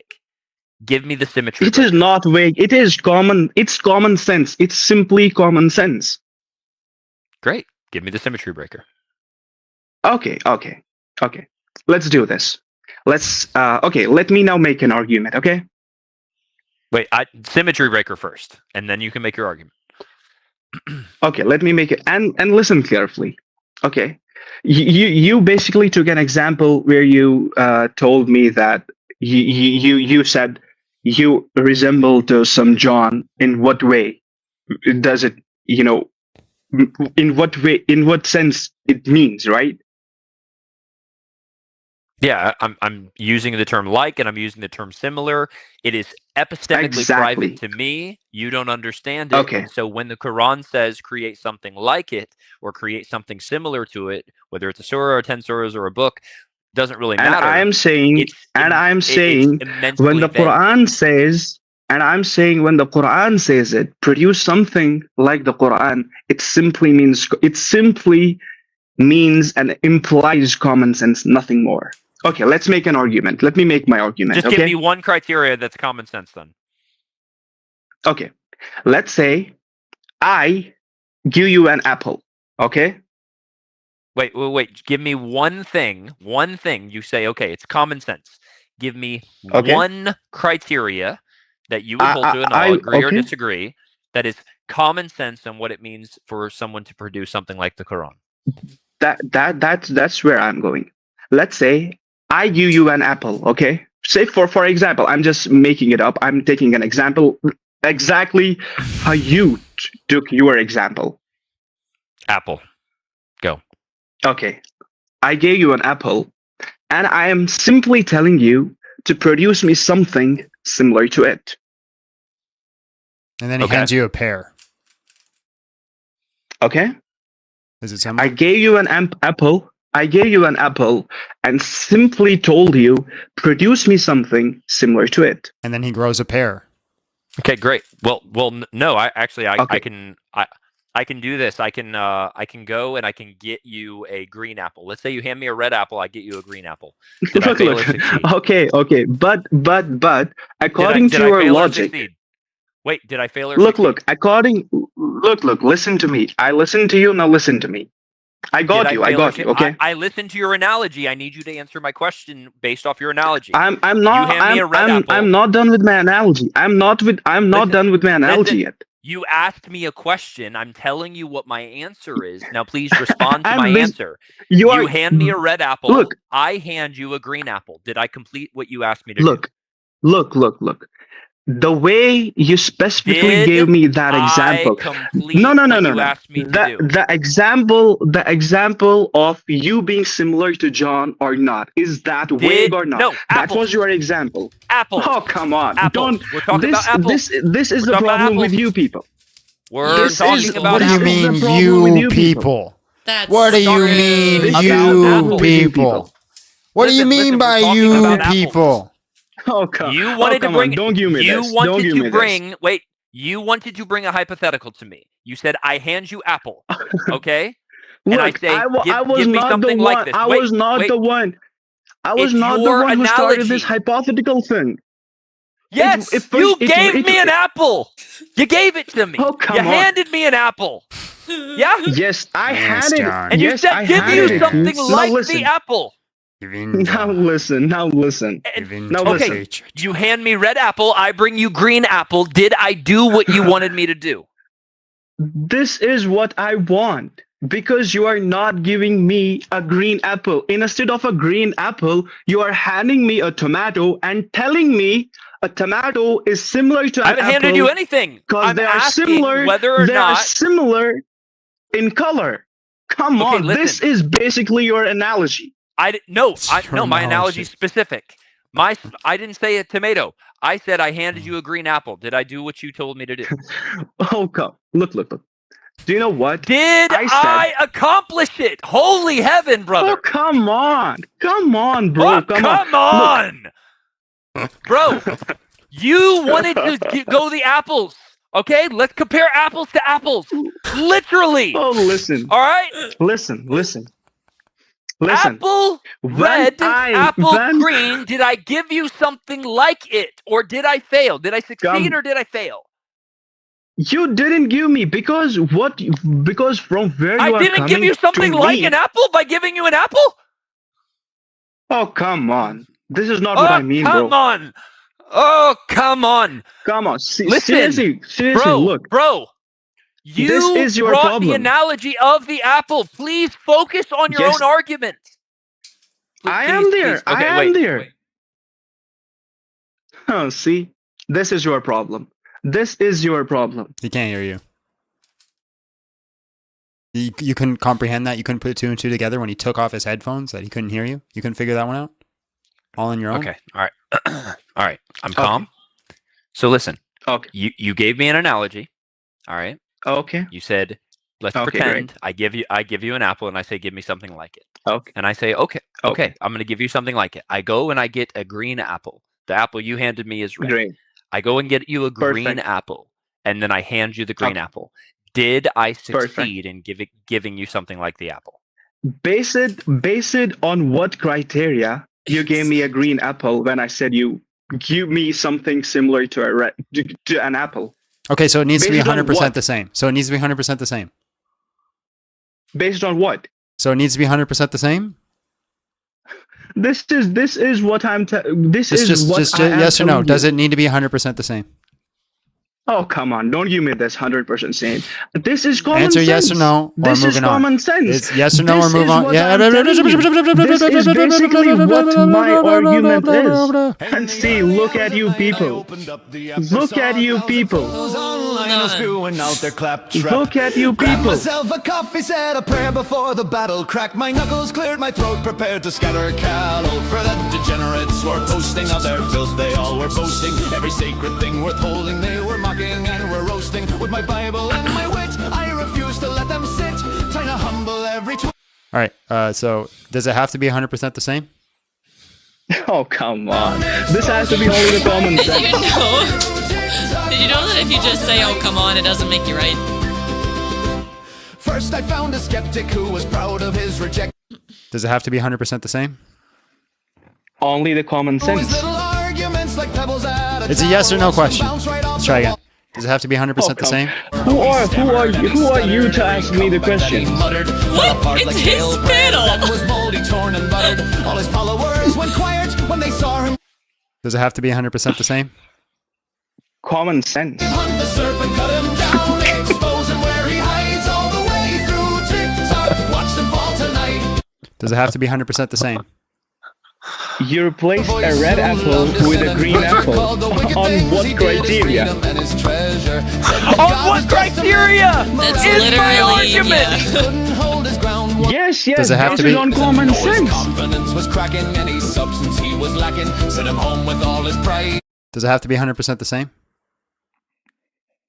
Come on. Goose on the rocky You road people to are TikTok. clowns. 1, 2, You are 3, 4, clowns. You are 5. nothing but clowns. Expose him where he hides all the way. And you are the dumbest people I'll ever come across. Ooh, that's just not true, though.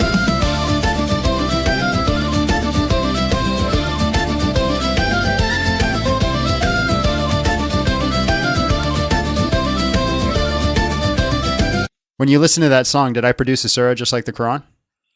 You are Thought their portraying numbers gave your them power, clown thought they'd send me behavior. into hiding. But I've read the end already. Just know answer exactly how questions this and we can goes. stop Every the music. enemy of heaven always hears just what he sows. already They told came you. in waves like Then I vermin, told but I you. stood there never Then I squirming. told Even you each a to turn produce me speak, something then send them similar to an homeward burning. apple. One by You one are they telling bit the me dust.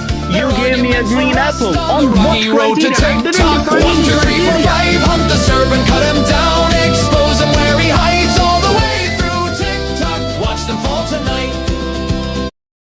So does it have to be 100% the I same? never defined the criteria to bring me a green apple. You just did it on your own. I know! I know! I know! You just said bring something similar. You said bring something like it. Wait, I'm not able to listen to you. Would you please? Unmovable and steady. Every serpent, every fool, I promise I'll be ready. So if you're feeling bold tonight and want to John, you're test your muted. might, step into the ring with me. Let's see if you can fight. But know that when you Turn lose the your ground and music tumble off. all around, you got cooked without a sound on the rocky road to TikTok. 1, 2, 3, 4, You're the 5. dumbest ever people I've ever met. Expose him where he hides all the way through TikTok. Watch them fall tonight. 1, 2, 3, 4, 5. Hunt the serpent, cut him. So does it have to be 100% the same?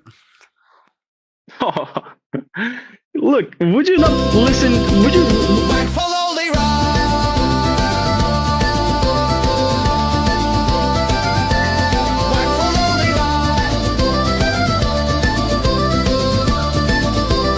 Yes or no?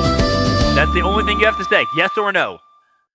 Last Look, chance. I'm Oh, saying- last chance, it last chance, doesn't last chance. matter. It does. Last chance. You're muted. What I'm going to do, you're still talking. No one can hear you. No one can hear you. You're yapping to yourself. What's going to happen next?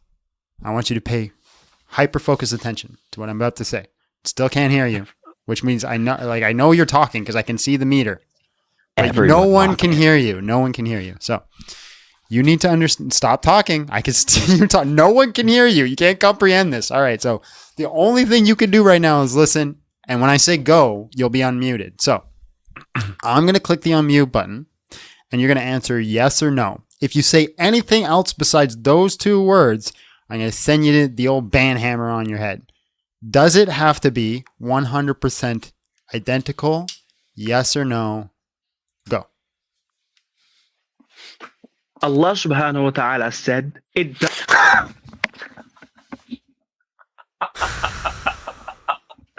I'd just like to say that John raging to the flute was peak.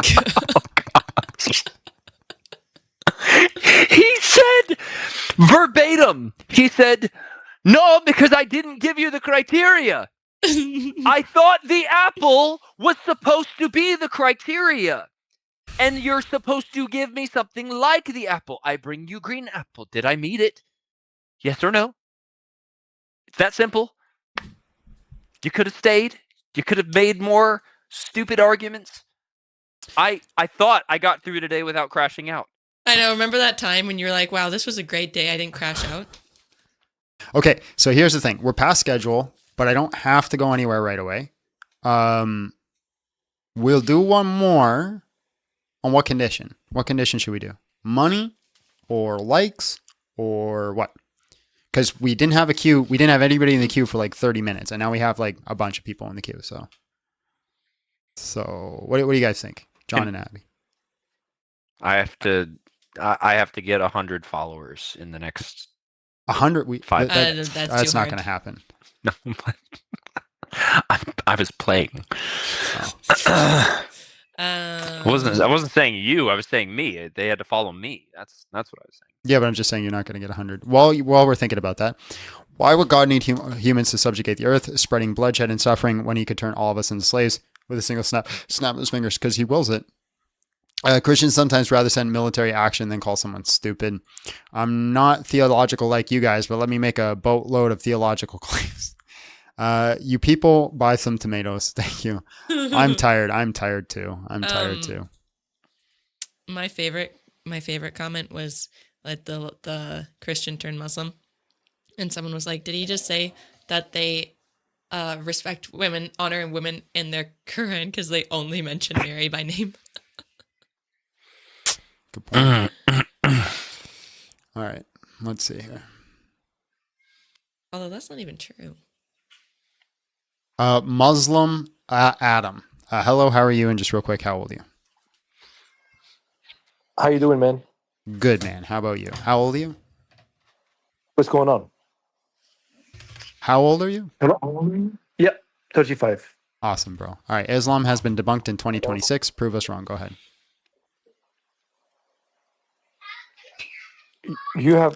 I have to prove to you why it was not debunked, or you have to prove to me why it was debunked? You made the claim, right? Depends on the direction you want to go. Yeah, I will allow you to show me why it was debunked, please. Okay, so we have the Islamic dilemma, the IJAZ dilemma, the historical contradictions, or if you want to take a burden, we'd say there's no inductive or deductive reasons to say it's justified. Okay, so you're saying the historical evidence has been there's no historical consistency, I would say, right? Correct? Yeah, the historical contradiction. So we have a proposition and its negation. Proposition was Jesus was crucified. That's an historical fact, right? And then we have the negation, which the Quran says it was never crucified. It was only made to look that way. These two things cannot both be true at the same time. So therefore, one has to be true and the other has to be false, right? I conclude looking at history that Jesus Christ was actually crucified. So therefore, the Quran should be false. Sure. So can we discuss that? Sure. Sure. So first of all, your premise it fails at the moment that you're misquoting the verse in the Quran. Allah says in the Quran, it was perceived Jesus was crucified. I literally said that in my argument. Yeah, but the implication. I didn't misquote, but you're just showing me your dishonesty. I used that sentence that it was made to look like he was crucified in my own argument, and then 2 seconds later you said it's wrong because I misquoted it. And then you said the exact same thing I said. Fair. I said I want to say you misinterpreted the verse. Okay. So what I meant to say is you misinterpret the implications of when Allah says it was perceived. So let me ask you now: could it be possibly, right, that people truly perceived, right, that Jesus was crucified, and that was an information that was circulating around, right? So definitely the historians would have taken what was perceived, what was heard from these people. Yes or no? That's my argument. You're saying I misunderstand, and then you're repeating back my argument to me. No, you didn't understand my points. Yes, I did. Do you want me to steelman it? Yes, please. Yeah, so your argument is that is it possible that because Allah had willed it, that people would be genuinely convinced that he was crucified, so therefore the historical consensus would say that he was crucified? I didn't say that. That's not what I said. Where's the symmetry breaker in between what I said and you said?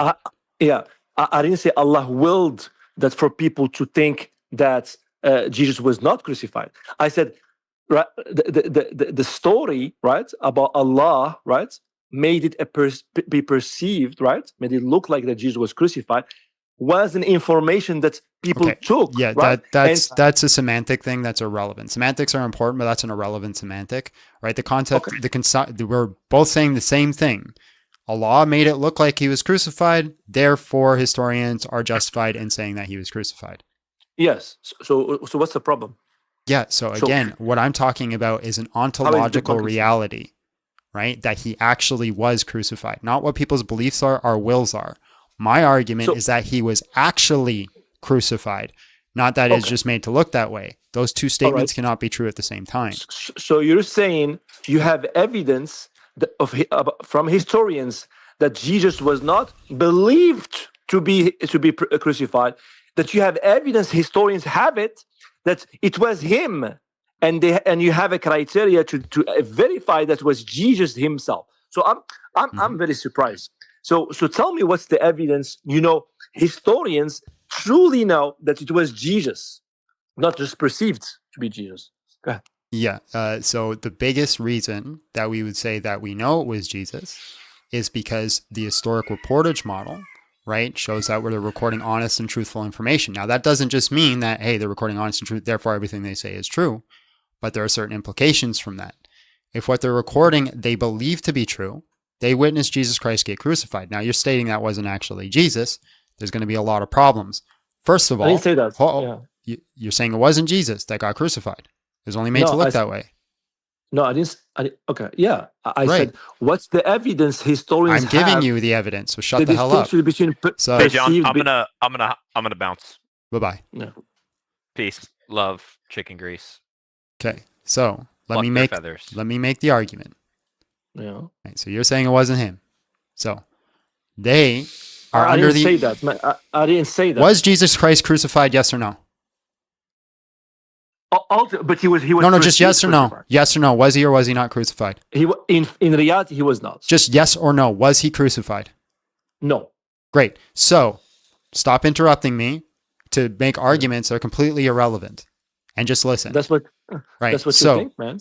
Okay. Go ahead. They are under the impression that Jesus was crucified. Who's they?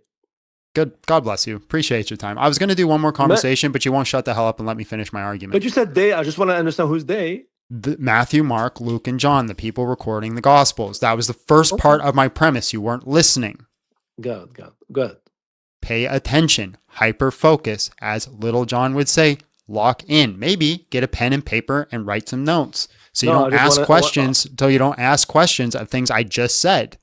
Yeah, I just wanted to. Do you have a piece of paper and notes? Do you have a piece of paper and notes? I don't need because you're not. Okay, then start focusing because you just asked me a question that I just said 2 seconds ago. All right, now focus, please. I'm focusing, man. Just give me your arguments. I've been trying to, but you won't shut up.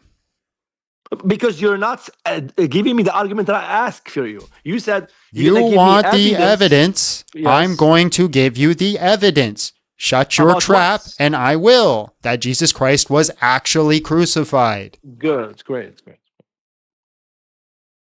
Anyways, now I got to start from the beginning because I've lost track and train of thought. So the first part of the evidence is we need to confirm that Matthew, Mark, Luke, and John are honest and trustworthy in recording actual reliable information. That does not entail that they're correct about everything that they say, but they're trying to be honest. Now, they say they witnessed Jesus Christ get crucified on the cross. Again, does not entail that Jesus was actually crucified, because like you said, Muhammad or Allah made it appear to look that way, but it actually was not so. So that's something you would expect to see if the Quran was true. Here's what you would not expect to see if the Quran was true. You would not expect to see Jesus saying that he would be crucified. You would not expect to see that people genuinely believed that they saw him rise from the dead. You would not expect to see that after Jesus was crucified, him get buried, put in a tomb, and then he himself walk out of the tomb and interact with his community and hang out with them for 40 days and for 40 nights. These are things that you would not expect to see. So these two statements cannot be true at the same time. Sure. I have no precedent to take an historical document written 600 years later as gospel and more authoritative than the earliest manuscripts. Okay, fantastic. So what Mr. How do I call you, brother? How you do it? You do it with your mouth. No, what do I call you? What do I call you? John. John. Okay. So John fails again to understand that he needs to show me historical evidence outside of the Bible. Now, what he does, and he actually claims it. Is this a formal debate? John has done? You're talking as if it's a formal debate. Well, I can speak the way I want, brother. Go ahead. Okay. So what you just actually did, and you mentioned it, having the Bible saying Jesus was crucified, that the disciples believed that, is irrelevant because this is circular reasoning. What you have to do is you have to show me historical evidence outside of the Bible from people that substantially Jesus was crucified, not just perceived. I can grant you anyone was perceiving Christ perhaps was.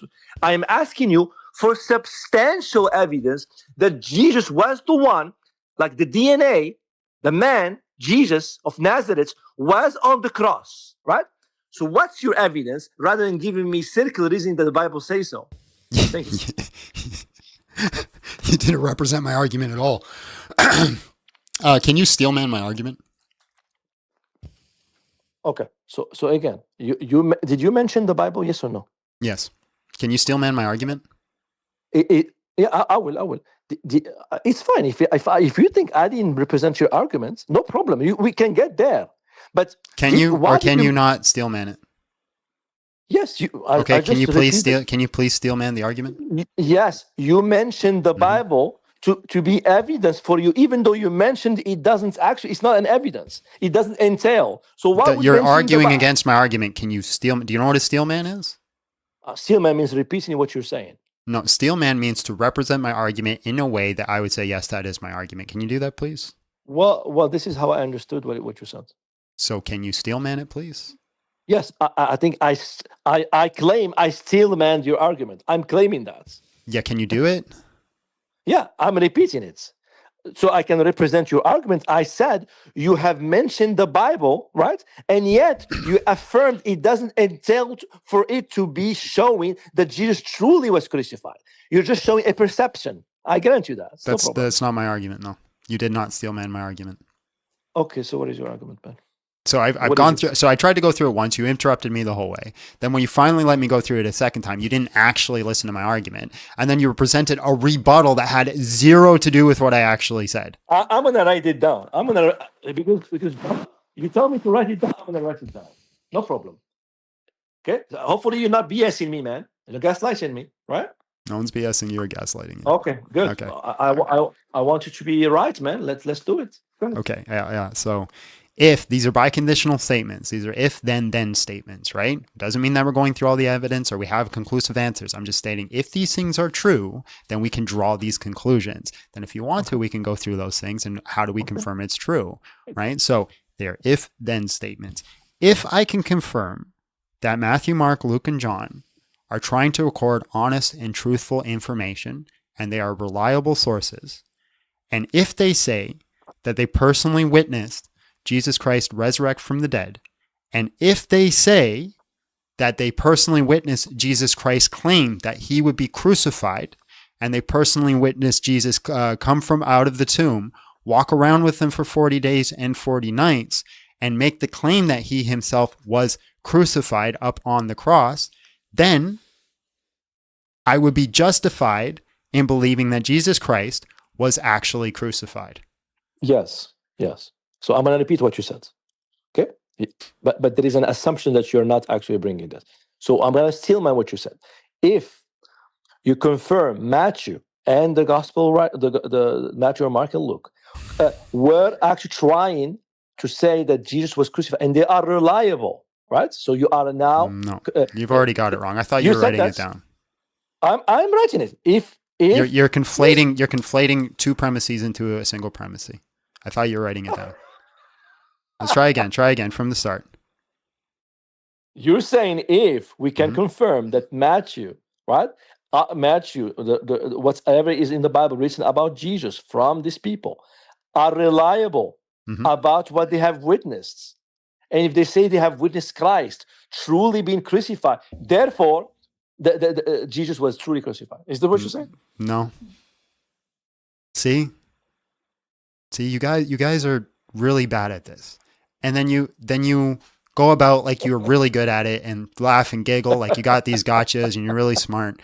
You denied a completely third premise. You only got the first premise, a bit of the second premise, and completely ignored the third premise and said, yeah, I got you. I thought you wrote it down. I promise you, man, this is what I understood from you. Well, look, John, if you're not able to communicate this to me, and trust me, you're not going to be able to do it to someone else. So right now, do a better job. Make your point clearly, man. Don't be down for us. Don't be down for us. Let's say I'm a kid, right? Let me say a child, right? I'm pretty sure a child would have understood this. Oh, okay. So let's try, because your argument, I can see your arguments. Maybe I misunderstood. So again, what is it? If we can confirm that the John and Mark are reliable, okay, and what? Maybe I missed something. Yeah. So if we can confirm the Gospels are reliable sources and they're trying to record honest and truthful statements, if we can confirm that they recorded, that they witnessed Jesus Christ get crucified, these are the parts you focus on. Those were good, and you forgot the other parts. If we can confirm that they recorded Jesus Christ said himself he would be crucified, if we can if we can confirm that he himself went to the tomb, if we can confirm that they recorded the fact that he himself risen out the tomb, hung out with them for 40 days and 40 nights on the claim that, again, he was crucified, right? All from Jesus's mouth, I would be justified in believing that he was crucified. So if you really want to make it simple, if we can confirm that Jesus himself said he was crucified, he was crucified. Oh my God. This is exactly what I said. The only thing I missed. Literally not. Yeah, the only thing I missed that you said Jesus himself confirmed. They heard Jesus himself saying that he was crucified. That's the only thing I missed. That's the big thing. That's a huge part of it. What do you mean that's the only thing I missed, as if it's a small thing? It's also what John said before he said it again. He said you've heard these two and then you missed this one. No problem. But would you say that there is a priority if you are going to say Jesus said it, right? You should say start with that first. You shouldn't start with the disciples. Don't you think so? No, because I need to confirm first that the disciples are recording honest and truthful information. I can't confirm Jesus said it if I don't know if the sources are reliable. Okay, so you're going to use the disciples and you're going to say they are reliable into hearing into what Jesus said. No problem. So now you have a lot of work to do, man. You have to show me that the disciples are reliable. That's number one. That your gospels are actually true from the gospels himself. We know from historians that the gospels writers are anonymous. So you fail miserably meeting this premise, John. So how are you going to do that? How do I fail at something I haven't even done yet? No, I'm saying you will. You just said I did fail, right? I already set the standard. I already said I have to confirm these things. Yes. Like, here's the problem. I don't really want to go with the argument with you because you're so stupid that you can't even comprehend the first premise of the biconditional statement where I said if. Where it's like, yes, that puts the burden right there in the biconditional statement. I fully admit that I have a burden of proof to prove those things. I got you. You can't even comprehend that simple aspect. Yet you want me to go through this whole burden and try to prove something to you. But you couldn't figure out the difference between your left hand and your right. I got you. You said it's a condition. I'm saying you will fail. You ultimately will fail to meet the first requirements because I know you haven't shown me your proof how you're going to meet the first condition. No, I understand that. Well, but you keep saying that is like a big gotcha. I know I haven't. I've said this like 6 times. But I will tell you why you will fail. I will tell you why. Just so you can address it quickly. Because if you address my objection about meeting the first premise, the gospel writers are anonymous, according to historians. Do you agree or disagree? Okay. Now here's a problem with your criteria, right? If I agree with you that because historians say they're anonymous, they are anonymous, then I simply put it back on you. Do historians say that Jesus Christ was crucified? Do historians... Okay, hold on. So do historians say that Jesus was crucified? Okay, no problem. But they cannot use the Bible. That's not the question. Your criteria, this is your standard. This is your big gotcha and your big debunk. You said the Gospels are anonymous because it's a because statement, right? According to historians, yes. Yeah, so because historians say so, right? Sure. Great. So your conclusion is the Gospels are anonymous because historians say so. Yes, the Gospel anonymous because history. Do you agree? They say that? Okay. So if we're going to use that criteria, historians say, for example, John Dominic Cruzan, who is an historian, says that one of the most assured things that we know in history is that Jesus Christ was crucified. No problem. And then you should ask him, where does he get the information from? That's good. I love it. I love it. I don't see. This is the part where I was talking about you being really stupid because you're not understanding my argument here. You're getting cooked, John. You're getting cooked, John. You're not understanding my argument. You're not understanding my argument because well, let me speak. I established. No. I established 2 or 3 times with you the criteria. The criteria was, and you agreed, and you said yes, because historians said so. That was your criteria. So then I show you where the historian says something that you don't like, and then you said, well, where do they get it from? So you're now changing the criteria. Do you see the problem? No. Okay. You don't see the problem? No. It's not a problem because here is what I'm saying. Can you steel man my argument again?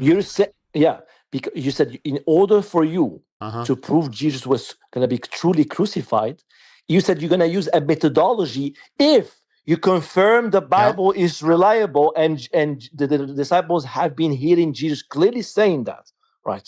Now I told you you can't test that because the historians says the Gospels are not reliable now. Right. Okay. So, but it doesn't mean Jesus was not crucified.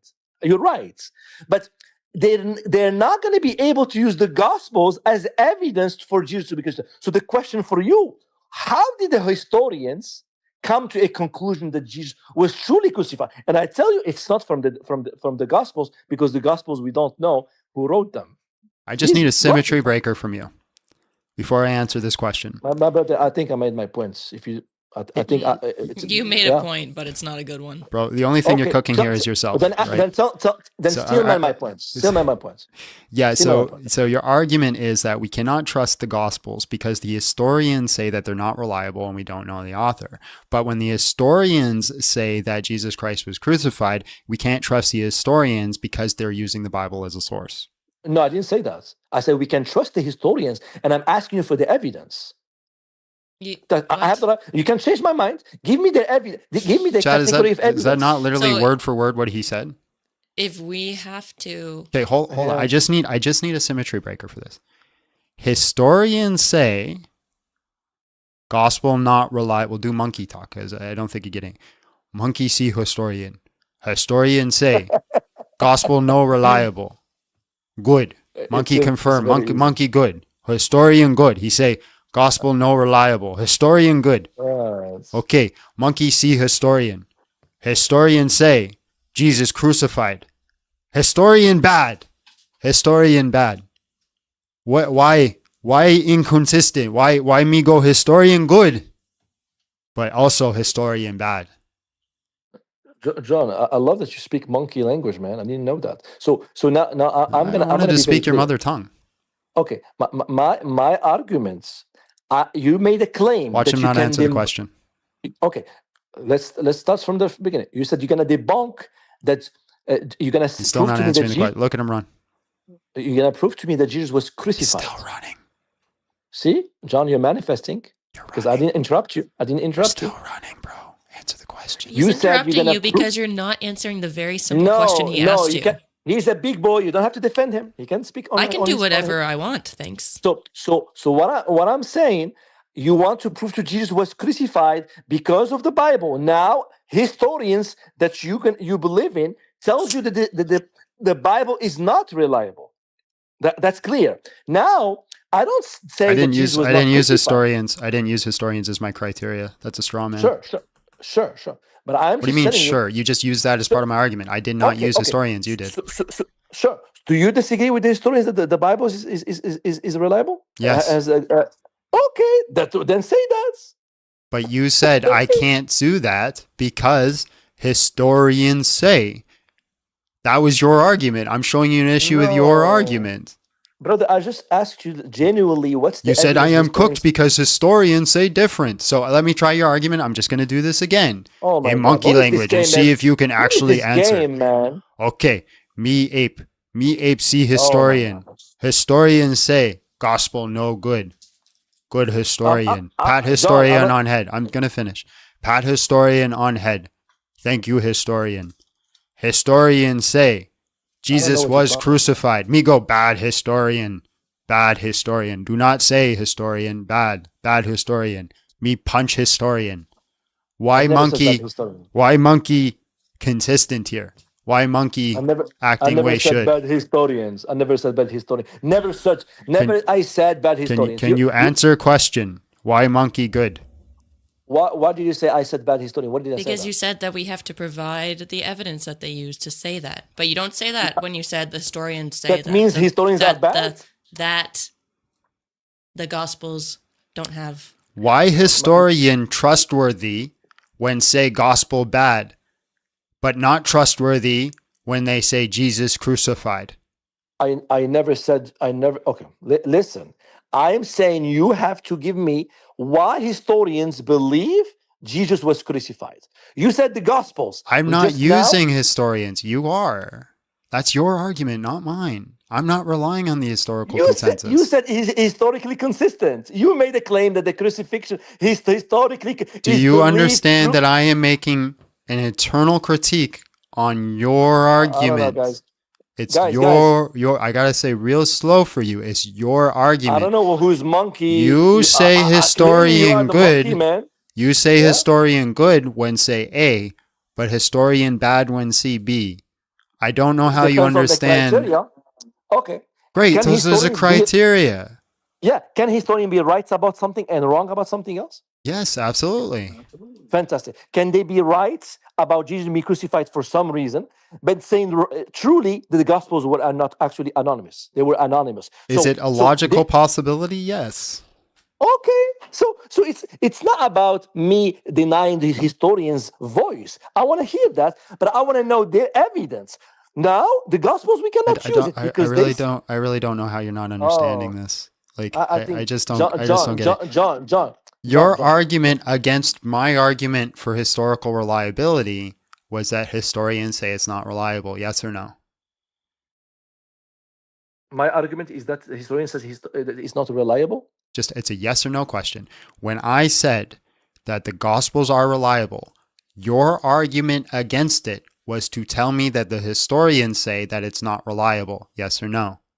Yes. The Great. consensus of historians. Great. So if that's your argument, then I just simply throw it back on you. Do you see the internal contradiction here? Well, you say Jesus was not crucified.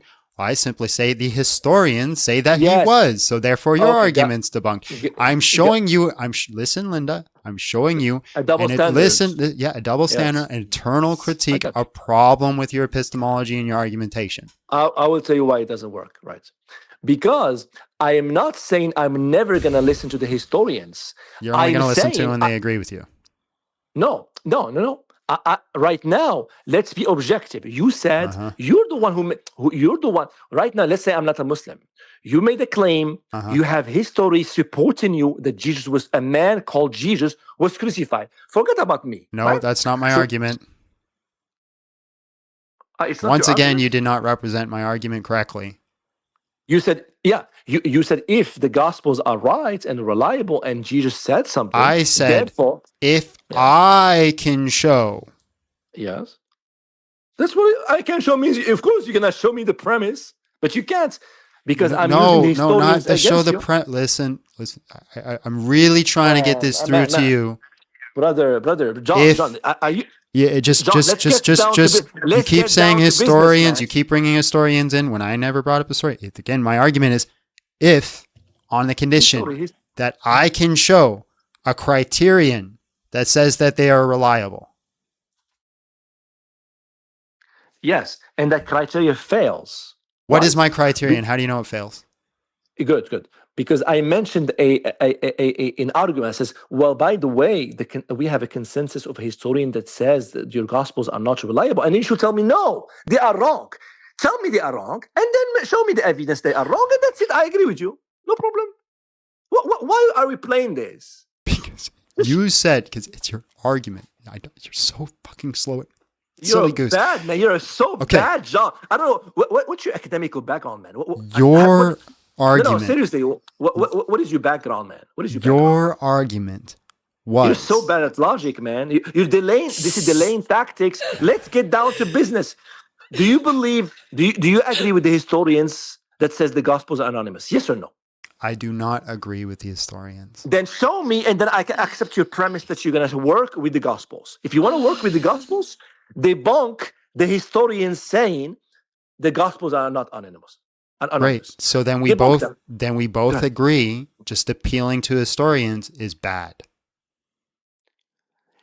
Brother, the topic is about historical consistency. So we have to talk somewhere. We have to start somewhere whether historians are right. Before we can move on, we need to agree with the epistemic standard. So we both agree just saying because historians said is bad. Okay, John, I think this is going nowhere. I want to have a discussion. I'm trying to move to the next point, but you can't answer very, very, very simple questions. Let's try a really simple one together. 2 + 2 is what? 4. Awesome. So we both agree appealing to historians is bad? Appealing to historians is not bad if we can show why they are right. Do you agree? If we can show why they are right, then we're not appealing to historians. We're appealing to the critical method. Okay. So you're telling me I'm going to appeal to historians without checking the evidence? No. Am I going to do that? No. Yes. I really don't get how, you just need to slow down. Actually, brother, focus on what I'm saying. Can you show me the proof? Can you show me the proof? Listen, you're so slow, it hurts my skin. Let's try this again. It hurts me that you're doing delaying tactics. No one's delaying. I cannot move to the substance if we don't have a criterion. John, show me the proof. We cannot move to the substance if we do not have a criterion. So we cannot. So let me finish what I'm saying. Yes. We don't appeal to historians. We don't say, "Hey, because they said therefore." You said, well, you want me to just say yes because without looking at the evidence? No. What I'm literally saying is we need to look at the criterion and see if it's consistent that the historians use. So I'm actually saying we need to use the methodology to come to a conclusion. So therefore, you and I both agree that just saying because historian says is not good enough. Yeah? I don't know what you're talking about, man. Honestly, man, I'm a straightforward man, Cartesian man, right? If you want to discuss basic logic, that right now we name the 3 laws of logic. What is the impasse? Name the 3 laws of logic. Can I speak? Name the you're not going to be able to speak until you name the 3 laws of logic. What is this, man? What is this, man? Name the 3 laws of logic. Man? Guys, This is what the Christians do. Name You the three can't laws show- of logic. You said show he me was the really God- bad at logic, so show- show him. Show me Name the the gospels. three us laws that of you are very logic. good at logic if you Don't think he's so delay. bad. Show me the gospels are actually anonymous. Or not. Name one inference rule. Show me the gospels are anonymous. Okay. Na- do you have said a he was degree? really You bad at said I logic, was so- bad at logic. This should be Name great for you to one show him, right? inference rule. Okay. 1 second. Okay. What's your academical background? I don't have an academical background. I have a degree in mathematics. Ooh. Then you should be able to name an inference rule because that's part of mathematics. Okay. You are giving a premise that you cannot. You clearly fail to verify. Are you That just your appealing premise- to your own authority? brother? Listen. You said if I would prove, if I can show you that the gospel. Can you give me are an reliable- inference rule? Yes or no? Okay. Can you show me the gospels are Can reliable? you That's it, can man. you Just give do it. me an inference rule? Yes Sounds or like no? somebody He who's doesn't not wanna- very he- good he at doesn't wanna logic. talk. Show me the gospels are reliable. That's it. I just want you to show him how he's bad at logic because He's you a said big he boy. was. He's a big boy. I Don't speak for can't himself. give I can you. speak whenever I want. I So- can't so- give so- you the evidence if we do not have a criterion to determine what evidence is. Can I? I am giving you the criteria. If you show me the gospels are reliable, I will accept your premise. that you What can is the use it. criterion to determine whether or not something is reliable?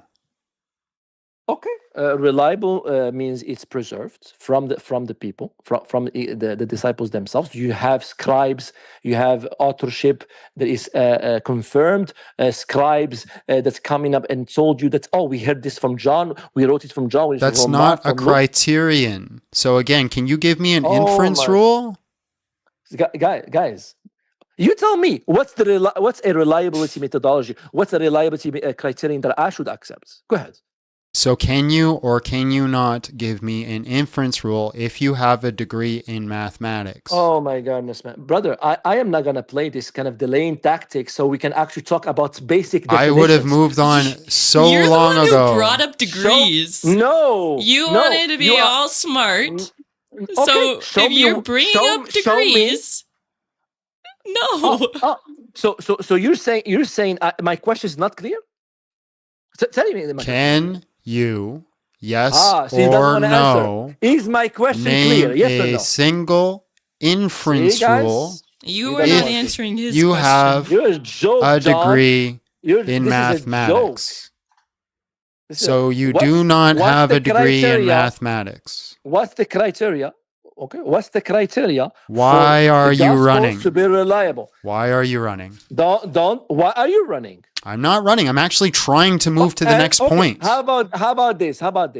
Answer my question. I will give you the answer. What you want? Answer my question.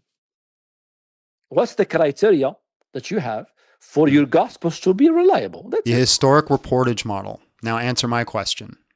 What does that mean? I answered your question. Answer my question. That was the deal. Name an inference rule. Blah blah blah. All right. Appreciate your What time. a God joke. bless. Yeah.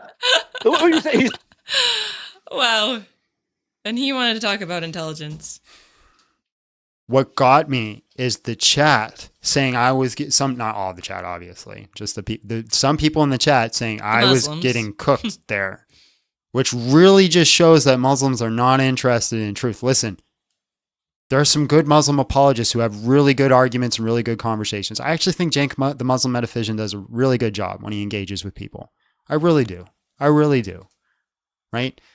You guys got to be honest when your own people get cooked or cannot reference a certain idea or concept or even make a solid argument or understanding. You got to be honest with that, right? So something I'll give Christians their due diligence on is that we'll say when our own people got cooked. We will, right? For example, what's his name got cooked by Alex O'Connor. Not me. I also got cooked by Alex O'Connor. That's something. A friend. Not a friend. I see what you're saying. But there's a guy who what's his name? Starts with an S. You don't need to do that. I forget his name. Anyways, he got royally roasted, and I think us as a collectively community as a Christians fully agree that he got roasted in that debate that he just lost. Not Sam. It's not Sam. No. That was so bad. That was so bad. And you guys gotta just straight up be like, yo, I'm a Muslim, but that was bad. All right, that's it for today, guys. We are way past schedule. My Muslim brother, your own scholar, Ibn Ishaq, confirmed John wrote the gospel. There you go. You're not following a script and he can't comprehend. Between the shorts chat and the caller, I will have a good lift to do being irritated, bro. Legit. Bro, what gets me is just the level of confidence when just being insanely wrong. Alex O'Connor ain't even mid-tier. What are you talking? Alex O'Connor is high tier. If you say Alex O'Connor is not high tier, then you simply just do not understand the arguments. He is fully on. He's not the highest tier by any means, but he's definitely high tier up there for sure. And he engages in good faith. I'm a Christian and I think you got cooked. Name an inference rule. Because in debate, you need to use logic. Logic has inference rules. Well, and you were so bad at logic and he was so good at it. I'm a mathematician. People do realize that mathematicians have logic rules, right?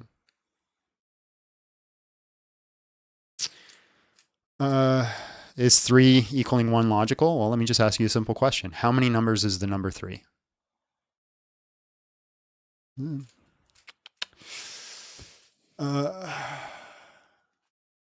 Yeah, we got through our super chats. Guys, we far surpassed our goal today. Wow. That can't be right. No. No, it's probably foreign money. Yeah. Yeah. Oh,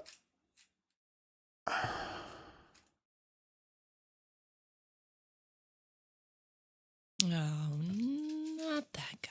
What guy? It's not worth it. What? It's fine. Well, we're moving on. We're not taking any other guests anyways. No. Well, he's not a guest. All right. Let's pray, and then we're going to leave it. Our Father in heaven, hallowed be thy name. Thy kingdom come, thy will be done on earth as it is in heaven. Give us this day our daily bread, and forgive us our debts as we also forgive our debtors, and lead us not into temptation, but deliver us from evil. God, you are good in all that you do. Thank you for these conversations, I think. Lord, I ask that you guide us into truth and knowledge, whatever it may be. If we're wrong, correct us. But if those come against us are wrong, correct them. Show us wisdom, show us the knowledge of who you are and the grace that you've given us. Forgive us of our sins, continue to walk with us. Don't let these Christians be armchair Christians. Let them go out there and do the work themselves. They can't speak about it unless they actually participate in it, Lord. And that may not be this type of stuff. It could be in whatever is good for them and for helping build the kingdom. Help us be unified and not divided in these seasons, and help us stand up firm against our enemies and against those that challenge the good that you are. I ask this all in Jesus' name. Amen. In the name of the Father, the Son, and the Holy Spirit. Hallelujah. God is good. All right, guys. You know what to do. Go follow me on all platforms. Support me on Patreon. Follow me on YT. I'm going to hang out on YT for about 5 more minutes, answer some questions over there and read some of the chat. But outside of that, we will see you all on Monday. God bless and have yourself a great day.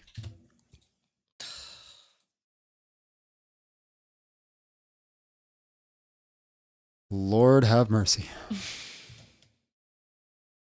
That was so crazy though. He just started talking as if like we were like in a public forum in a debate. You see, he cannot. Ladies and gentlemen, people of the court. That was crazy. Tell us why Islam is not a cult. What? I mean, technically, it wouldn't fall under the category of a cult. It wouldn't. For something to be under the category of cult, it has to seclude and isolate you. That's what it has to be a cult. It falls under the category of a religion. Free Palestine? I'll take one, sure. Thank you, Striker. Thank you. The caller won hard. Name 3 inference rules is not an argument. Correct. That's true. That's not an argument. He made the claim that I was illogical, that I couldn't engage in logic, and he had better logic than me. So I simply tested to see if what he was saying was true by asking him the 3 laws of logic and then asking him for a simple inference rule, which again, if you are somebody who went and did mathematics, that's actually something you should know, because that is true in mathematics. You have inference rules in mathematics. If P, then Q, if 1 plus 2 then equals 3. These basically taking ideas and putting it into equations. Now, that doesn't mean that you can't make informal debates. 100% you can have an informal debate and be correct. But if you're going to make accusations, that logic is terrible, all these things, then you should be able to show that you have like a basic understanding of logic. I am no expert in logic by any means. I've read a few books on it. I'm going through more books on it. Give me 2 or 3 years and I'll be much better. But you can't make these claims if you don't know. There can't be 3 laws of logic. Allah says don't say 3.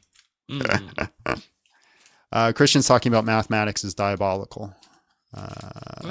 Because the 3 1 plus 1 equals 1. Is Maverick in the chat? Yeah. So I said, oh no. Brother Maverick? Oh, no. I was thinking of Brother Maverick, as we like him. Yeah, we do like that one. We don't like this Maverick? No. Why? Oh, he thinks I'm racist because I don't like Islam. Is Islam a race? No, which I did say and he didn't respond to. Oh. Logic isn't always the right answer, but it does help. Correct. Logic doesn't always entail the correct answer. This is where we look at something that's more inductive, right? Where it seems to be the case that it leads to that conclusion, even though it's possible that it's not. And something deductive means it has to lead to that conclusion. You lied. You said inference rules aren't taught in... No, I said they are taught in math. What is a Muslim? It's so sorry. He says racist because you don't like Muslims, not Islam. A Muslim is someone who follows Islam. It's not a race. And also, I didn't say I didn't like Muslims. I said I don't like anyone that supports child marriage.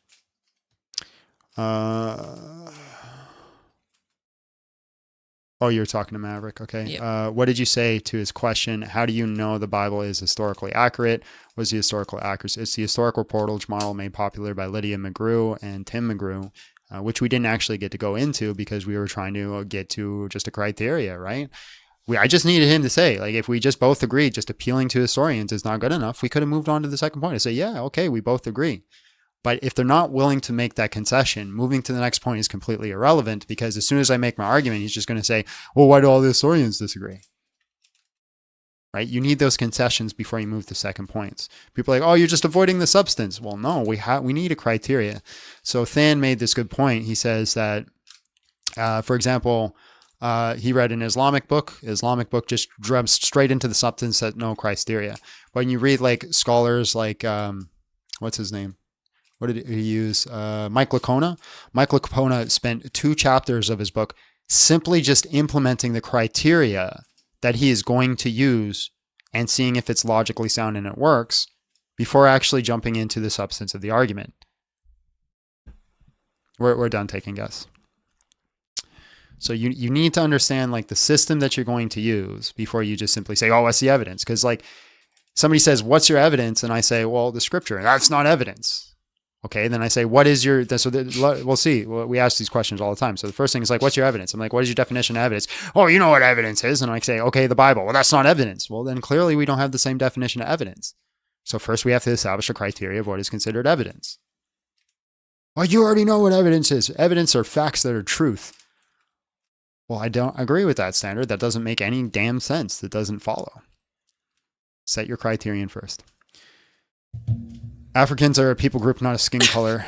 Yeah, that's true. There's white Africans. He was like, if I say you're racist because you hate Africans, then that is valid logically, despite the fact that you get white Africans too. Africans are a people group, not a skin color. It's also a continent. Right? That's like saying it's racism to hate anybody from North America. He also thinks that Muslims respect women. That's just false. Depends on your definition of respect. And again, I do not hate Muslims. I hate anyone who promotes child marriage. I hate the religion. So it's not equal for you to be mad that we don't talk about Jews.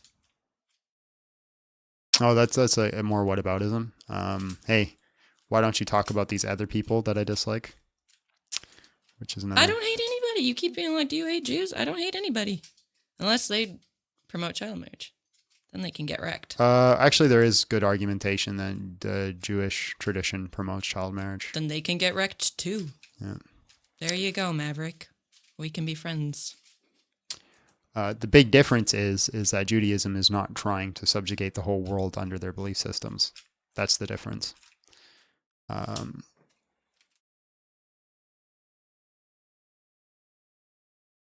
Bible doesn't command that. Moses commands it.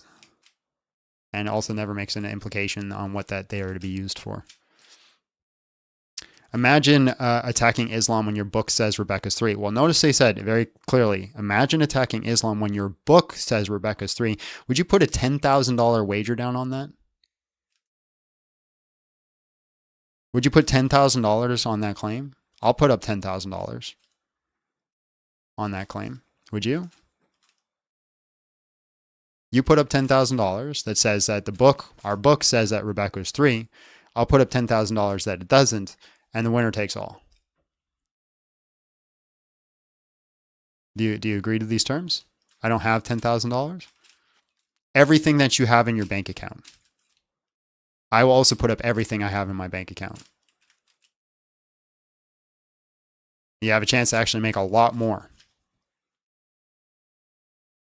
Lord Stryker will put $100,000. So here's the deal. You put everything down in your bank account. Stryker will put $100,000 down. Derek will double it. And I'll put everything down in my bank account. It doesn't have to match. Derek. What? It's dark electron. Oh, my bad.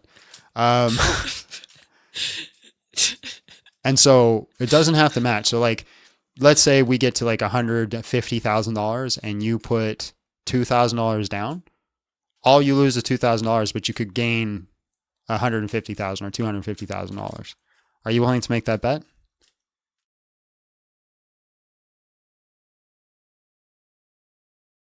Dyslexia proof. Mm-hmm.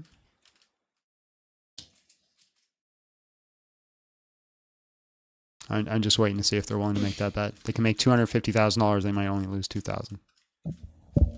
Who do you think is the real enemy, Maverick? It's not the child marriage people? It's not them?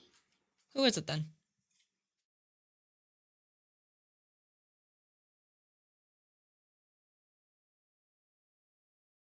This is not gambling because there's no wager here.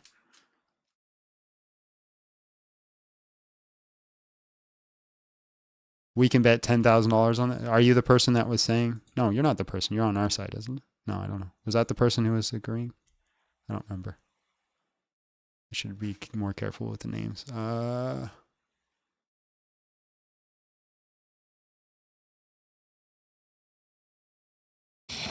There it is, yeah. That is the person? No. Oh. I'm talking. I'm having my own conversation. Okay.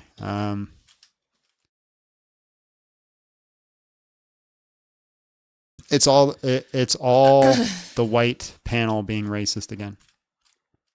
Huh? I don't know. Just apparently being white makes you racist. We're not talking about anybody's skin color. We're not talking about races.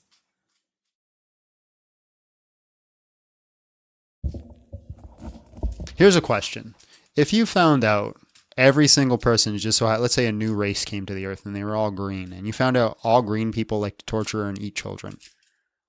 And then you're like, I don't like green people. Are you racist, and is that bad? Just curious about that.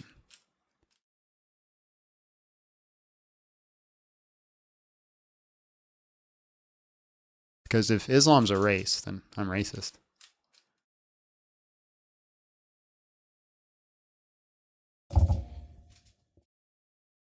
The best part is 1 + 1 + 3 = 3. Yeah, that's math. How about infinity plus infinity plus infinity? How much does that equal? Just curious. How many numbers is the number 3? Also curious about that. How many members of a country make a singular country? That's also another question. Maverick, then you can't call me racist. So many different ways that you could say 1 + 1 + 1 = 3. Mary was 12 when she married Joseph. Can you show me the biblical verse for that? We have all comments on. Hmm? Someone asked if we have all comments on. It's racist to insult people's accents. Oi, top of the morning to you. I'm racist toward the Irish, I guess. Or dying and dancing. What? Actually, we should end it. Somebody said you seem to miss some of the context and clarifications. He does. Yeah. That's just straight up. He does miss it. And then I have to be like, John, you came in the middle of a conversation. Yep. Or you missed context. Yep. Well, it's because you guys aren't tagging each other when you're talking to each other. Maverick's so dumb. You're all dumb, baby. Not consistent at all. Guys, we love you. We'll see you all next time. God bless. Have a great day.